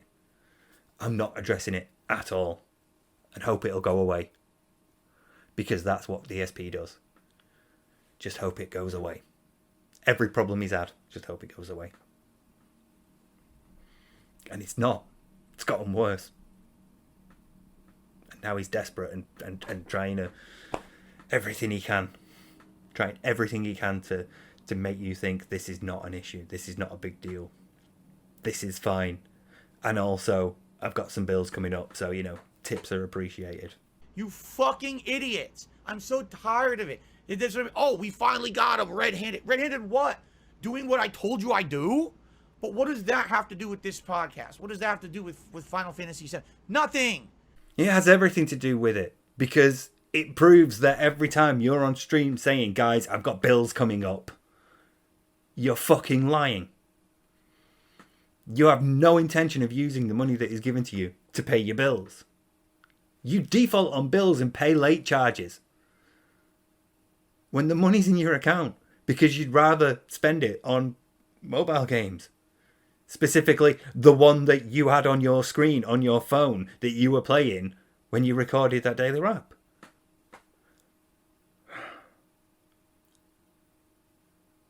It's insane how desperate he is because it's just ridiculous that I should have done my hair differently because it leans here and itches. And, like single strands fall across and really do my head in because you can feel them and it's like being tickled slightly and it's fucking annoying.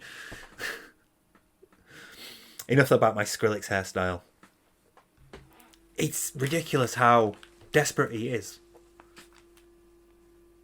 It's really gotten to him. He's really in panic mode. He's trying to appear calm. He's trying to appear like, oh, fucking hell. Not more detractor bullshit. What does that prove? Fucking nothing. He's trying to be calm and casual about it, in a way. I know he's, you know, that sort of way he is right now does not scream calm or casual, but you know what I mean? He's trying to make it seem as insignificant as possible.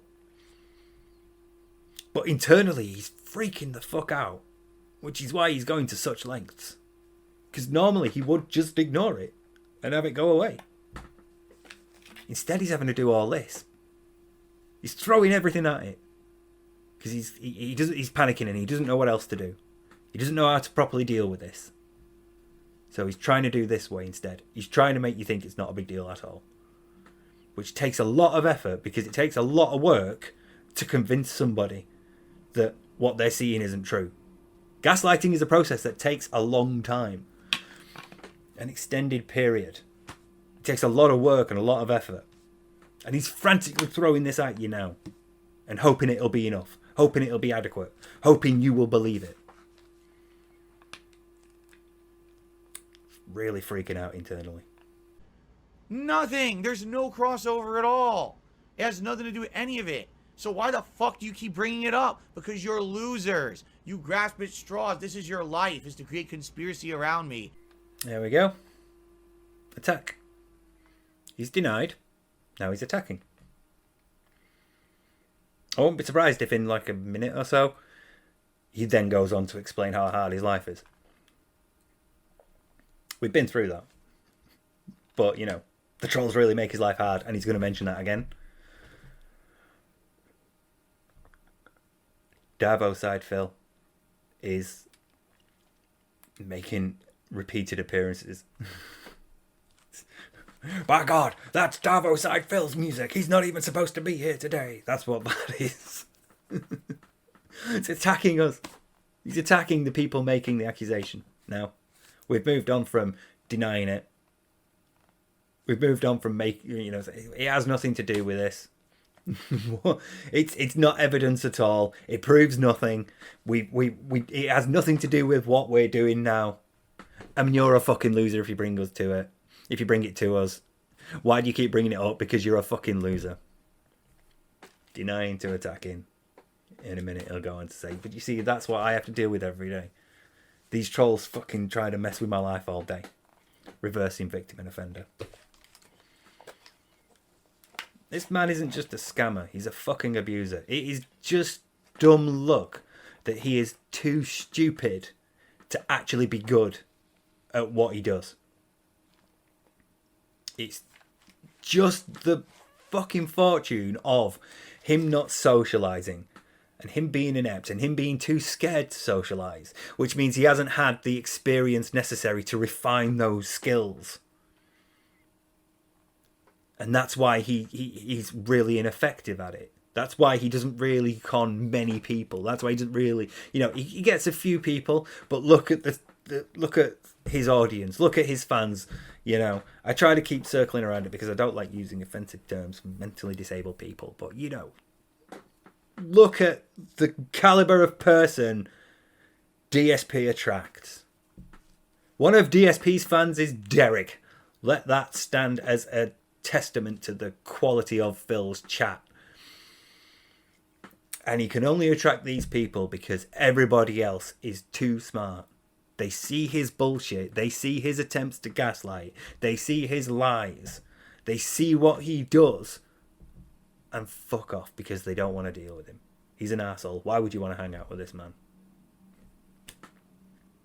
And it's because he's so antisocial. Because he doesn't socialise at all. He's not good enough. So that's why it's amazing to see all this coming at once, because he's just so desperate and it's not working because he's no good at it. It's like in Street Fighter how he can beat people who can only they're learning how to throw punches and kicks and things, and they can occasionally do a Hadouken but they're still learning the motions and all. He can beat the beginners at it. But then when he gets to a level where people actually know the game and can handle his pattern of jumping, low attack, and then a special, people can sort of deal with that. And if that gets blocked, he does it again, but he punch and throws instead. People who can predict his patterns and deal with them and beat him. People who are better than him see his shit and can deal with it. So he can't get away with it. It's the same principle here. He's so bad at this that most people can see it and don't fall for it.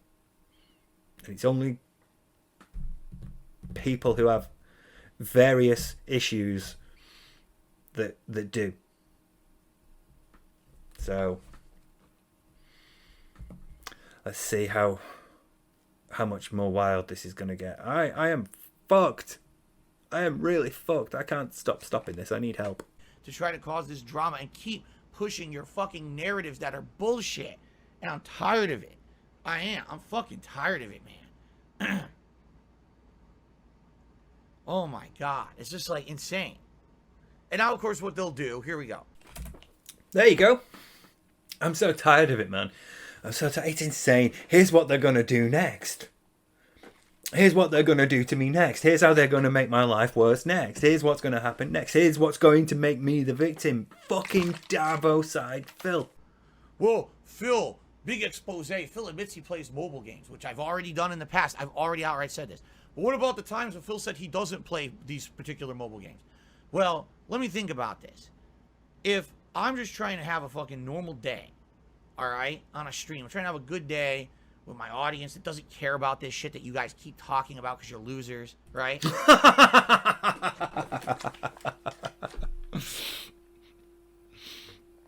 a great way to convince us that we're wrong, calling us losers and insulting us. Maybe I'd say, listen, what's the better option? Sit here and talk about it for half an hour like I just did, or just say, I don't play mobile games, fuck this, don't listen to them, right? What's the quicker option? That's the issue. That's the fucking problem, Phil. You went for the quicker and easier option instead of dealing with it. That's why you're here now. Oh my god. How do you not have any self-awareness? How do you not see this? How do you not see what you're doing?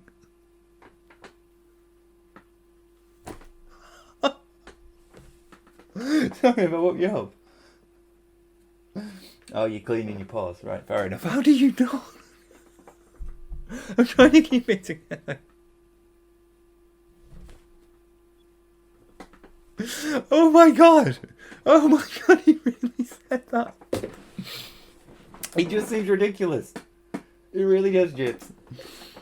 I can't. He said that. He did that again. How many times have I done this? How many times have I been like, oh my god, he just said that?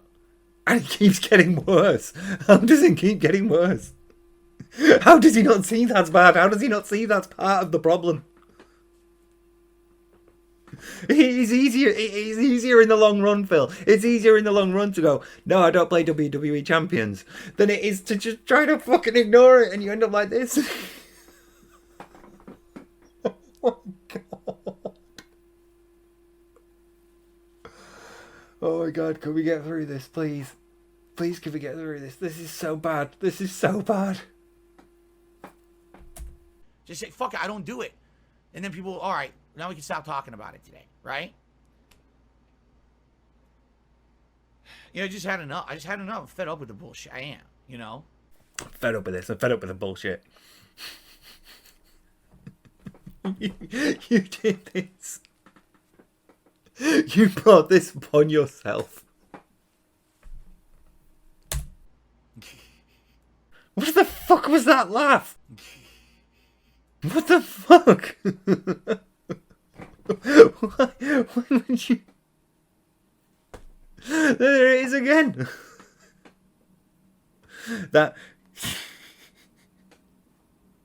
That's the snicker under your breath. That's what you do when you think you've gotten away with something. That's what you do when you've insulted someone, like, subtly, and they've not picked up on it. And as though, you know, you say something, a comment, you give them a backhanded comment, and they don't pick up on the fact, and they go, "Oh, thank you very much," and then they walk off, and you're like, that's the laugh you do when you've slapped a kick me sign to their back. That's that laugh when you bullshitted someone. And he thinks he's tired of this. I'm tired of it. I've not even fucking started editing yet. I need to keep going. I've got like 17 minutes till this fucking thing ends. I'm saying too much. I literally haven't said anything. Literally in this moment of this podcast, I have not said anything I have not said before. And that's what I mean.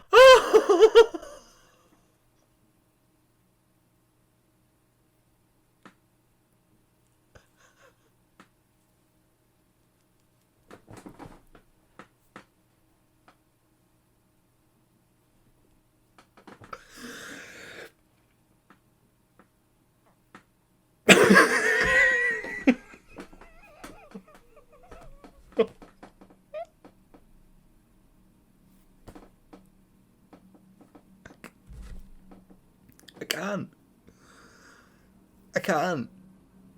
This is like several levels above my pay grade.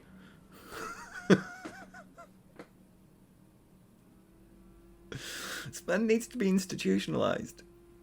This man needs like proper psychiatric intervention. It has gone past that point. He could say stuff like that. And believe it. And it's like demonstrably delusional.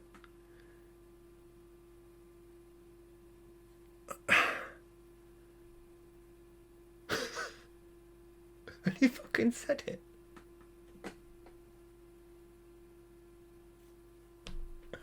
Fuck.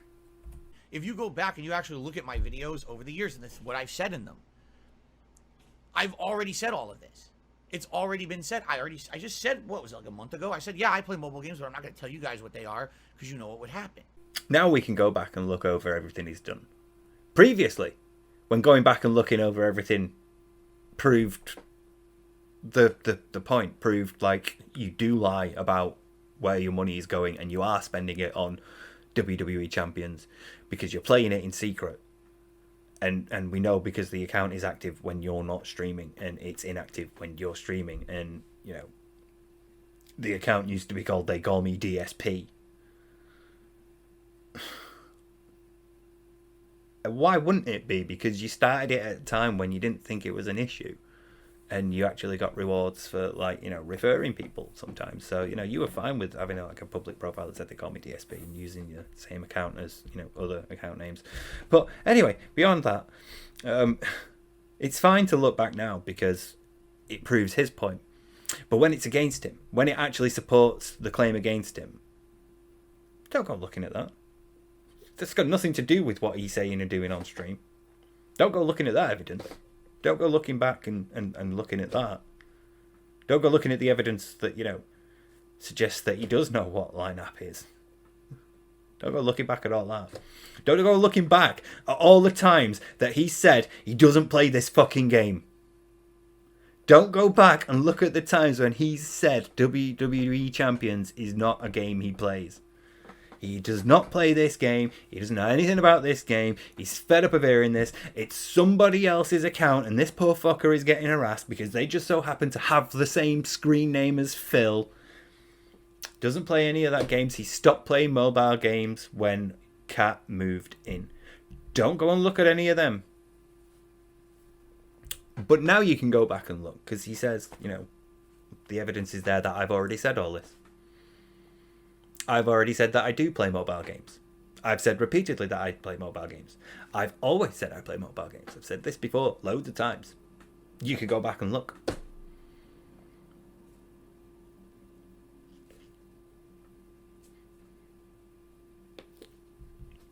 It's abusive. And it's cult-like. Abusers and cult leaders control access to information like this. They don't want you to hear narratives that are contrary to the ones they're trying to get you to believe. So they control your access to outside sources of information.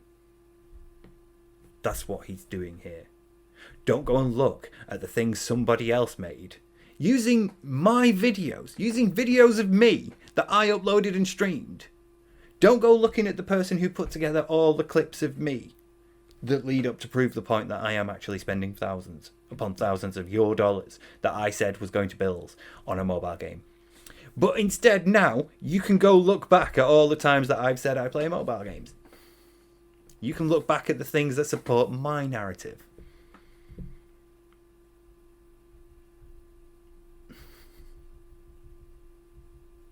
It's also a key part of groupthink. I just want to throw that out there. But I think in this case it is more abusive and manipulative than it is a desire to maintain the consensus belief. This is him instilling the consensus belief. Right? I'm not stupid. I'm not going to tell you what I'm doing or whatever. You know what I mean? See, I agree. Hallucification says, I don't think you owe anyone any explanations. I agree with you. The problem is... Oh, of course you're going to agree with him. He's basically saying, yeah, you're right. You don't have to do anything. And you shouldn't have to prove anything. Fuck off. You do when you ask money. You ask for so much money from your audience and you say it's going to bills. People do have a fucking right to say, actually, what are you doing with the money? You do have the obligation to be open and honest with them about what you're doing with their money. If people gave money to me for this, I'd be like, right, it's going to pay for LucasAid and the cat. I buy my own weed. It's none of your business how much I spend on weed. It's my money. But, yeah, if I need to pay for LucasAid for these, or if I need to pay for, you know, the cat's medicine, that's what it'd go on. Because those are the big pressures financially in my life. There's others, obviously, but I take care of them myself with my own money. Any excess would go towards the cat, because she needs treatment, and, you know, LucasAid is £1.25 a bottle, so it's not that big of a deal.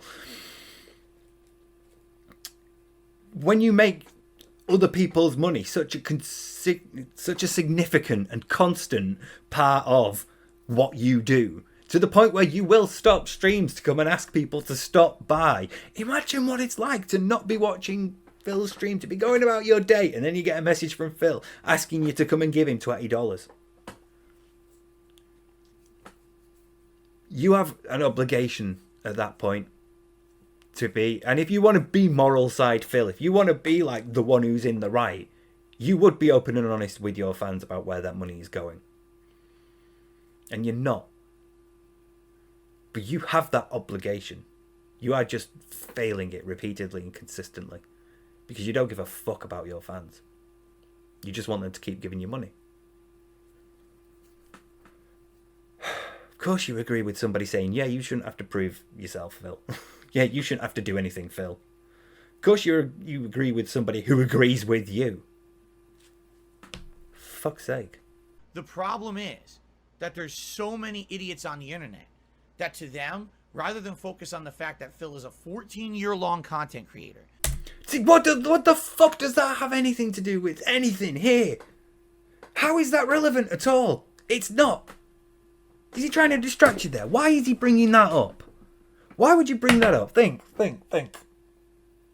Why would you bring that up?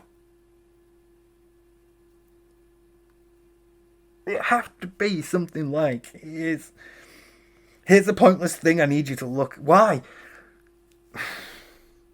This has nothing to do with the issue. At all. Think. Why would you... It's his justification. It's his defence for everything, isn't it? Like when Audra criticised him, and he said, "Well, if I'd done anything wrong, I would have been in trouble and been fired or cancelled or whatever for it. But I'm a 13-year-long creator," and she criticised him for it. It's his defence there. It's that. It's like, look, guys, if I did anything wrong, if I was scamming my fans, do you really think I'd have been around for 14 years? It's that, isn't it? It's that. I need to know if it's that. He started with the old guys. He's still here today. He has an engaged fan base. He's positive about life these days. You know what I mean? Everything's so much better in his content. His fans are engaged and have fun. They have to create this toxic atmosphere and then try to draw other people into it. What the fuck was all that about? Where did that cope come from? Where did that delusion come from? Where did all that shit about his fans come from? Why was that even there? What is this? What is he doing? Why is he bringing that up? Why? What's that got to do with it? Why would you bring that up? What purpose does that serve? How does that support you in any way? What? I get that you tell yourself that because it's cope, right? I get that you tell yourself those delusional things as a method of reassurance, as a soothing mechanism, as a way to sort of like silence the screaming inside. I get why you do that as an ego defense. I get why you do it as a method to deny reality, for denial. I get it. But why is it there? Why is it here in this bit? It's got nothing to do with anything, and I know he's bad for always like over talking, and I know I'm not one to preach, but I at least try to keep my narratively focused so I can get from point A to point B, or if point A requires explaining, so that I can check every box and explain it in a way that makes sense. That has nothing to do with... Look at all the evidence, and then you look at Phil and his 14-year-long content creator, and he's there with the old guys, and he's now hanging with the new guys, and he's got an engaged fan base who are really happy, and they're really chill, and they love the positive gameplay, and he gets told every day that it's meaningful by a fan who's been a fan of his since the dawn of fucking time. Why was that there? Why? Oh, fuck. Get that Lars Ulrich clip. Fuck! For over a week, it's every day, it's the same spam shit in the chat, and it's nothing new, and it's nothing that proves anything. It's just stupidity. It's fucking stupidity.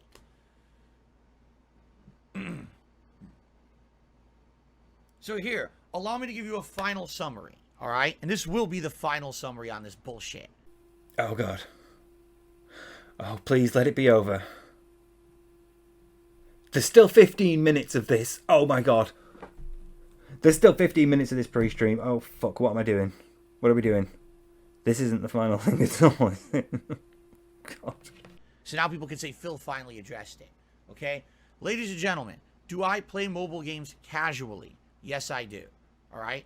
I'll tell you more than one. I play more than one mobile game casually in my free time, which is not a lot, but every once in a while there's a little bit of time to kill, or maybe I'm, relaxing with my wife. I'll grind in a mobile game or whatever it may be. Okay? Do I spend exorbitant amounts of money in mobile games? No, I do not. And I never have. The last time that I actually spent a good amount of money in a mobile game, and this is me being truthful with all of you. He says as he's not looking at the camera. There are a hell of a lot of qualifiers in there. Do I play mobile games casually? Well, the definition of casually playing a game, varies from person to person. So what Phil might consider casually playing, I'll log in once a day. Casually. For a couple of minutes, I'll play a match or two and then I'm done. Is not the same casual as somebody who's like, I'll log in like maybe once a week, It's not the same casual as, I play it on my journey to and from work. So as I'm on the train there, I'll have a few rounds, and on the train back, I'll have a few rounds. But when I'm at home, I don't play it. Is not the same as, every now and then. Like, maybe once a month. Because I play other things, but, every now and then I'll be like, oh, I fancy a game of Tetris. Oh, I fancy a game of Bejeweled. Oh, I fancy a quick grind on this. Actually, I'm going to give that puzzle in, like, Lara Croft Go, or, that temple building one, whatever. Casually is open to interpretation. As is exorbitant. What you or I consider exorbitant will be different from what somebody who earns 100,000 a year considers exorbitant. It's compared to what somebody who earns $1 million a year considers exorbitant, compared to somebody who earns $1 billion a year considers exorbitant. These words allow Phil the wiggle room to escape any accusation. You have to be definitive. You have to pin him down, and he doesn't like when that happens. So he'll try to word his way out of it. He'll try to worm his way out of it, with wordplay like that. Define casually playing a mobile game. Would be actually one time when I was playing Dokkan Battle, when I really wanted this particular stupid fucking, version of whoever it was, Goku or Piccolo or whatever, and I was really trying to get them, and I remember I spent money pulling, and that was like the last time when I was like, this is fucking stupid. Like, what am I doing? For what? For this game? You know what's funny about that is, years later, I went back to try to play Dokkan Battle just to see what would happen with it, because I hadn't played it in years. The account's gone. So I guess what happens in Dokkan Battle is back then, you couldn't even back up your account. There was no way to back it up. Like, you couldn't link it to anything. And I didn't play it for a while. And I went to boot it back up. It's gone. It's just gone. It doesn't exist. It doesn't tie into anything with my, Apple account or anything. So it's just gone. So all that time I spent playing the game, money that I invested in it years and years ago like an idiot, it's gone. Just, So it's like, wow.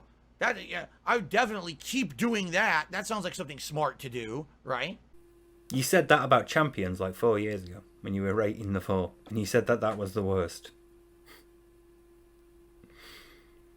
And then you logged in every day.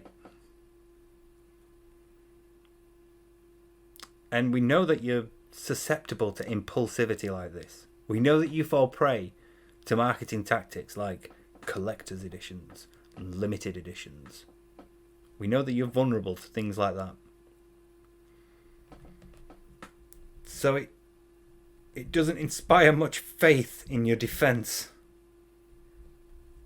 when you consider how much money might have been spent over that period of time to get something you really wanted.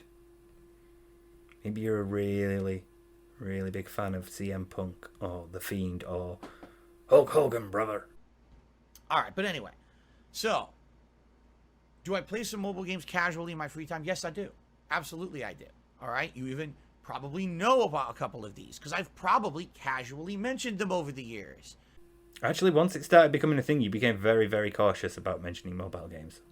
You typically mentioned the 4. typically mention like the Dokkan Battle and the Final Fantasy. There's another one that's normally in place of Final Fantasy Brave Exvius, I'm sure, so maybe 5. But typically Marvel Future Fight and Champions, if not Supercard, Champions and Dokkan Battle are like consistent. So you've been open with about playing quite a few. You will play quite a few mobile games. And that's the issue, Phil. That you play them too much to the point where you do pay to progress. Why are we still doing this? But that's the thing. The facts are there, but people don't want to listen to the facts. Instead, they just want to believe their own bullshit.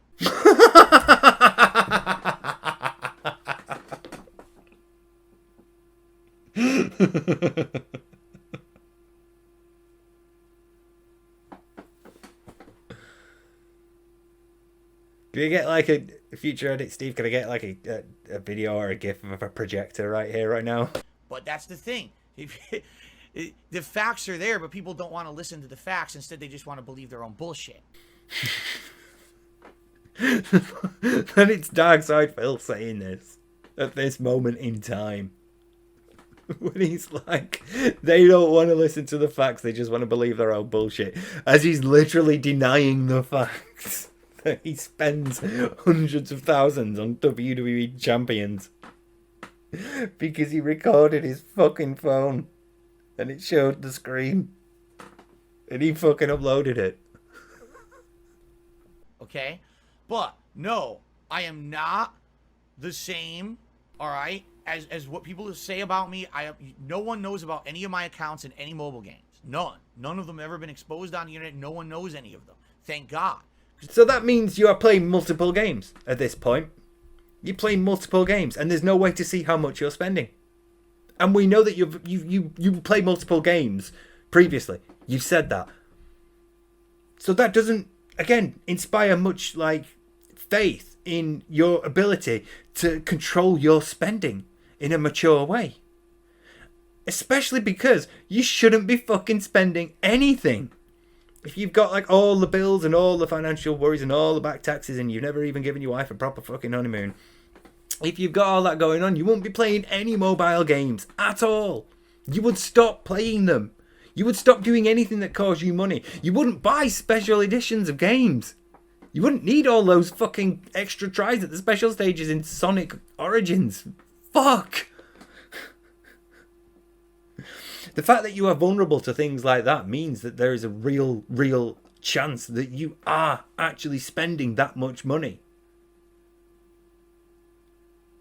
And these little concessions of, well, I do still play games.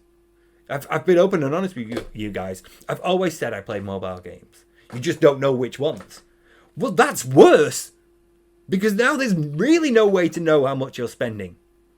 So you have, like, no way to address the issues. You have no way to deal with them. That's really fucking bad. Oh, God.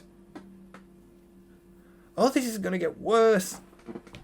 If they did, you know what would happen. The moment they figured them out, they'd try to probably cancel the accounts, get me in trouble with the, you know what I mean? They would likely try to do that shit, okay? So, they don't know shit. Everything that they make up is just that. It's all made up. How is it made up? It's literally you. It's literally you. It's you in Fallout New Vegas playing dumb about lineup and two-factor authentication. It's your fucking daily rap. It's on your channel. It's fucking you. It's you going from, yeah, I play all these mobile games to, no, I don't play any mobile games, I don't know what you're talking about, to what the fuck has the Discord got to do with anything, to what, I don't know what 2FA is, to, you know, Jasper, move out the seat. Jasper's hosting this one. Hey, everybody, isn't it funny? Jasper's here. It's fucking you. It's all you. Or it's based on a nugget of truth, like, oh, we saw Phil playing a mobile game, because I do play them, but it's not what they say. But what did you fucking... Oh! I can't carry on. I really can't carry on. Like another 13 minutes of this.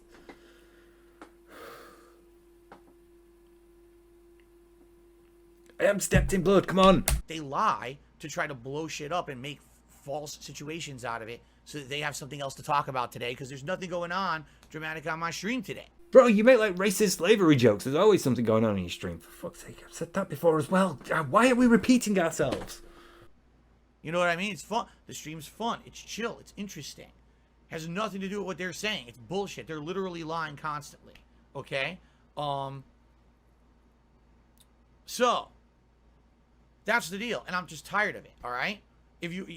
I'm not going to ever give you any further information of this because, like I said, it just puts me at risk. I literally cannot go to Costco and broadcast myself at Costco because they would fucking do something fucked up. No, I'm not going to do my fitness journey online because they would do something fucked up with that, I'm sure. No, I'm not going to tell you what mobile games I play. I'm not going to tell you what accounts I have with various different companies. I'm not going to do any of that. I'm not stupid. I'm not going to do any of that because I don't want any of you checking what I'm doing. I don't want any of you that give me money to know what I'm doing with that money. I don't want anyone finding out that these accounts have thousands spent in them to get like the rosters or the character levels or fucking whatever they have. That's what that is. That's not a sudden concern for his privacy that he can't do a fitness journey by filming himself against a wall. You know? That's not that. That's I don't want anybody checking what I'm doing. I want to continue doing what I'm doing behind the scenes, undisturbed, in peace, so that I can continue to do it.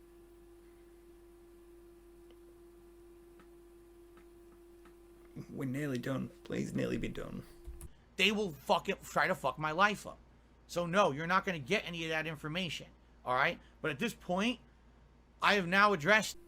No, you haven't. At this point, you have not said the word champions once.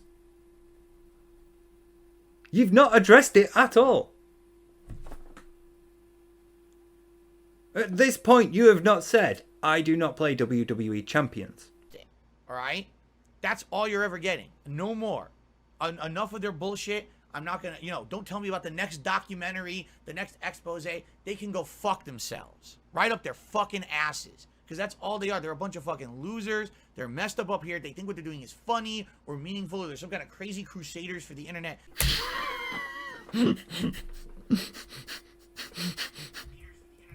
They're messed up here. They think what they're doing is funny or meaningful, or they're some kind of crazy crusaders for the internet.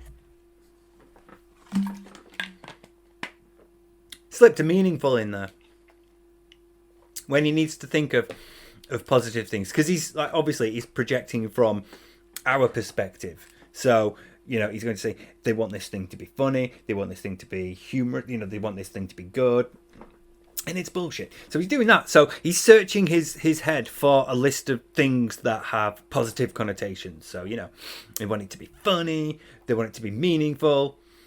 I swear if he'd carried on, he would have said like chill and interactive as well, because those are the words that he uses to describe his stuff, and he's got nothing else. He can draw upon nothing else. Even his vocabulary is fucking limited by the isolation he has chosen. Fucking hell. He needs help. He really needs help. They're nuts. Anyone who entertained that shit is fucking nuts. You're...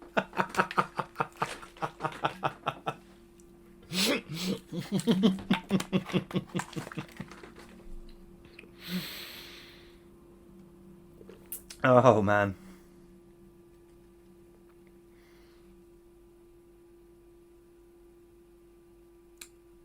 I really want that one. I really want to flex.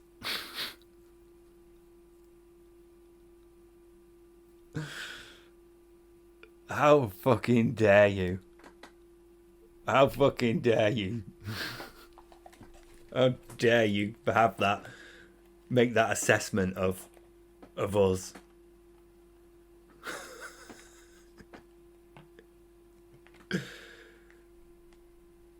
If only there was some way to explain to him that he doesn't know what he's talking about.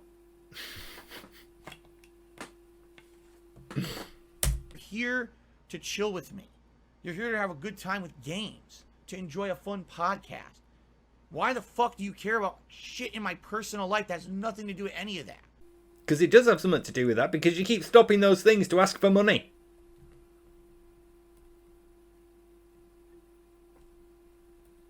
Come on, Steve, nearly 10 minutes to go. Come on. Why? Why do you care? Think about that for 1 second. Wait a minute. Why? You know, I think about it a lot. I think about why I'm here doing this. I think about like why I've been watching Phil for as long as I have. And I think about why, you know, I took what I learned at uni and like I bring it in here. And I honestly don't know. It's an appeal I can't explain. But I think most of all, it's because you're such a cunt to your fans. You know? If you, oh, I like this musician. I like their music. Why the fuck do you care about every piece of their personal life? What is wrong with you? That's normal. That's a normal thing to do. I used to really like Pantera. Pantera were like the first band I got into when I shortly before I started my job. My brother's mate's brother gave us a mixtape, and Walk was on it. And that was a fucking amazing tune. So when I got my first job, I remember getting my first paycheck and going out to spend it. Because it's like, fucking hell, I've got a lot of money. And I went to a record store, because they were still open at the time. And I remember seeing Cowboys from Hell. I was looking through to see, and I saw Pantera, and I was like, Pantera, they did Walk. Yeah. And I remember seeing Cowboys from Hell. And it didn't have Walk on it, but I thought, it's Pantera. I know enough about like that sort of music. They're that sort of band. So I'll buy it. So I bought Cowboys from Hell. And changed my life. Heavier than Metallica. Faster than like Megadeth as well. You know, it had a groove that like Megadeth didn't. So, you know, it's like your next step up. It's your next step up in discovering something heavier. So for me, it became like Pantera were my band. I went out and bought as much of every album when I could. I've even got a couple on vinyl still. And then, a while ago, Phil Anselmo was on stage.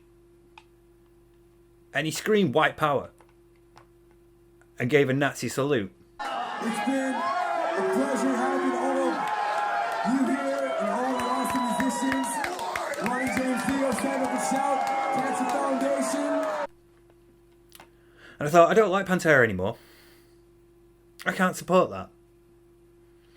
Because sometimes you can't separate the artist from the politician. From the politics, sorry. From their personal beliefs, from their opinions and attitudes. And that's fine. You can make that call about artists that you like. That's okay. If somebody that you like does something that you don't agree with, you are well within your rights to think, I don't want to be a fan of yours anymore, and stop supporting them. That's fine. There is nothing wrong with that. It is a perfectly reasonable part. It's a perfectly normal part of being human. Sometimes you just can't separate the artist from the things they say and do. Like, there's a reason the UK has stopped broadcasting repeats of Jim'll Fix It. A show where kids had their wishes granted.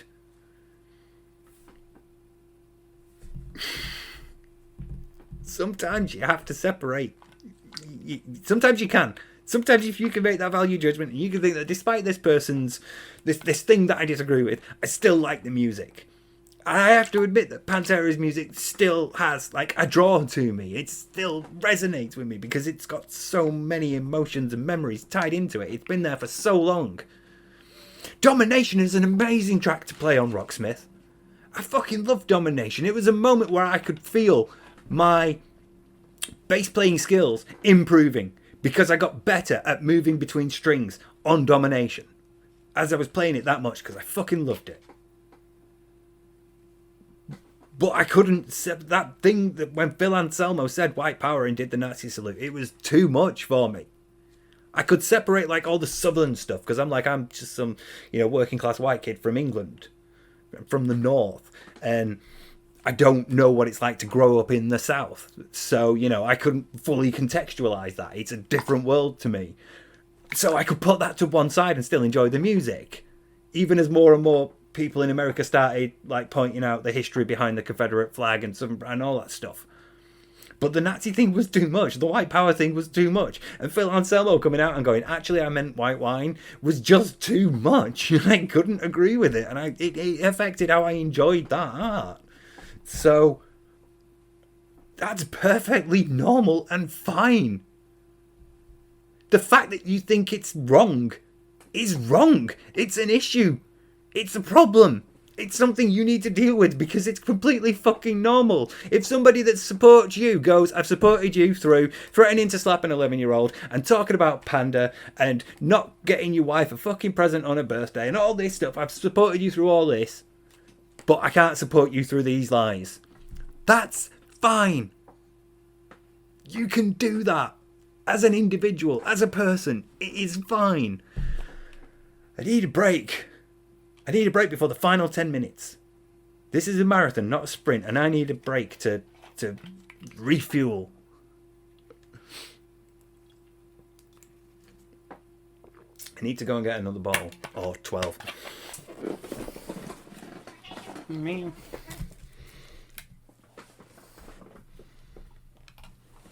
Yeah, that's recording good. Okay, yeah.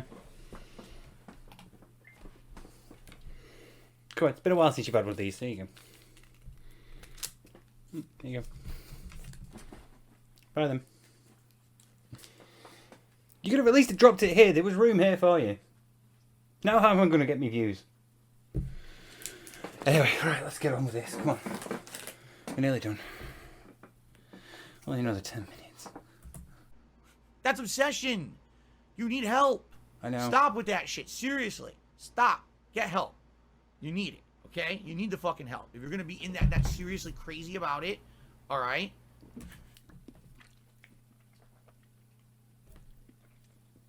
He thinks we need help. This has to be a rib. This has to be a piss take. He can't be serious. He has to be doing this on purpose. Phil, you're the one that needs the help. You need help so bad. You gotta get help. All right. We're done talking about it now. It's over. I'm not addressing it any further. I got it off my chest.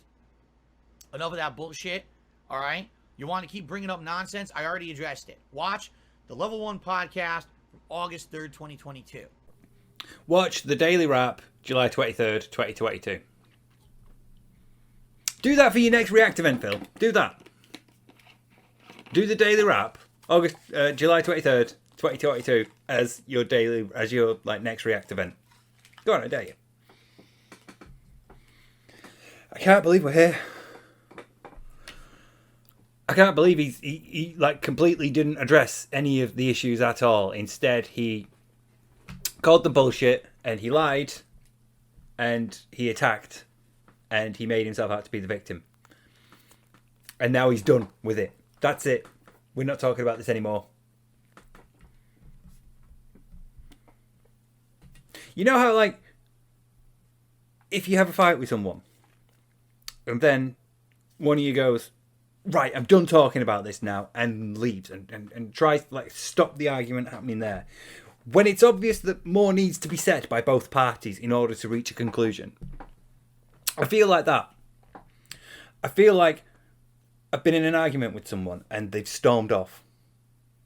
They've refused to engage with the position that I'm trying to put across.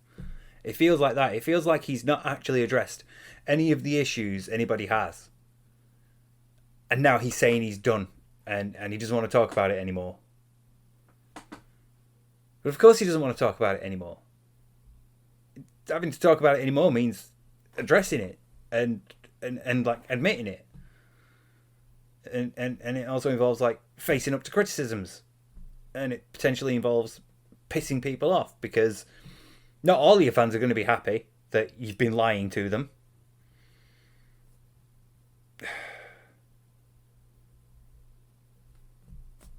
I don't know what else to say at this point. Can you help? Do you have any idea of what we could do about this now? Or do you just want to go and lie on your pad? No. Come here. Wait. You off? Can I pick you up? One last shot? Even though I'm probably going to film like other bits after this. I feel like I need time to process this. Once this is over, I'm going to need time to process this, and doubtless I'll have something else to say. And doubtless probably something else will occur to me in the edit. And then after that, when it's out, I'll be like thinking, oh shit, I should have mentioned this. What else have you got to say for yourself, Phil? If that's not good enough for you, go fuck yourself.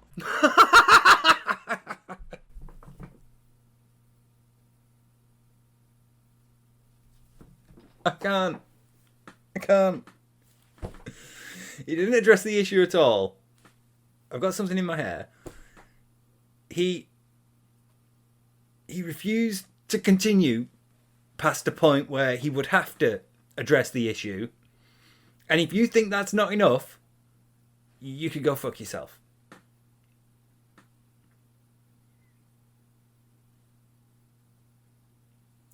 It's really abusive. I can't get over that. I can't get over that, and I can't stop thinking. There is part of me that does think that maybe it is too serious a thing. That maybe these. I do think sometimes maybe these are too serious a thing to apply to Phil.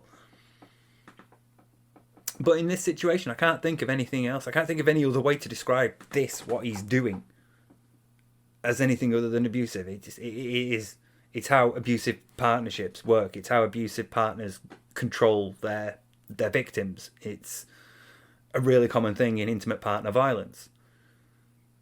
It happens in social context in other ways. It happens with cults. It happens when people get involved in scams. It happens when people are just vulnerable to being preyed upon by people who might have malicious intent towards them.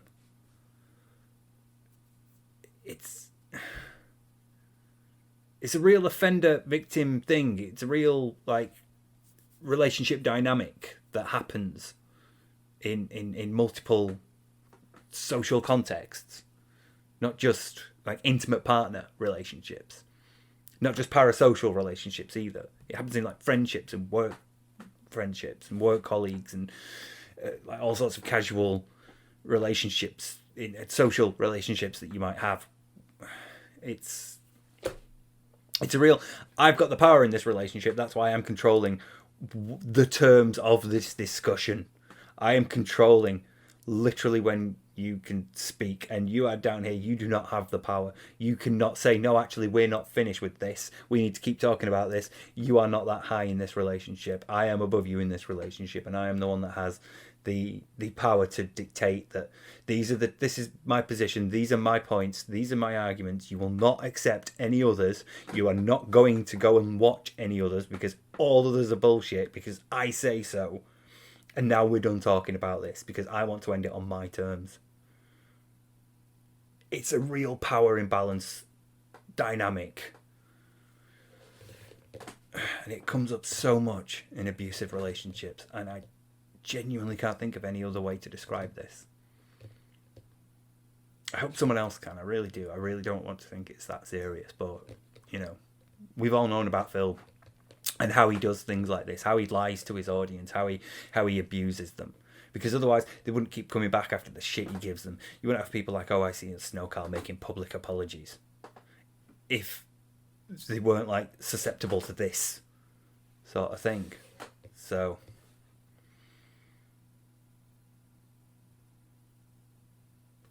I think that's the thing that stuck with me with Snowcal. If you've been in an abusive relationship or you have experience of it in some way, if you've maybe you've seen your mum and your dad behave, like that. If someone that their parents, or someone that them and their partner. If you've seen it, if you've got some experience of it, this should strike you as very similar, you know. So I think that's why it stuck with me with Snowcall, because I saw it and I was like, I recognise that dynamic. And he came back and made apologies multiple times since, despite being shit on by Phil, and others will as well. Phil demands that because it's an abusive partner thing to demand that sort of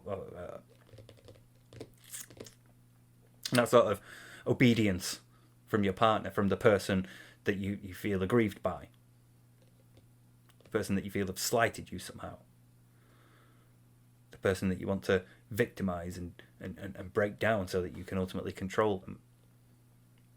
It feels like a real thing. It feels like a real serious thing. And I think like the extent to which he does it is alarming. And I can't get over it. I don't know why. I just...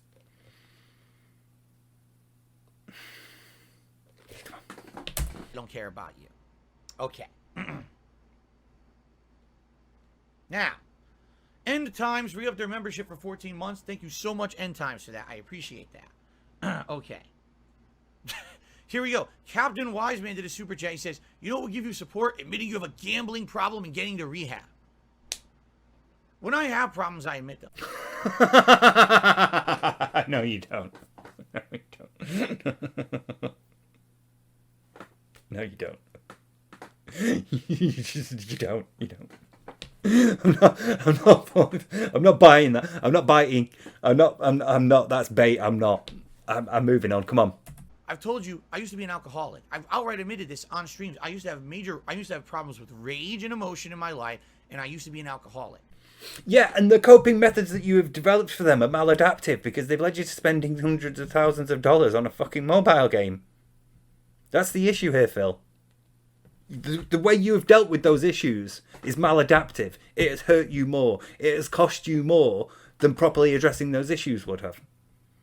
If you'd have gone to like Alcoholics Anonymous, or if you'd have gone to therapy to deal with those issues, you wouldn't be here in this position and we wouldn't be having this discussion because you'd have learned more appropriate coping methods and you wouldn't have ended up spending hundreds of thousands of dollars on a fucking mobile game. The problem is you've never learned to deal with those issues.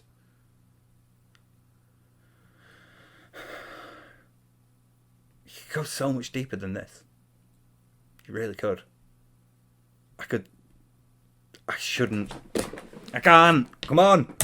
If I have these problems, I'll admit them. All right? What you're saying is fucking fabricated bullshit. It's not real. And I'm not going to fucking fess up to your fucking narrative because you're stupid and you believe it. That has convinced me of your innocence there, Phil. The fact that you insulted that person as you told them to fuck off.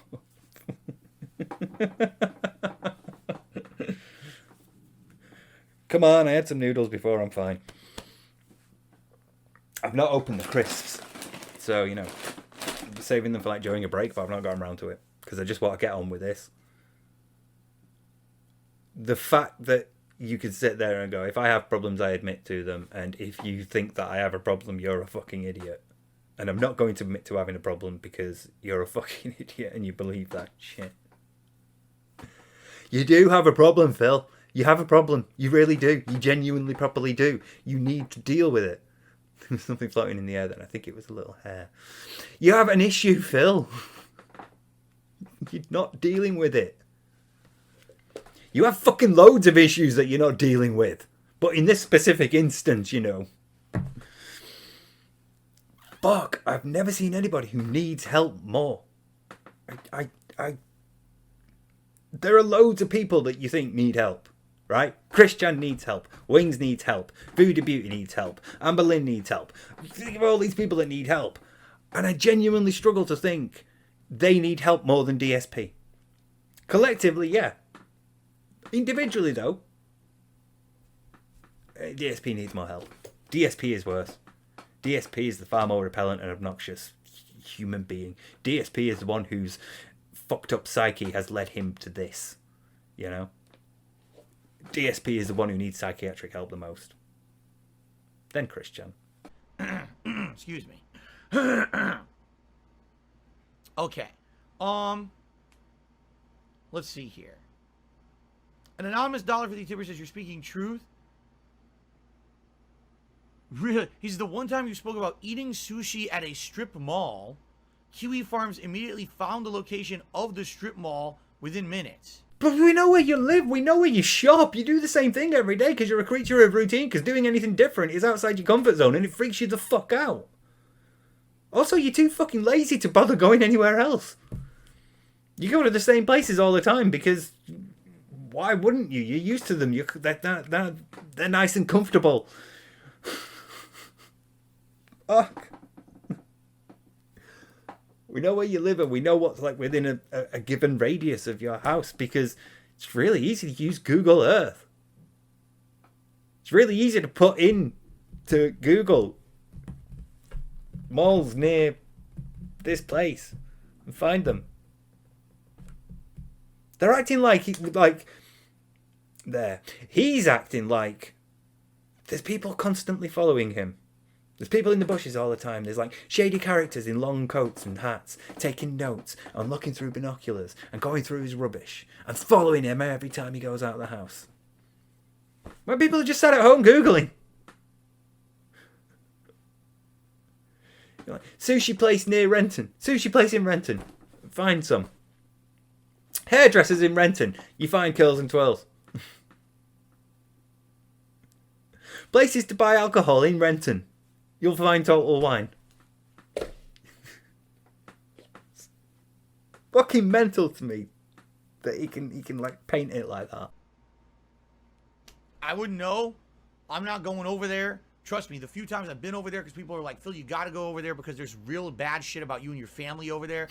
The few times, it's literally like you're jumping in a toilet full of turds and liquid shit and you're just completely immersed in it. It's fucking gross being over there. It really is. So I'm not going over. I believe you, but I'm not going to confirm. Let's put it that way. An anonymous $2 tipper says, did you see the Pokemon Direct from today? New information on Scarlet and Violet. I have not seen information from the Pokemon Direct this morning. I did not see it yet. Okay. Only use me blade to me $2. Okay, not the biggest tip. We already had Nico earlier. It says, would you play Smash or Street Fighter 5? I know you say they're dead games. Isn't that technically the Anniversary Collection dead games packaged in a new bundle? No, it's not a matter that they're dead games. It's a matter that to play them, I would have to play them a lot to get back to any kind of competitive level. Could I just take a moment to say that, like, no one cares. Why do you feel the need that you have to get to a competitive level? Like, Smash is a party game. You play it for fun. You play games for fun, Phil. No one cares. Just, like, play the games. Say, like, hey, guys, it's been a while. Let's dust off the old cobwebs. See what we can do. And, like, no one cares if you lose at Smash. The fragile ego on this, man. Oh, my God. See, this is why these videos end up running into, like, the 7 to 8 to 9 to 10. This is probably going to be like 12 or 14 hours. This is why these go so long. I can find so much that's fucking abnormal with this one individual. There is so much to go over with him. Christ, I could never have predicted this when I started the first one. There's a difference between just play Street Fighter 5. Okay, I turn it on, I play for an hour, lose a million times, fluke a couple wins, and that's it. What was the point? Fun? To entertain your audience? The only one who cares about wins is you. People just want to be entertained.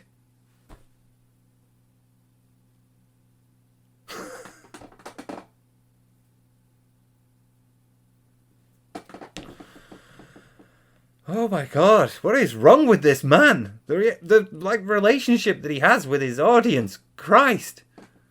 Another excuse to not do something. More excuses. I'll be bad at the game. I'll lose a bunch. The only wins I'll get will be fluky. So what's the point of doing it? Someone's literally saying, hey Phil, why do you play a different game? It's not even like that extreme a game. They're not even asking him to play like Guilty Gear or Granblue or something like that. No one's asking him to play like Skullgirls or Tekken. They're saying like, hey Phil, you know you play Street Fighter 2. Play Street Fighter 5. I mean, it's advanced. It's, a couple of sequels on, a couple of generations on, yeah, fair. Many, many decades on. But still, Street Fighter should be familiar enough. No, because I'd be bad at it. Who gives a fuck? People just want to be entertained.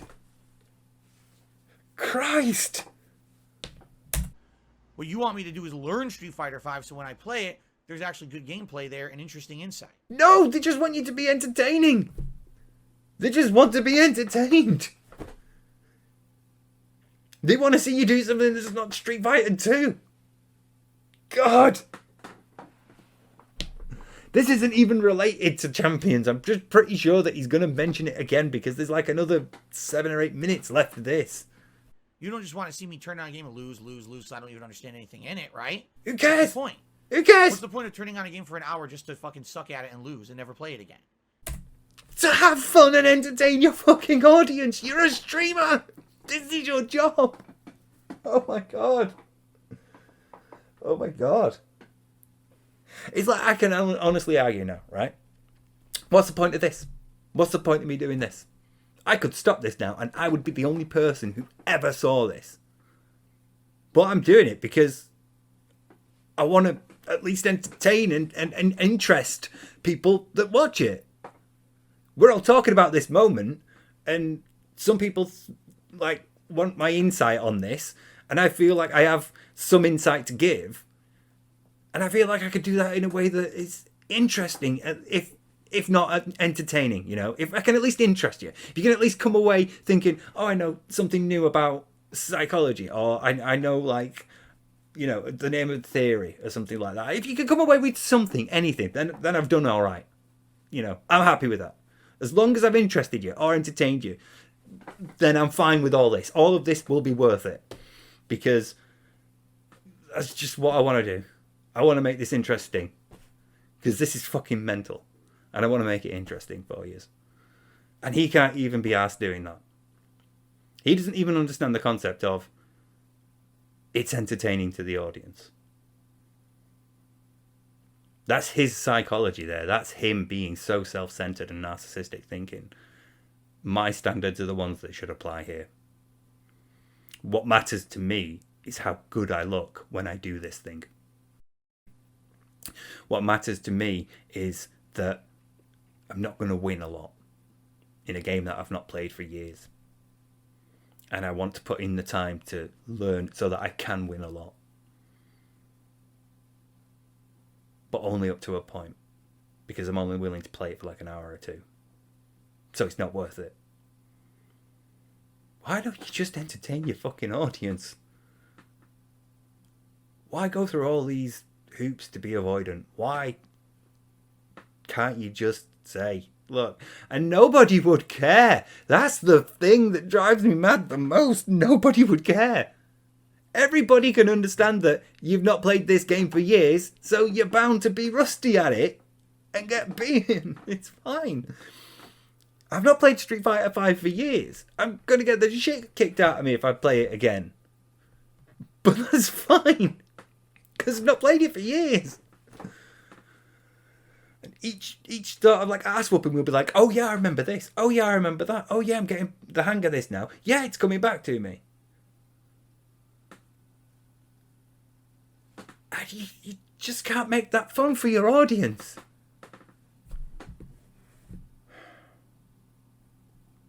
Fuck. Just fuck.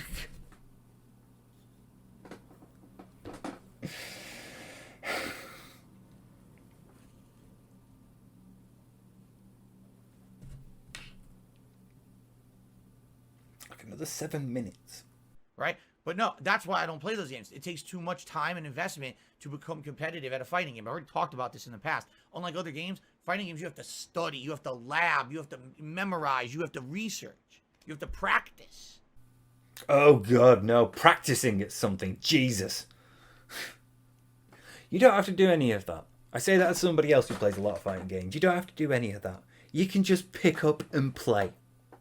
You can do the quick tutorial that'll show you, here's your controls, here's how you punch and kick in this game, right?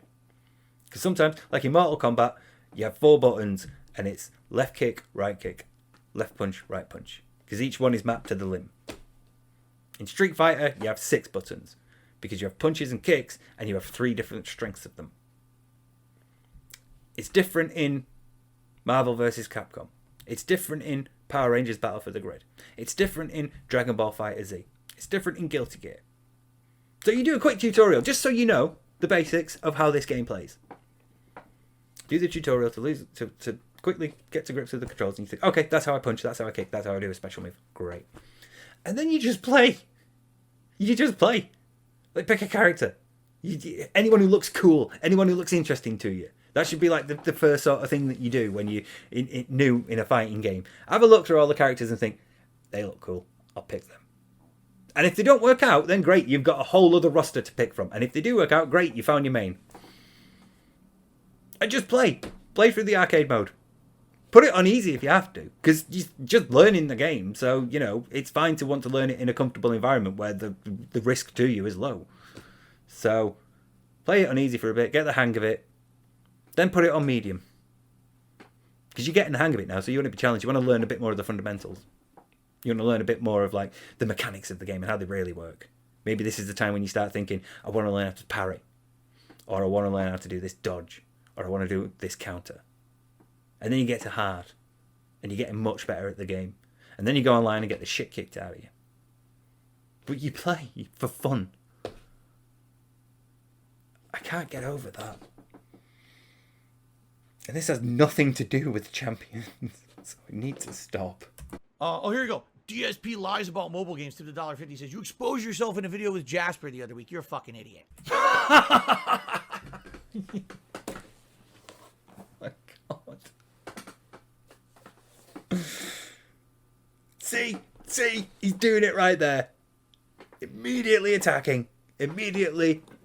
It's you. I'm not even going to address the issue. It's you. He literally did that. You're a fucking idiot if you believe that he exposed the fact that he plays WWE Champions on a video of his. Even though he exposed the fact that he played WWE Champions on a video of his. You're the fucking idiot if you believe that. Fuck you, Phil. Fuck you. And the horse you rode in on who sat downstairs crying because a fucking DoorDash was late. I just explained it. You're a dunce. Snowcrawl to the $1.50 says, I just got here. The stream is in an uproar. Why are you talking about this? Because someone did a super chat about it, and it was on topic of what we were talking about, and I had enough of their bullshit, and I said, let's just fucking get it out of the way. And I did, and now we're done with it. And I'm happy I did, because now I can feel more relaxed and not have to worry about their bullshit. Oh, wait. Well, got deleted then. Woof. Nice one, X and Mobile. And I said, let's just fucking get it out of the way. And I did, and now we're done with it. And I'm happy I did, because now I can feel more relaxed and not have to worry about their bullshit. Okay? All right, so. Oh my God. So many brilliant moments have followed Snowcar Tip to $1.50. Oh, it's a shame that wasn't one of them. He could have gone so much harder there, and he didn't. You got lucky there, Snowcar. I genuinely thought he was going to call you an asshole for trying to stir shit. You sneak dissing or something like that, because, you know, he's already talked about this and now you're just trying to bait him into talking about it again or some shit like that. I genuinely thought it'd go that way. I'm quite surprised that he just wrapped it up and fucked it off. All right, and Zane did a super chat. It says, common DSP win. There you go. Thank you, Zane.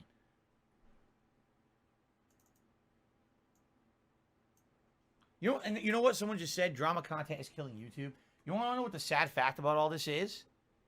If YouTube didn't allow that shit, if they didn't allow drama, unsubstantiated slander, defamation, if they just had balls and said, this is not what we want on our site, because our site is a business website. So we want business-related content on here that's, you know, factual shit. We don't want people just insulting people or do, you know, if they just put their foot down and actually cleaned up their site, literally this would all go away overnight.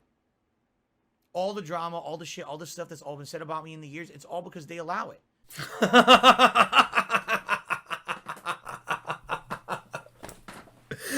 That is is a fucker of an external locus. Mama Susan, all of this shit is because you allow harassment on your site. Holy fuck.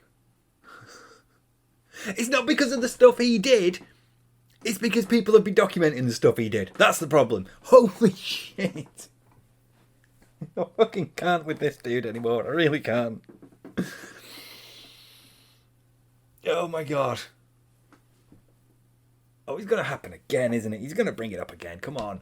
They allow insulting, untrue shit to be just thrown all over the fucking website. This shit doesn't fly in other places. Did you know in India, if you do this, you go to jail? Yeah. In India, if you say shit like that, you just go right to jail. They don't care. Like, shut down your oh, you did that. Oh, you said that, huh? Okay, you're under arrest. Bye. They don't, you know, other places, it's just crazy how we just allow open defamation and open shit like this because it's like the internet is still the Wild West here. I say this all the time. Oh, fuck off. You could take somebody for defamation if you wanted to. If somebody defames you on YouTube, you can sue them. The fact that you haven't speaks volumes, and it's not because for lack of funding. Let's see if this super chat goes. I have a feeling because the preview, how many minutes have I got left now? 5 minutes. Come on. In the next 5 minutes, at some point, he's going to wave his phone about. So I think he's going to address that. Let's get this over and done with. Come on. The internet is still the Wild West, where you can say and do whatever you want and get away with it under the guise of anonymity. Okay? I'd have a word with Count Dankula about that. If you really think that you could just do whatever you want online and get away with it.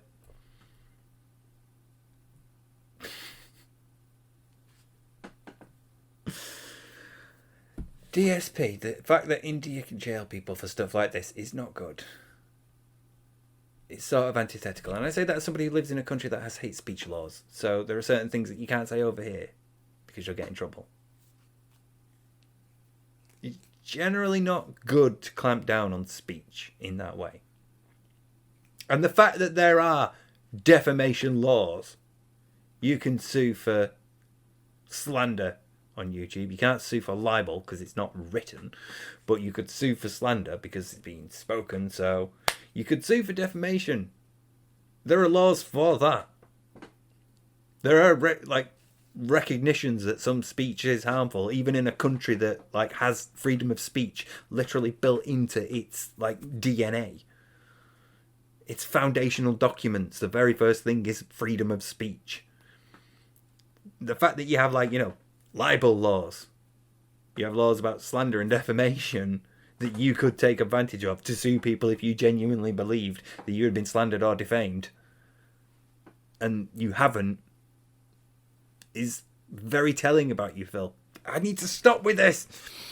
I need to get on. Come on. Okay. Oh, there we go. It's gone. Okay. It really didn't take long at all. Oh my god. It's literally the point. That was literally the point.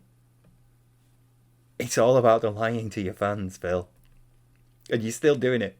Your defense against the charge that you lied to your fans is to keep lying.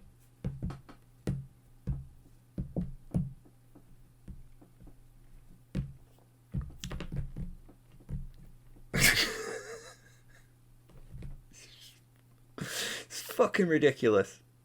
It really is. What's the name at least? No self-control, disgusting.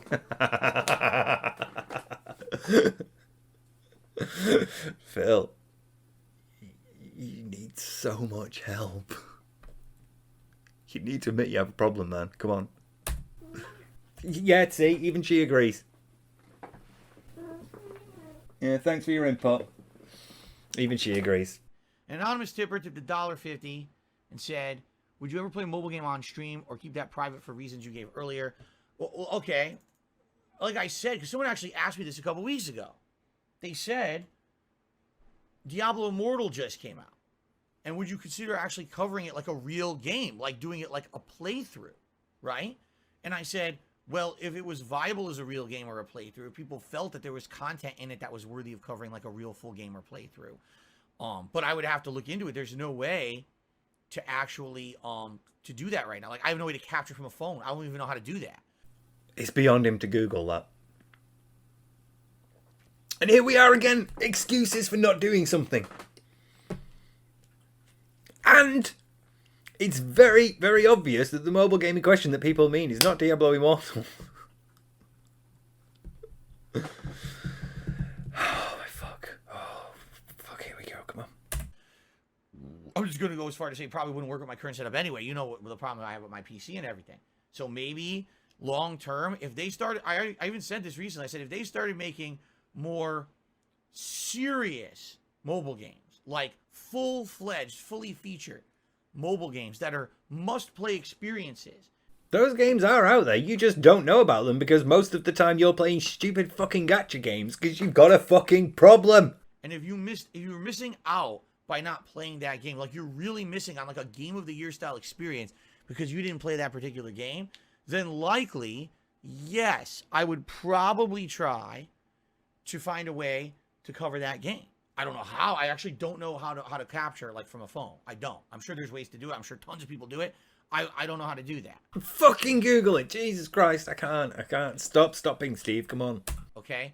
But to my knowledge right now, it's not like that. Those games are more time wasters. Those games are more relaxation games, right? A lot of grindy style gameplay. Everyone says Diablo Immortal is a decent game to play by itself, but then when you get a certain level, it becomes the same as every mobile game. The only way to make advancement is to spend, or else you've hit a wall, right? You wouldn't happen to be playing it already, would you, Phil?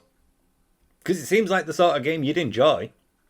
So, you know, am I interested in covering Diablo Immortal? No, I'm not, from the things I've heard. Would there eventually maybe be a game that would be interesting to play and fully cover as a real playthrough? Maybe.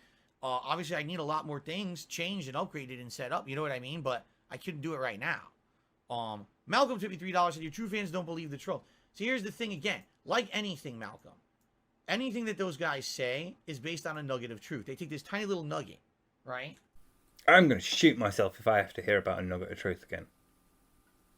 I don't know how I'm going to do it. Because, you know, gun control and everything. But I'm going to find a way. I just can't. It is the worst fucking defense. See, liars do this all the time. They have this little concession that they'll make so that you think that, oh, if they're willing to make that concession, then obviously they are willing to make concessions. Therefore, when they state stuff, they must be telling the truth, because otherwise they'd make the concession for the lie, you know.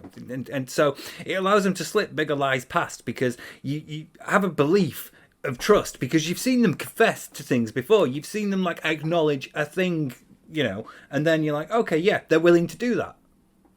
So, therefore, when it comes to issues where they would do that, they would. Because they're willing to. They've shown that. So if they're not doing it, therefore that must mean that they're telling the truth. It's a really fucking... salespeople do it a lot. Salespeople do it a lot. It's a very common tactic there. Because you might say, like, you know, somebody asks you about your internet plan, and you're like, oh, with this provider, and they're like, okay, yeah, well, they're very good here, but have you considered this? So there, in that moment, they're conceding that, yes, your, like, current provider, the thing that you currently have, is okay. I'm willing to concede that, but have you considered this?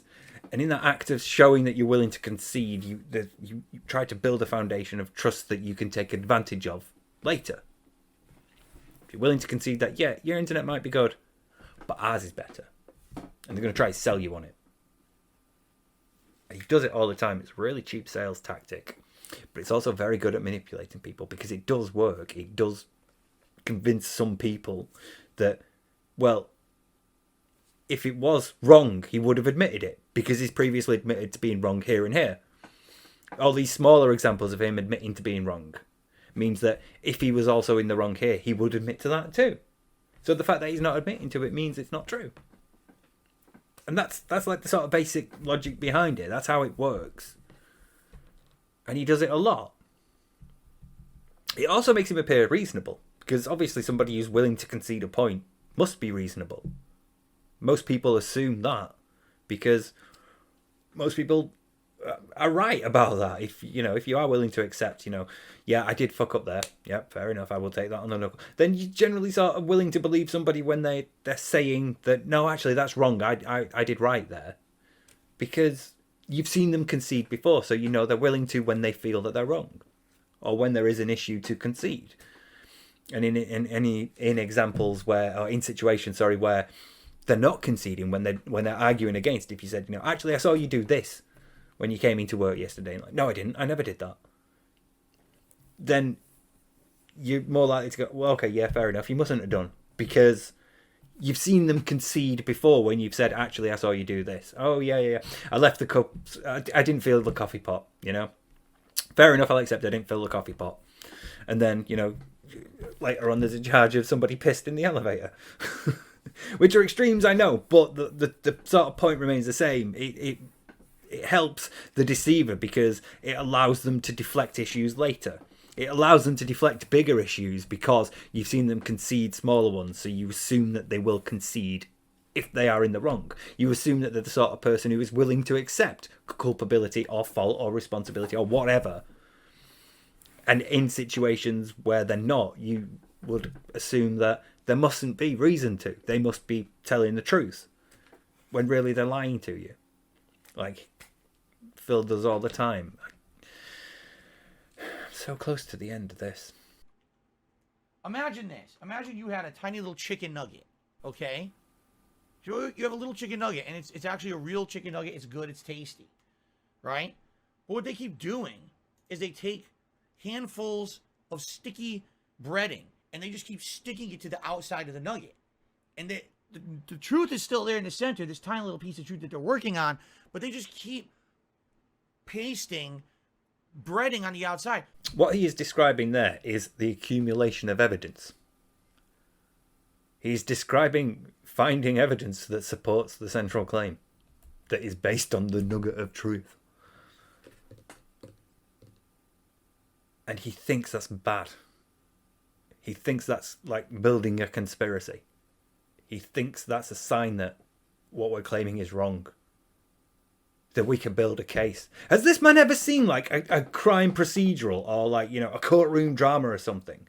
Does he not understand that that's how that works? That's how you build your case. You find evidence to support it. It's not building a conspiracy. You use evidence to build your narrative that proves your claim. Fuck me.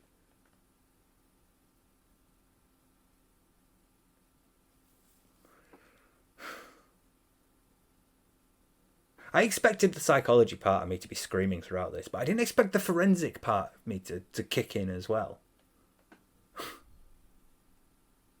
Christ, can you imagine this guy in court? Fuck. Now you have a ginormous boulder-sized thing of breading.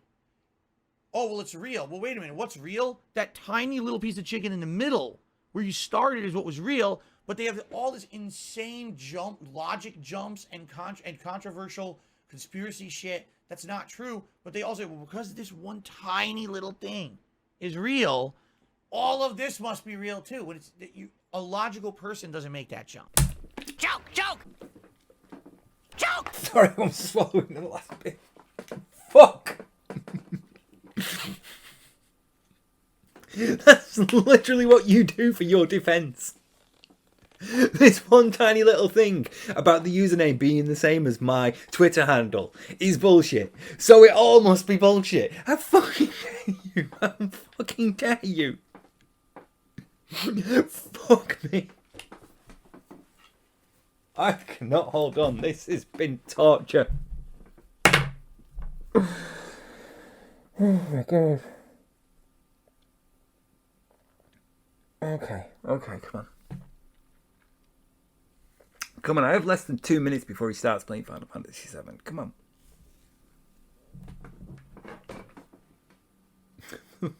Fucking call of the fucking. How do you not have this self-awareness? How do you not see this, Phil? How do you not see that what you are doing is... Oh, God, how do you not fucking see what you're doing? let alone whether it's good or bad. How do you not fucking see it?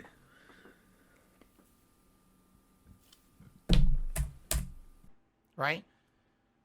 Again, I've literally told you guys over the years that I did play certain mobile games, but I'm not going to talk about it publicly because all that's going to happen is they're going to use that to hurt me. I've admitted this multiple times. Oh my god. Oh my god. I can't. I can't.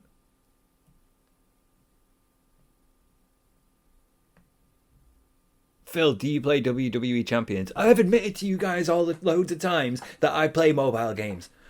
That's not what I asked you. Did you play WWE Champions? I used to play WWE Champions casually, but I don't talk about the mobile games that I play anymore. Phil, have you played Champions recently? Have you been playing WWE Champions?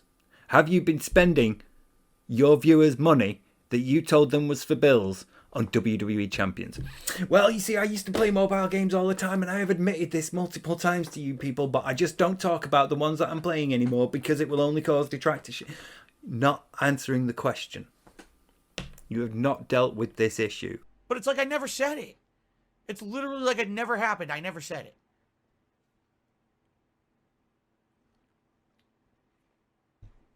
Okay. I know. I want to end the drama too. I think we're almost done with shout-outs, right? Oh, thank fuck. Let's see here. B-Boy Cyclone did a super chat. He says, the goose is loose. The goosey is loosey. The loosey-goosey. There you go.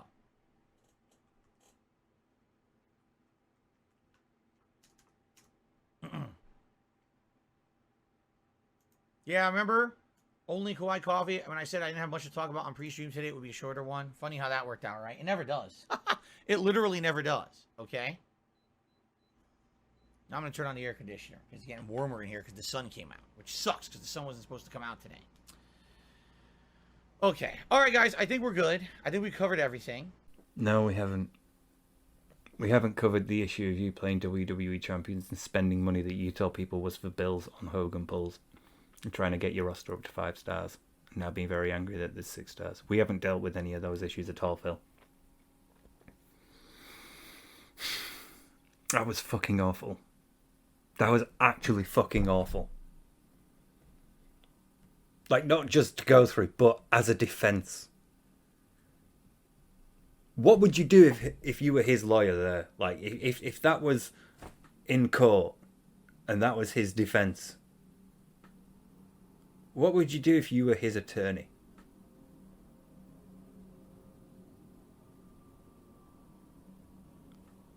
That was fucking awful. That has to be... This is going to be number 1. This is going to be number 1 in Secret's top 10. Without a shadow of a doubt. This is number 1. This year's been fucking wild. But that was awful. Now what's he done?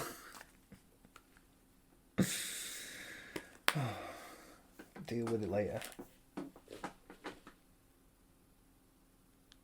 That was quite possibly the worst, most inadequate defense I've ever seen. I don't know what I expected. But it wasn't that. Because I was not prepared for that.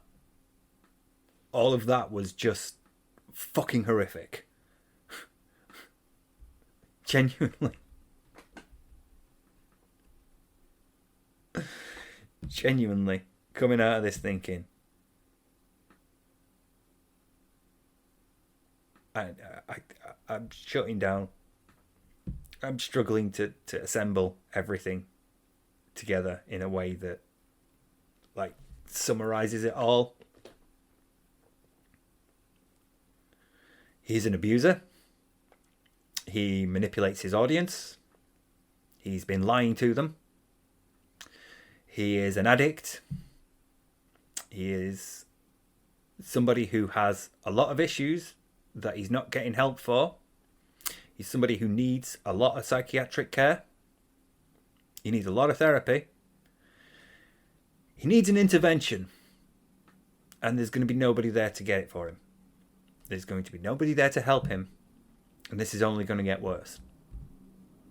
This is not over. That was not the end of it.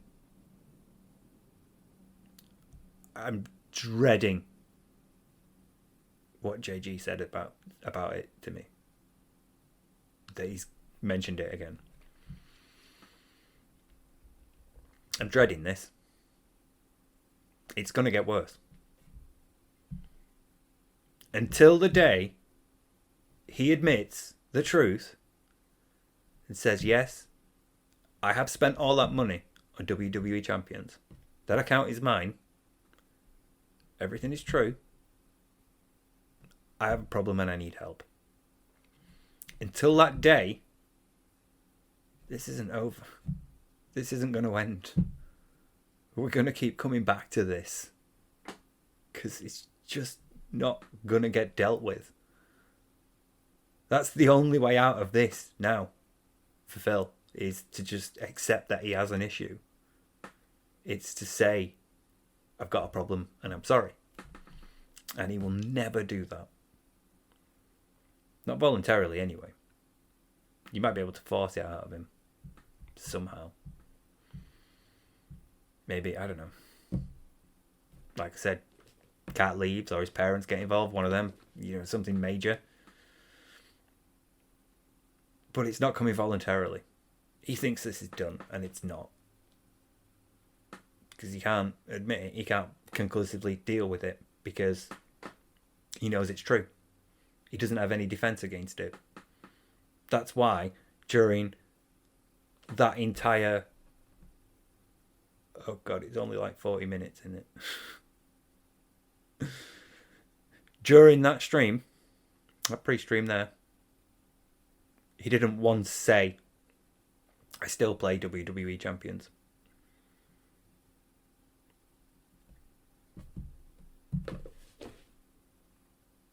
This isn't done.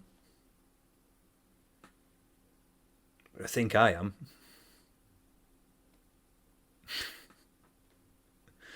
I really need a break. Like, I need to just switch off now. I need to switch off. And come back to this again later. I'm not going to be too long, obviously. When I say later, I mean a couple of hours or something. But I need a break now. I've reached this end. What time does Final Fantasy begin? Oh wait! There's a super chat that comes up. Please let that be. Oh no! Love to see you goblin mode on these trolls. Fuck off. Right. Okay. It's basically done. It's basically done. That amazing art happens in like a minute. So I'm done. I'm done. I can stop. No, I can't. I can't stop. This isn't done, is it? There's going to be another bit after this. I'm so sorry, everybody. I need to start injecting this shit. Yeah, I'm going to need to make a cut here and make this part 2 or 3. I think it was after I'd slept. After I'd filmed the first half. And then I slept and then I went to record the second half. And I thought, it's going to be 2 parts, isn't it? I'm not going to fit it all in one. It's going to be 2 parts. And as I was editing, and obviously time went on, and he mentioned it a few times in the following days. So I thought I should probably wrap them up as well. I'll include them like after this, and I'll wrap them up. And just as I was finishing editing, he did that thing where he talked about how his hair is fucked up because his mum brushed it until he was 17. And then the next day when... I never said that. What the fuck are you talking about? So I thought I should probably do a thing about that. Considering I'd spent like I'd spent half that video, the entire second day. Like that. So... the exact hairstyle. I happen to have the exact same parting. Naturally, pie down the middle myself. But it felt like, yeah, fuck it, throw it in. And it turns out that, with like 5 minutes of footage, I can talk for like nearly 2 hours about Phil's hair. So that pushed this into ridiculous length again. I think my limit is about 7 hours. When it starts approaching 7 hours, I start thinking, fuck, no, I'm taking the piss now. So what I'm going to do is, because there's a bunch of other, like, I made a bunch of like random edits and things along the way when I was bored. And there's, just like a couple of things to throw in there to make it like a part 3, like a wrap up. So, yeah. There is other stuff that I've filmed, at least. There's the Evil AJ stream that's been filmed. That needs editing, but it's been filmed. There's a thing that I wanted to sort of quickly slip out in the middle, in between this and that. But that might have to wait a bit now because I'm now having to do part 3. But either way, part 3, then there's something else, then there's Evil AJ, and I'm hopefully at some point I'll be at hospital in between all this. But I'll try to get out as much as possible before that happens. And then there's ideally some other stuff I'd like to do as well. I still want to do that obscure game, and I still want to do Why We Still Talk About, and I wanted to do something about Red Dwarf because I've had a pretty good idea. So I'm going to do something about Red Dwarf, which is probably going to annoy my mum because she's like, if you could make a go of this. If people will watch your videos, you should make a go of this. So I start writing a few scripts. And she always liked the other ones I did, the other psychology ones. So I'd start writing the script. And if like the first one that I do is about a TV show that she fucking hated, and she hated that we watched it. She's not a sci-fi fan, and she fucking hated the show. So that would probably annoy her. But I think my dad would approve because my dad's the one who goes into it. So, so I'm sorry, Mum, but it's something I wanted to do. So I'm going to try and work on a bunch of stuff, and hopefully I'll be able to get stuff out a bit more frequently. And I just want to say thanks for watching and subscribing, because I've recently passed 2,000 subscribers, which is fucking wild to me. I'm overwhelmed by that. I did not expect. Like, once we passed 1,000, I was like, yeah, that's pretty cool. I'm alright, and I thought it would level out around like 1,1700. I thought there would be like an upper limit, but the fact that I'm at 2,000 makes me think there isn't. You can just keep attracting people. Just keep doing what you're doing, and people will turn up for it. So that's always really cool. And because shorts are apparently the cool thing nowadays, I think I was thinking about like going back and picking a couple of bits from mine and making like Steve out of context or something just for shorts. So, apparently that's what the cool kids are doing nowadays. But I think I'm just going to have to film it with my phone because I'm not entirely sure how you edit. Fucking numpty. Absolute fucking numpty. Why am I worrying about like hitting an upper limit and like running out of stuff to talk about when he's doing shit like this? Why am I worried? But yeah, anyway, cheers for watching, cheers for subscribing. Leave us a comment down below. I'm pretty sure by this point most of you already have. So should really start like doing this at the start of the videos. Nah, it's always annoying. I always find that annoying personally. Anyway, yeah.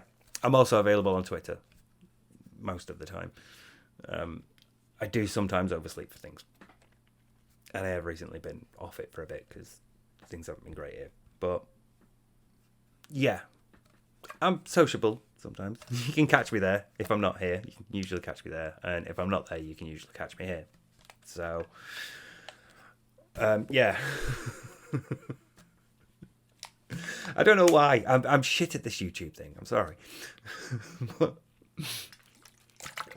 But thanks for watching, and I'll see you all in a bit. I could do a better one than that.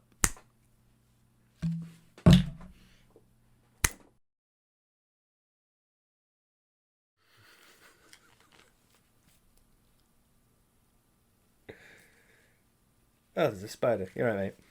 You want to get on there? Come on. Apologies, everyone. A spider's just dropped down from my roof, and generally I don't mind spiders. So, you know, onto the desk, mate. Go on, you're all right. Go on, go on. I don't want to have to roll me arm that way. Piece of paper or something. Come here. Oh, he's fallen off. Great. Oh, he's still attached by like a piece of web, a strand of web. Where are you going? Down there. I'll do you solid and put you near the wall so you can climb back up.